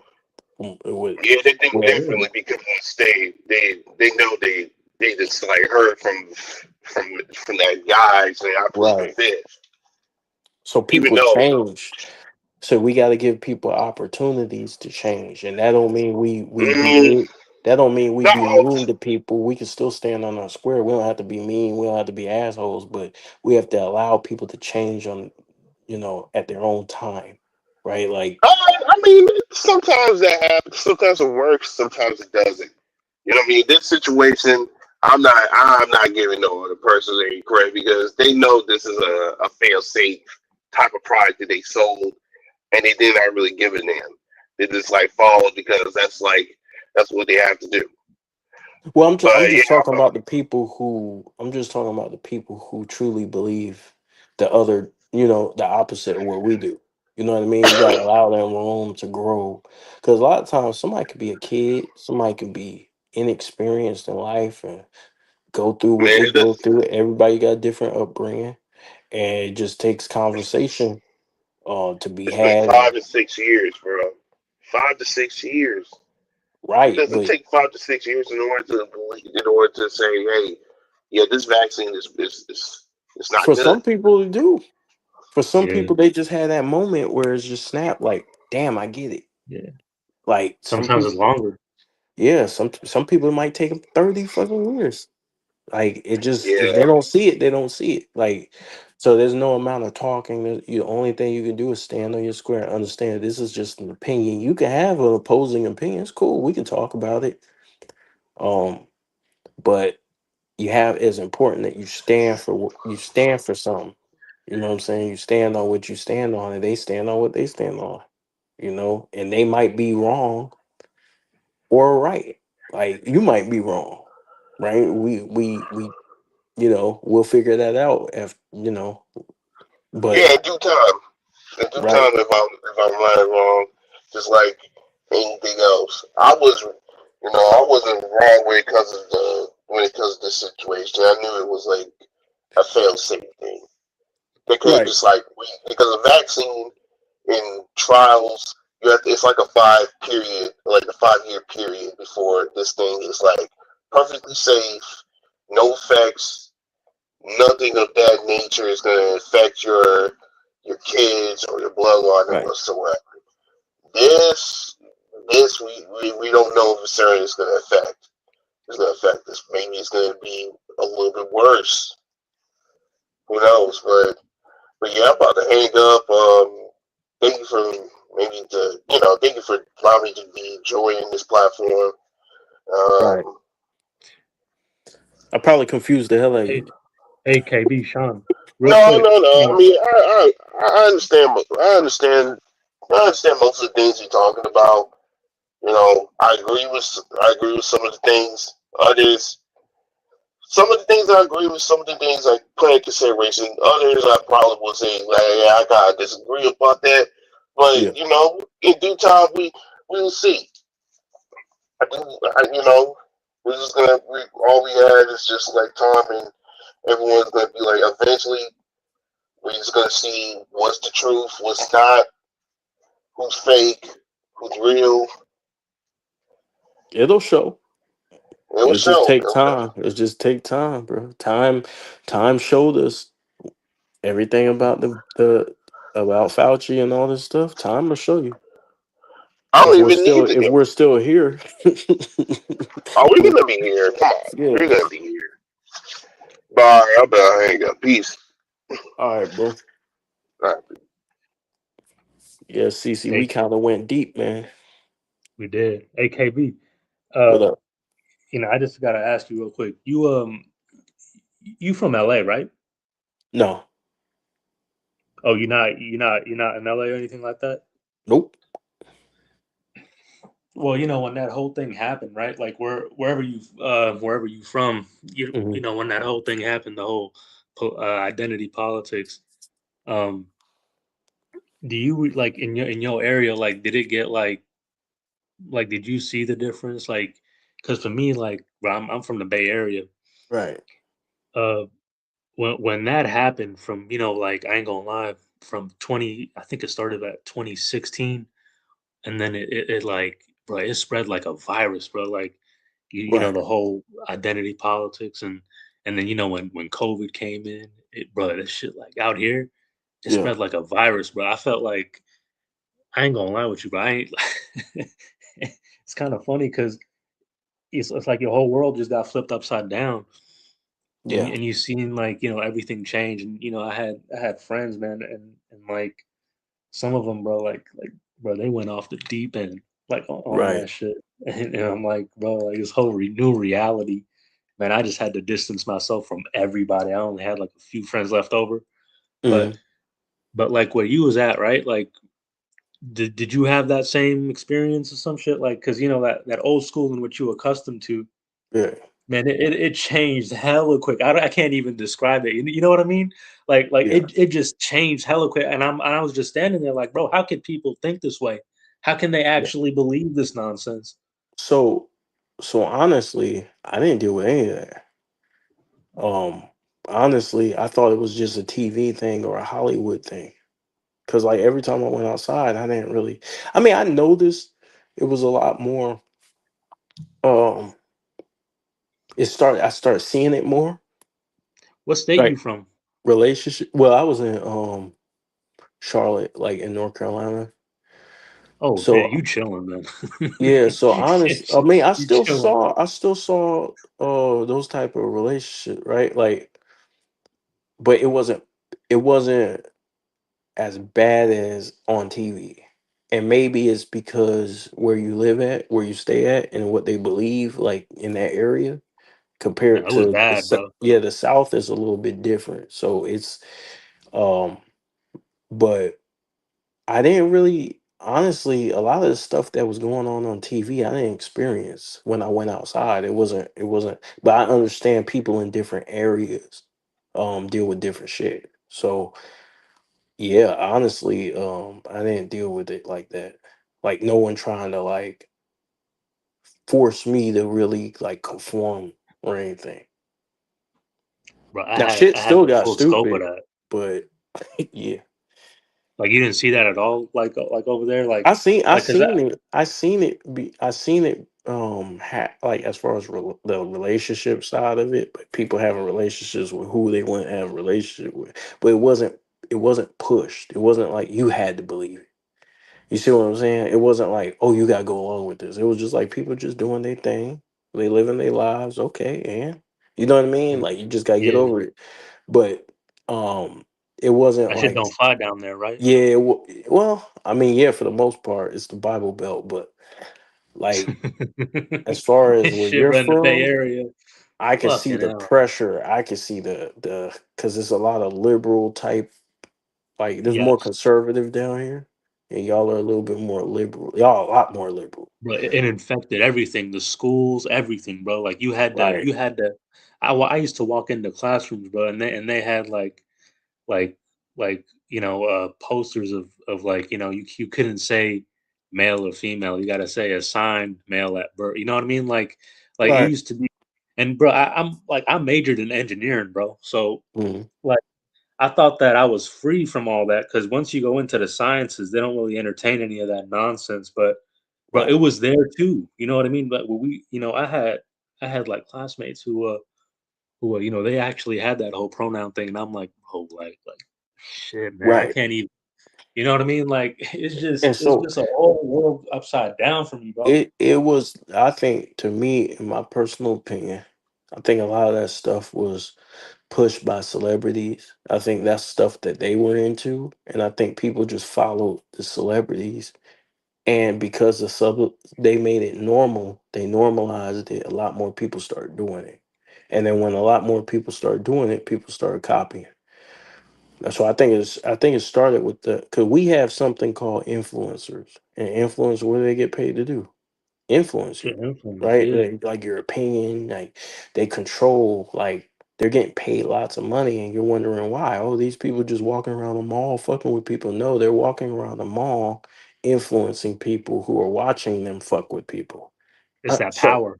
Exactly. That's why they get paid all this money, because they're gonna be the ones who reach your kids. They're gonna be the ones who teach and show people, hey, this is how you want to live. Don't you want to live this way? But it's all fake. A lot of this shit's fake. A lot of celebrities don't have money. A lot of celebrities have suicidal tendencies. They have things that they're dealing with personally. And everybody, the game is like social media. You have to act like you don't have problems, right? You have to act like you have the Yep. perfect relationship. None of it's real. It's just like an illusion. But people want to be a part of the illusion. You see what I'm saying? Like, people want to be a part of the game. Like, oh, I Yeah, know but my they don't relationship get it, shit. bro. They don't get it, bro. Like 10 years ago, bro, all this shit used to, like, not even 10 years, bro. 15 years ago, KB, all this Right. shit would have been classified as a mental health issue. Like, you would have been sent to like a psychiatric ward. Like, Right. I Well, can't even, you know what I mean? I don't. Let me say this. Let me say this. I don't know about that. As far as I know that it used to be treated that way, but I'm not. Like, my thing is as long as you keep it alone, as long as you live, you can live. You have the right to live your life the way you want to live your life. I'm not going to tell Yep. you how you live your life. Just don't tell me how to live mine. Thank you. I That's don't have to. exactly what I'm saying, bro. As long as you're not bothering me, I'm not bothering you. I'm not trying to hurt nobody. I'm not trying to tell nobody what to do. I'm not your father. You do what you do. You live however you want to live. I'm cool with that. I'm at peace with that. Just don't try to. And it can be anything. It don't even have to be like relationships. It can be anything. Like, just don't force nothing how you want to live on me, and I'm cool with it. You know what I'm saying? I ain't got no dog in the fight. I know how I'm gonna do me. And y'all do you. You do whatever you want. But I think it's a lot of people watching celebrities, and because when celebrities went and got tattoos, a lot of people got tattoos too. They want to be cool, right? They want to fit in, I swear, bro. Live a bunch of followers, bro. I swear. right? Like, people want to fit in. People want to feel like they belong to a group. People want to. People deal with things differently, so I understand it, but I don't. As far as your area, bro. Your Nah, it's area, bad, bro. yeah, yeah. I seen your area, like your area, man. Nah, it's tough. It's a lot Shit. going on, man. Nah, this why I got into You in it's, San Francisco? yeah. It's a This lot why I going got on, into man. this Man, why I you got like at into the to boxing, capital. bro. You like at the capital. Yeah, because bro, these some of these people, bro, like you would be surprised, like if you like, for example, you don't even have to know. They expect you to know, oh, hey, listen, I identify as this and this and this, and they'll get Yeah, offended, even if you get mad at the first try. That's why I picked up boxing, KB. I picked up boxing, man. That shit got me in shape, bro. Like I'm right, ready. You know what I mean? Like, cause but like when they say, oh, violence, like when you hear on the news or, sometimes the right wing like to make it bigger than it is. But when they say, oh, right. these people can get violent, like, bro, they're not kidding. Trust me, I'm from here. Like, they're not kidding. But see, you Like gotta they realize can that get violent. they're getting violent because they're being taught by the media to be emotional and not have Hmm. conversation, right? The moment you stop having conversation, it's war. That's what war is. War is the end of conversation. So the thing is that there a lot of people, and even if they're not, you know, living that lifestyle, whatever lifestyle, um, people are emotional just in general. Look how emotional people get over sports. Like, All they day. like, bro, people are just taught to be emotional and just go off on people. Like, it's like everyone's Stephen A. Smith. Like, everybody's supposed to go off on people and not talk. And so that's what people are being taught. They're being taught to feel a certain way. But when we talk about the facts is with this stuff going on that we're dealing with now in the WNBA, the facts is it can be unsafe for my daughter to play in that Yep. league if we allow me. That's the facts. Like, she can get hurt. So now what do I do with her? A real woman, Right. right? A girl who's gonna come and And turn. that's the thing, KB. That's what I've been trying to, like, 15. Listen, your grievances, right? Like, you just a responsible father. Ain't that's not that's not a wrong thing to be concerned about. A daughter, your daughter. Right. So this thing is what I've been trying to say is 15 years ago, if you told me that this world was gonna be this way, bro, I would have looked at you and started laughing, bro. I would have been like, get out of my face. But it's here now. Now you got to deal with it. You know what I Right. mean? So the thing is, I'm not against nobody. I just want, if my daughter's competing in a women's league, I just want it to be a women's league. Like, so so Yeah. so because there's danger, right? And like, you saying it's dangerous is logical. So like, if anybody says, oh, well, you hate such and such, it's like, just ask them, can it be dangerous, right? Physically stronger, physically bigger, right? Like, it's dangerous, especially if my daughter's boxing or something. Like, I don't want her fighting the male boxers. She can get hurt, Well, that's like why they don't have killed. it that way in their minds. They don't really have it. You see, that's what my dad said. In America, they got this. The problem with America is he was telling me, he's like, here in America, they think that men and women are equal, and they not. They fundamentally, like, they're just not equal. Like, you know what I mean? Yeah, Like, on all aspects too, not just physically. We could say emotionally, yeah. psychological. Like, they're just We're different not the people. same. We we We're we not can the same. we can be equal as far as what we bring to the table. As far as, like, for example, like, on the male side, I bring what I bring. On the female side, you bring what you bring. That's 100% on both sides. You can be equal as far as your jobs, like, but you can't be equal as far as who we are. Like, right, Like, like, treatment. you can't do what I do, like, and I can't do what you do.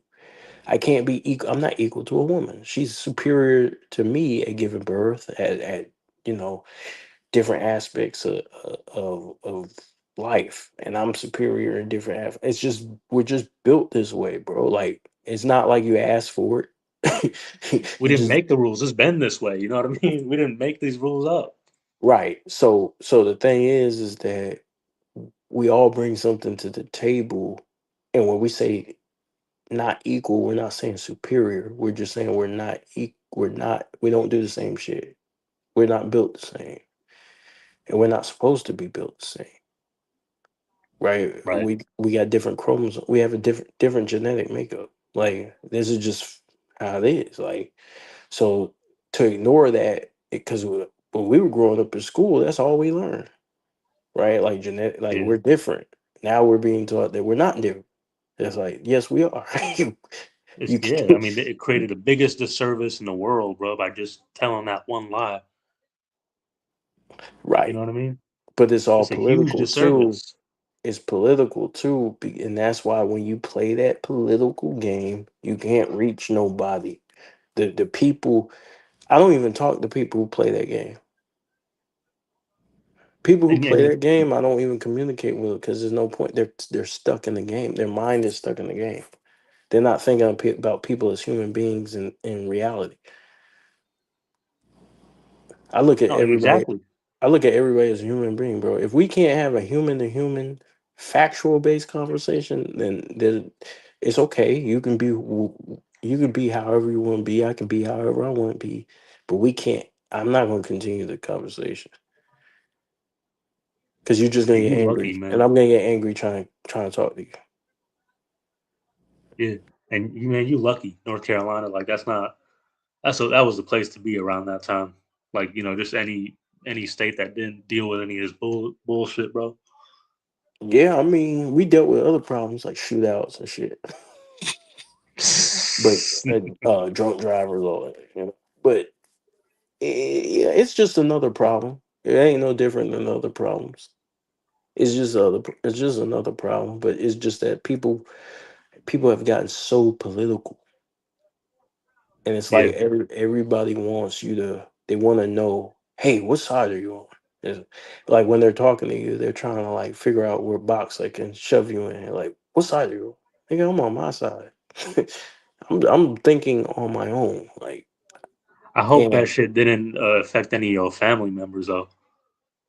the politics. Yeah, because, man, Yeah, I yeah, of heard course it stories, did. bro. It did, Of huh? course. Like, you had certain people you disagree with and shit. Right. Yeah, And bro. For we me, like, bro, that was a and I nightmare. made mistakes too. I won't, I made mistakes during that time too. Cause getting political, and that's where you create arguments instead of having a human conversation. Now it's Trump versus Biden. It's you got to pick a side. What group are you on? Like, what side? Yeah. Like, instead of having a human being conversation, okay, well, these are the issues. Here's what I think about them. Here's what you think about them. Okay, well, I don't believe in that. You don't believe in that. Okay, cool. I'm gonna explain why. And I'm gonna give a logical explanation of why. And if you don't accept my logical explanation, fuck you. Bro, this is what I've been trying to say. I used to be. My friends used to ask some of my friends who like invested in politics, but they would ask me who I voted for. I That's voted the for trick. for Hagler. It was like Hagler. Who's Hagler? I said, y'all don't know who Marvin Hagler is. Right. It's just- See, they're so invested. They're so invested in who you voted for. Why does it matter? It's almost yeah, like well, it's almost like the goat conversation, right? Like when I came to YouTube, I didn't even have a goat. People just kept asking me, and I came up with one, right? Like because everybody wanted to like me to pick a top five, and so they were like, "Well, who's your goat?" And it was a trick question because if I didn't say who they wanted me to say, I got cursed out. Oh man, what are you talking about? This person, like, bro, like, this is opinion. they're just looking for confrontation. Yeah, they just looking for confrontation. And that's the thing, man. I had to put a couple of my friends in check. I remember, man, I remember one of my friends. I was talking about how his girlfriend had broken up with him. But here it is, KB. His girlfriend identifies as they them, right?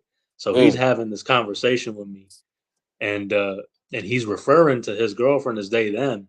I'm hmm over here lost because I'm thinking like, bro, who hurt you? Was it a group of people that hurt you, or was it like one person? I don't know who you talking about right now. You know what I mean? Like Yeah, he's referring to her as coming from the pronoun thing, and then he let me know. Oh, I was talking about this person, and they identify. I looked at. I said, bro, do I look like an asshole to you? Talk to me like a normal human being. Like I don't. You right, know what I mean? I'm not gonna look at you and say, I'm gonna toss a jab and call it a hook. No, it's a jab, bro. Just tell me straight up what happened. right. You know It's what I mean? hard. It's hard for people, man. It's hard for people because I think um people were put in a position. Let me say this. Let me say this. This is my opinion. I don't have no facts behind this.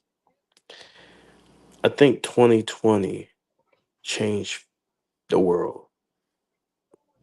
I Oh think yeah, it changed. It changed. I think it was like a rift in like reality or something. It was like 100%, it KB. changed so.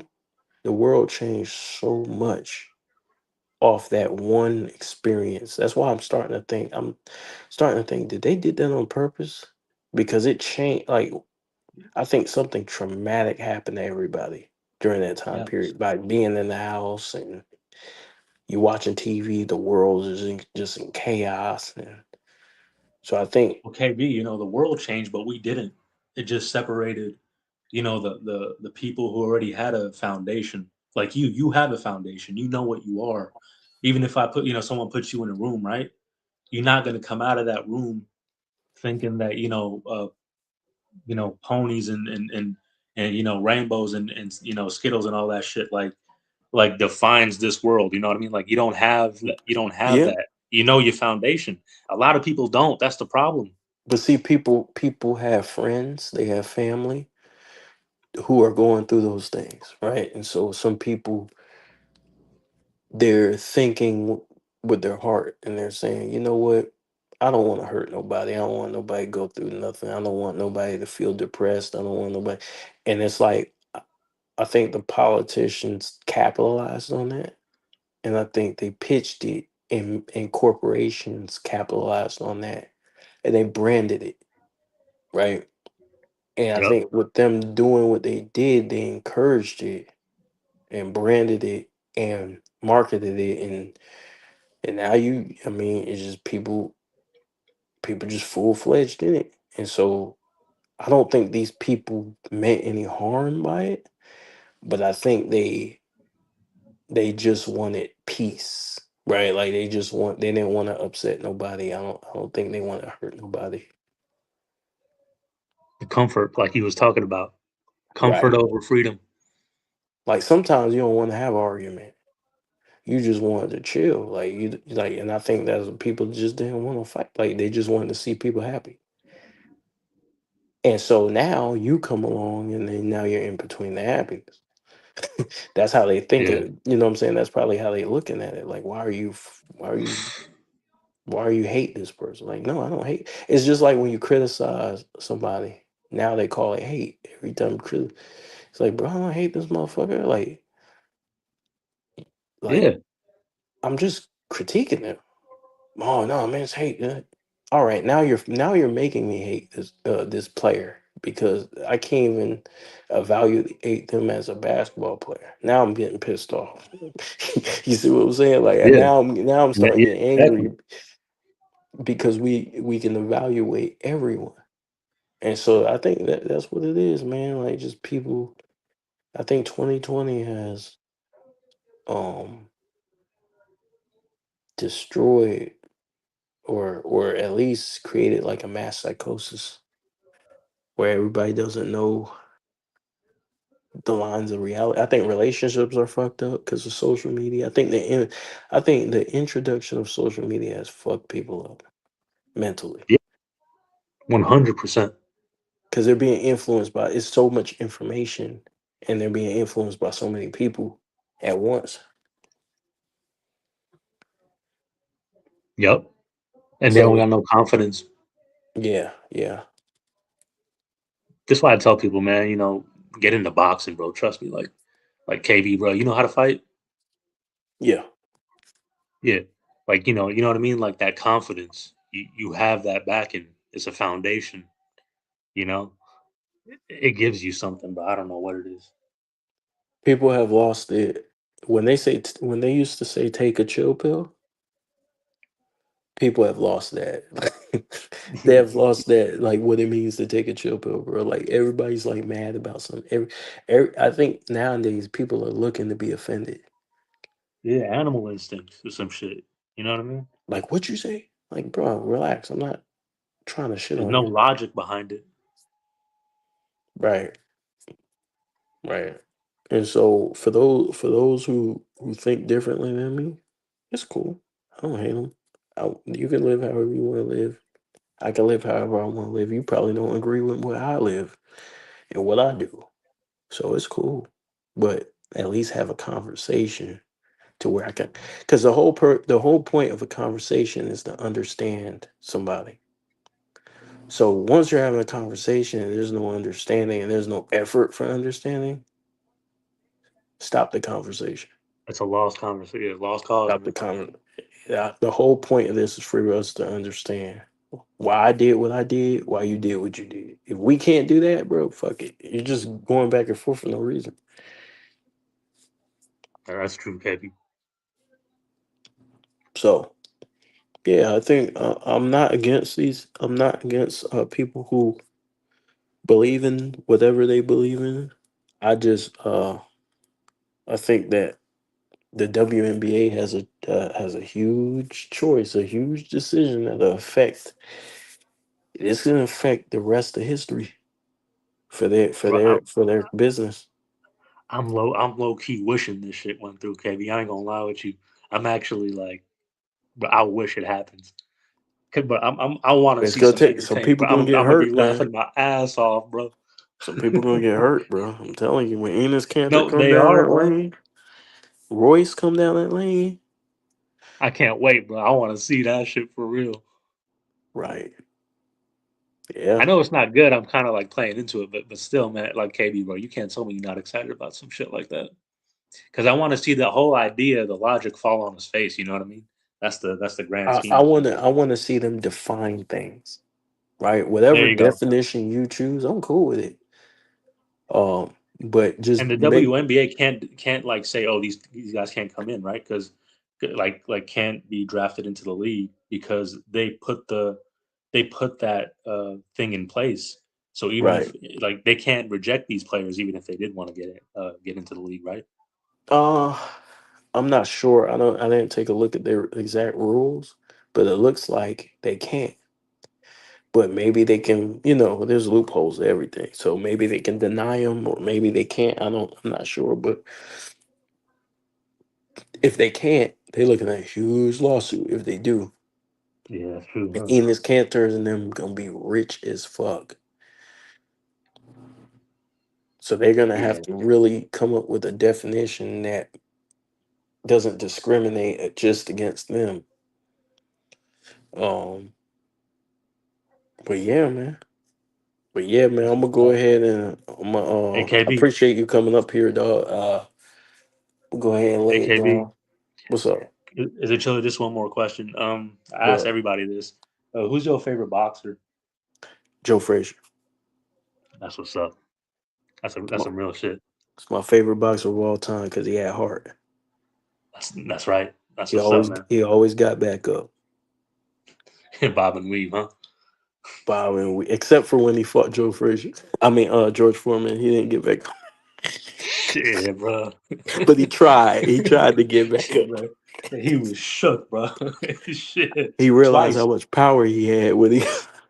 Yeah. You seen the one where towards the end where he hit him in the back of the head? Frazier Right, started running away and then just collapsed. right. I think he was confident when he first got in the ring, but the first hit, he realized, oh shit. when he when It's he gonna be when he tough. flew into the corner, he's like, oh shit. Shit, it's gonna be a long night.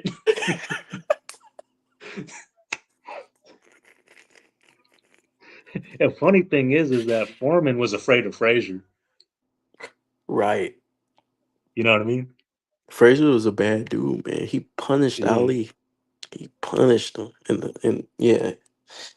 Um but he fought. He fought. That was my favorite boxer of all time, man. He's gonna you're gonna go the distance most of the time with him. And yeah, that's true. he's gonna fight. He's gonna hit you with them body shots. He's gonna be on your ass. Yeah, He's he's just pressure fighter like he Hagler. fights right inside. Yeah, That and I like people who have heart. yeah, and that's like your favorite fighter like of all time. Like you don't got like favorite fighters in different divisions, right? Like Nah, if you that's my talking all favorite. time, that's That's for my sure. favorite fighter. All I have other favorite fighter. I have other fighters I like Roy Jones. Yeah. Um, I like Marvin Hagler. Um, I feel like he's underrated. Um, guys Hey, like don't that. tell don't tell Jay Will. You're gonna say he's overrated. But, He's overrated. Marvin Hagler. yeah, I was talking Nah, to Jay Will about that. nah, he's Your favorite underrated. fan. He's underrated, dog. Oh, you spoke to him? Yeah, man, he used to always troll me about boxing, bro. You heard his voice? No. On the comment section, bro, he used to just spam about Oh how yeah, Hagler that was. You know nigga. how he does it with Kobe, right? He used to do the same thing with Hagler, man. He's like the most Yeah, overrated middleweight. you You know, he don't know nothing. you Like, can't you can't you can't discredit him, bro. He was beating all the guys he yeah, was beating all of them, bro. Like so you can't discredit. He fought. He didn't get that much praise as the other guys, but he was a champion, bro. He fought and he held his own in a dog eat dog. I mean, it was just he just he heart. he he had heart. I like fighters like that because when adversity hits somebody and they back down, it makes you lose respect for them. And Yeah, so the fact that Joe tank he days. never he never backed down, bro. He took hits, he took a lot of punishment, but he never backed down, bro. He can honestly say, "Hey, look, man, I fought who was in front of me, and you win some, you lose them, but Yeah, I for was on sure. their ass." Hey KB, I ain't trying to hold you up, bro, but it's a nice live, bro. Right, I appreciate you coming through, man. I'll They catch you gonna next hate time, all me right, for man. this shit, man. Y'all got me to Hey, this KB, they already political hate realm. you. KB, you a Kobe That is fan? a They good already fact. hate you, bro. They already hate you. Yeah, they gonna hate my ass even more, bro. Yeah, man. Right, bro. I'm gonna All go right, ahead then, and bro. Take care. all right, peace, bro.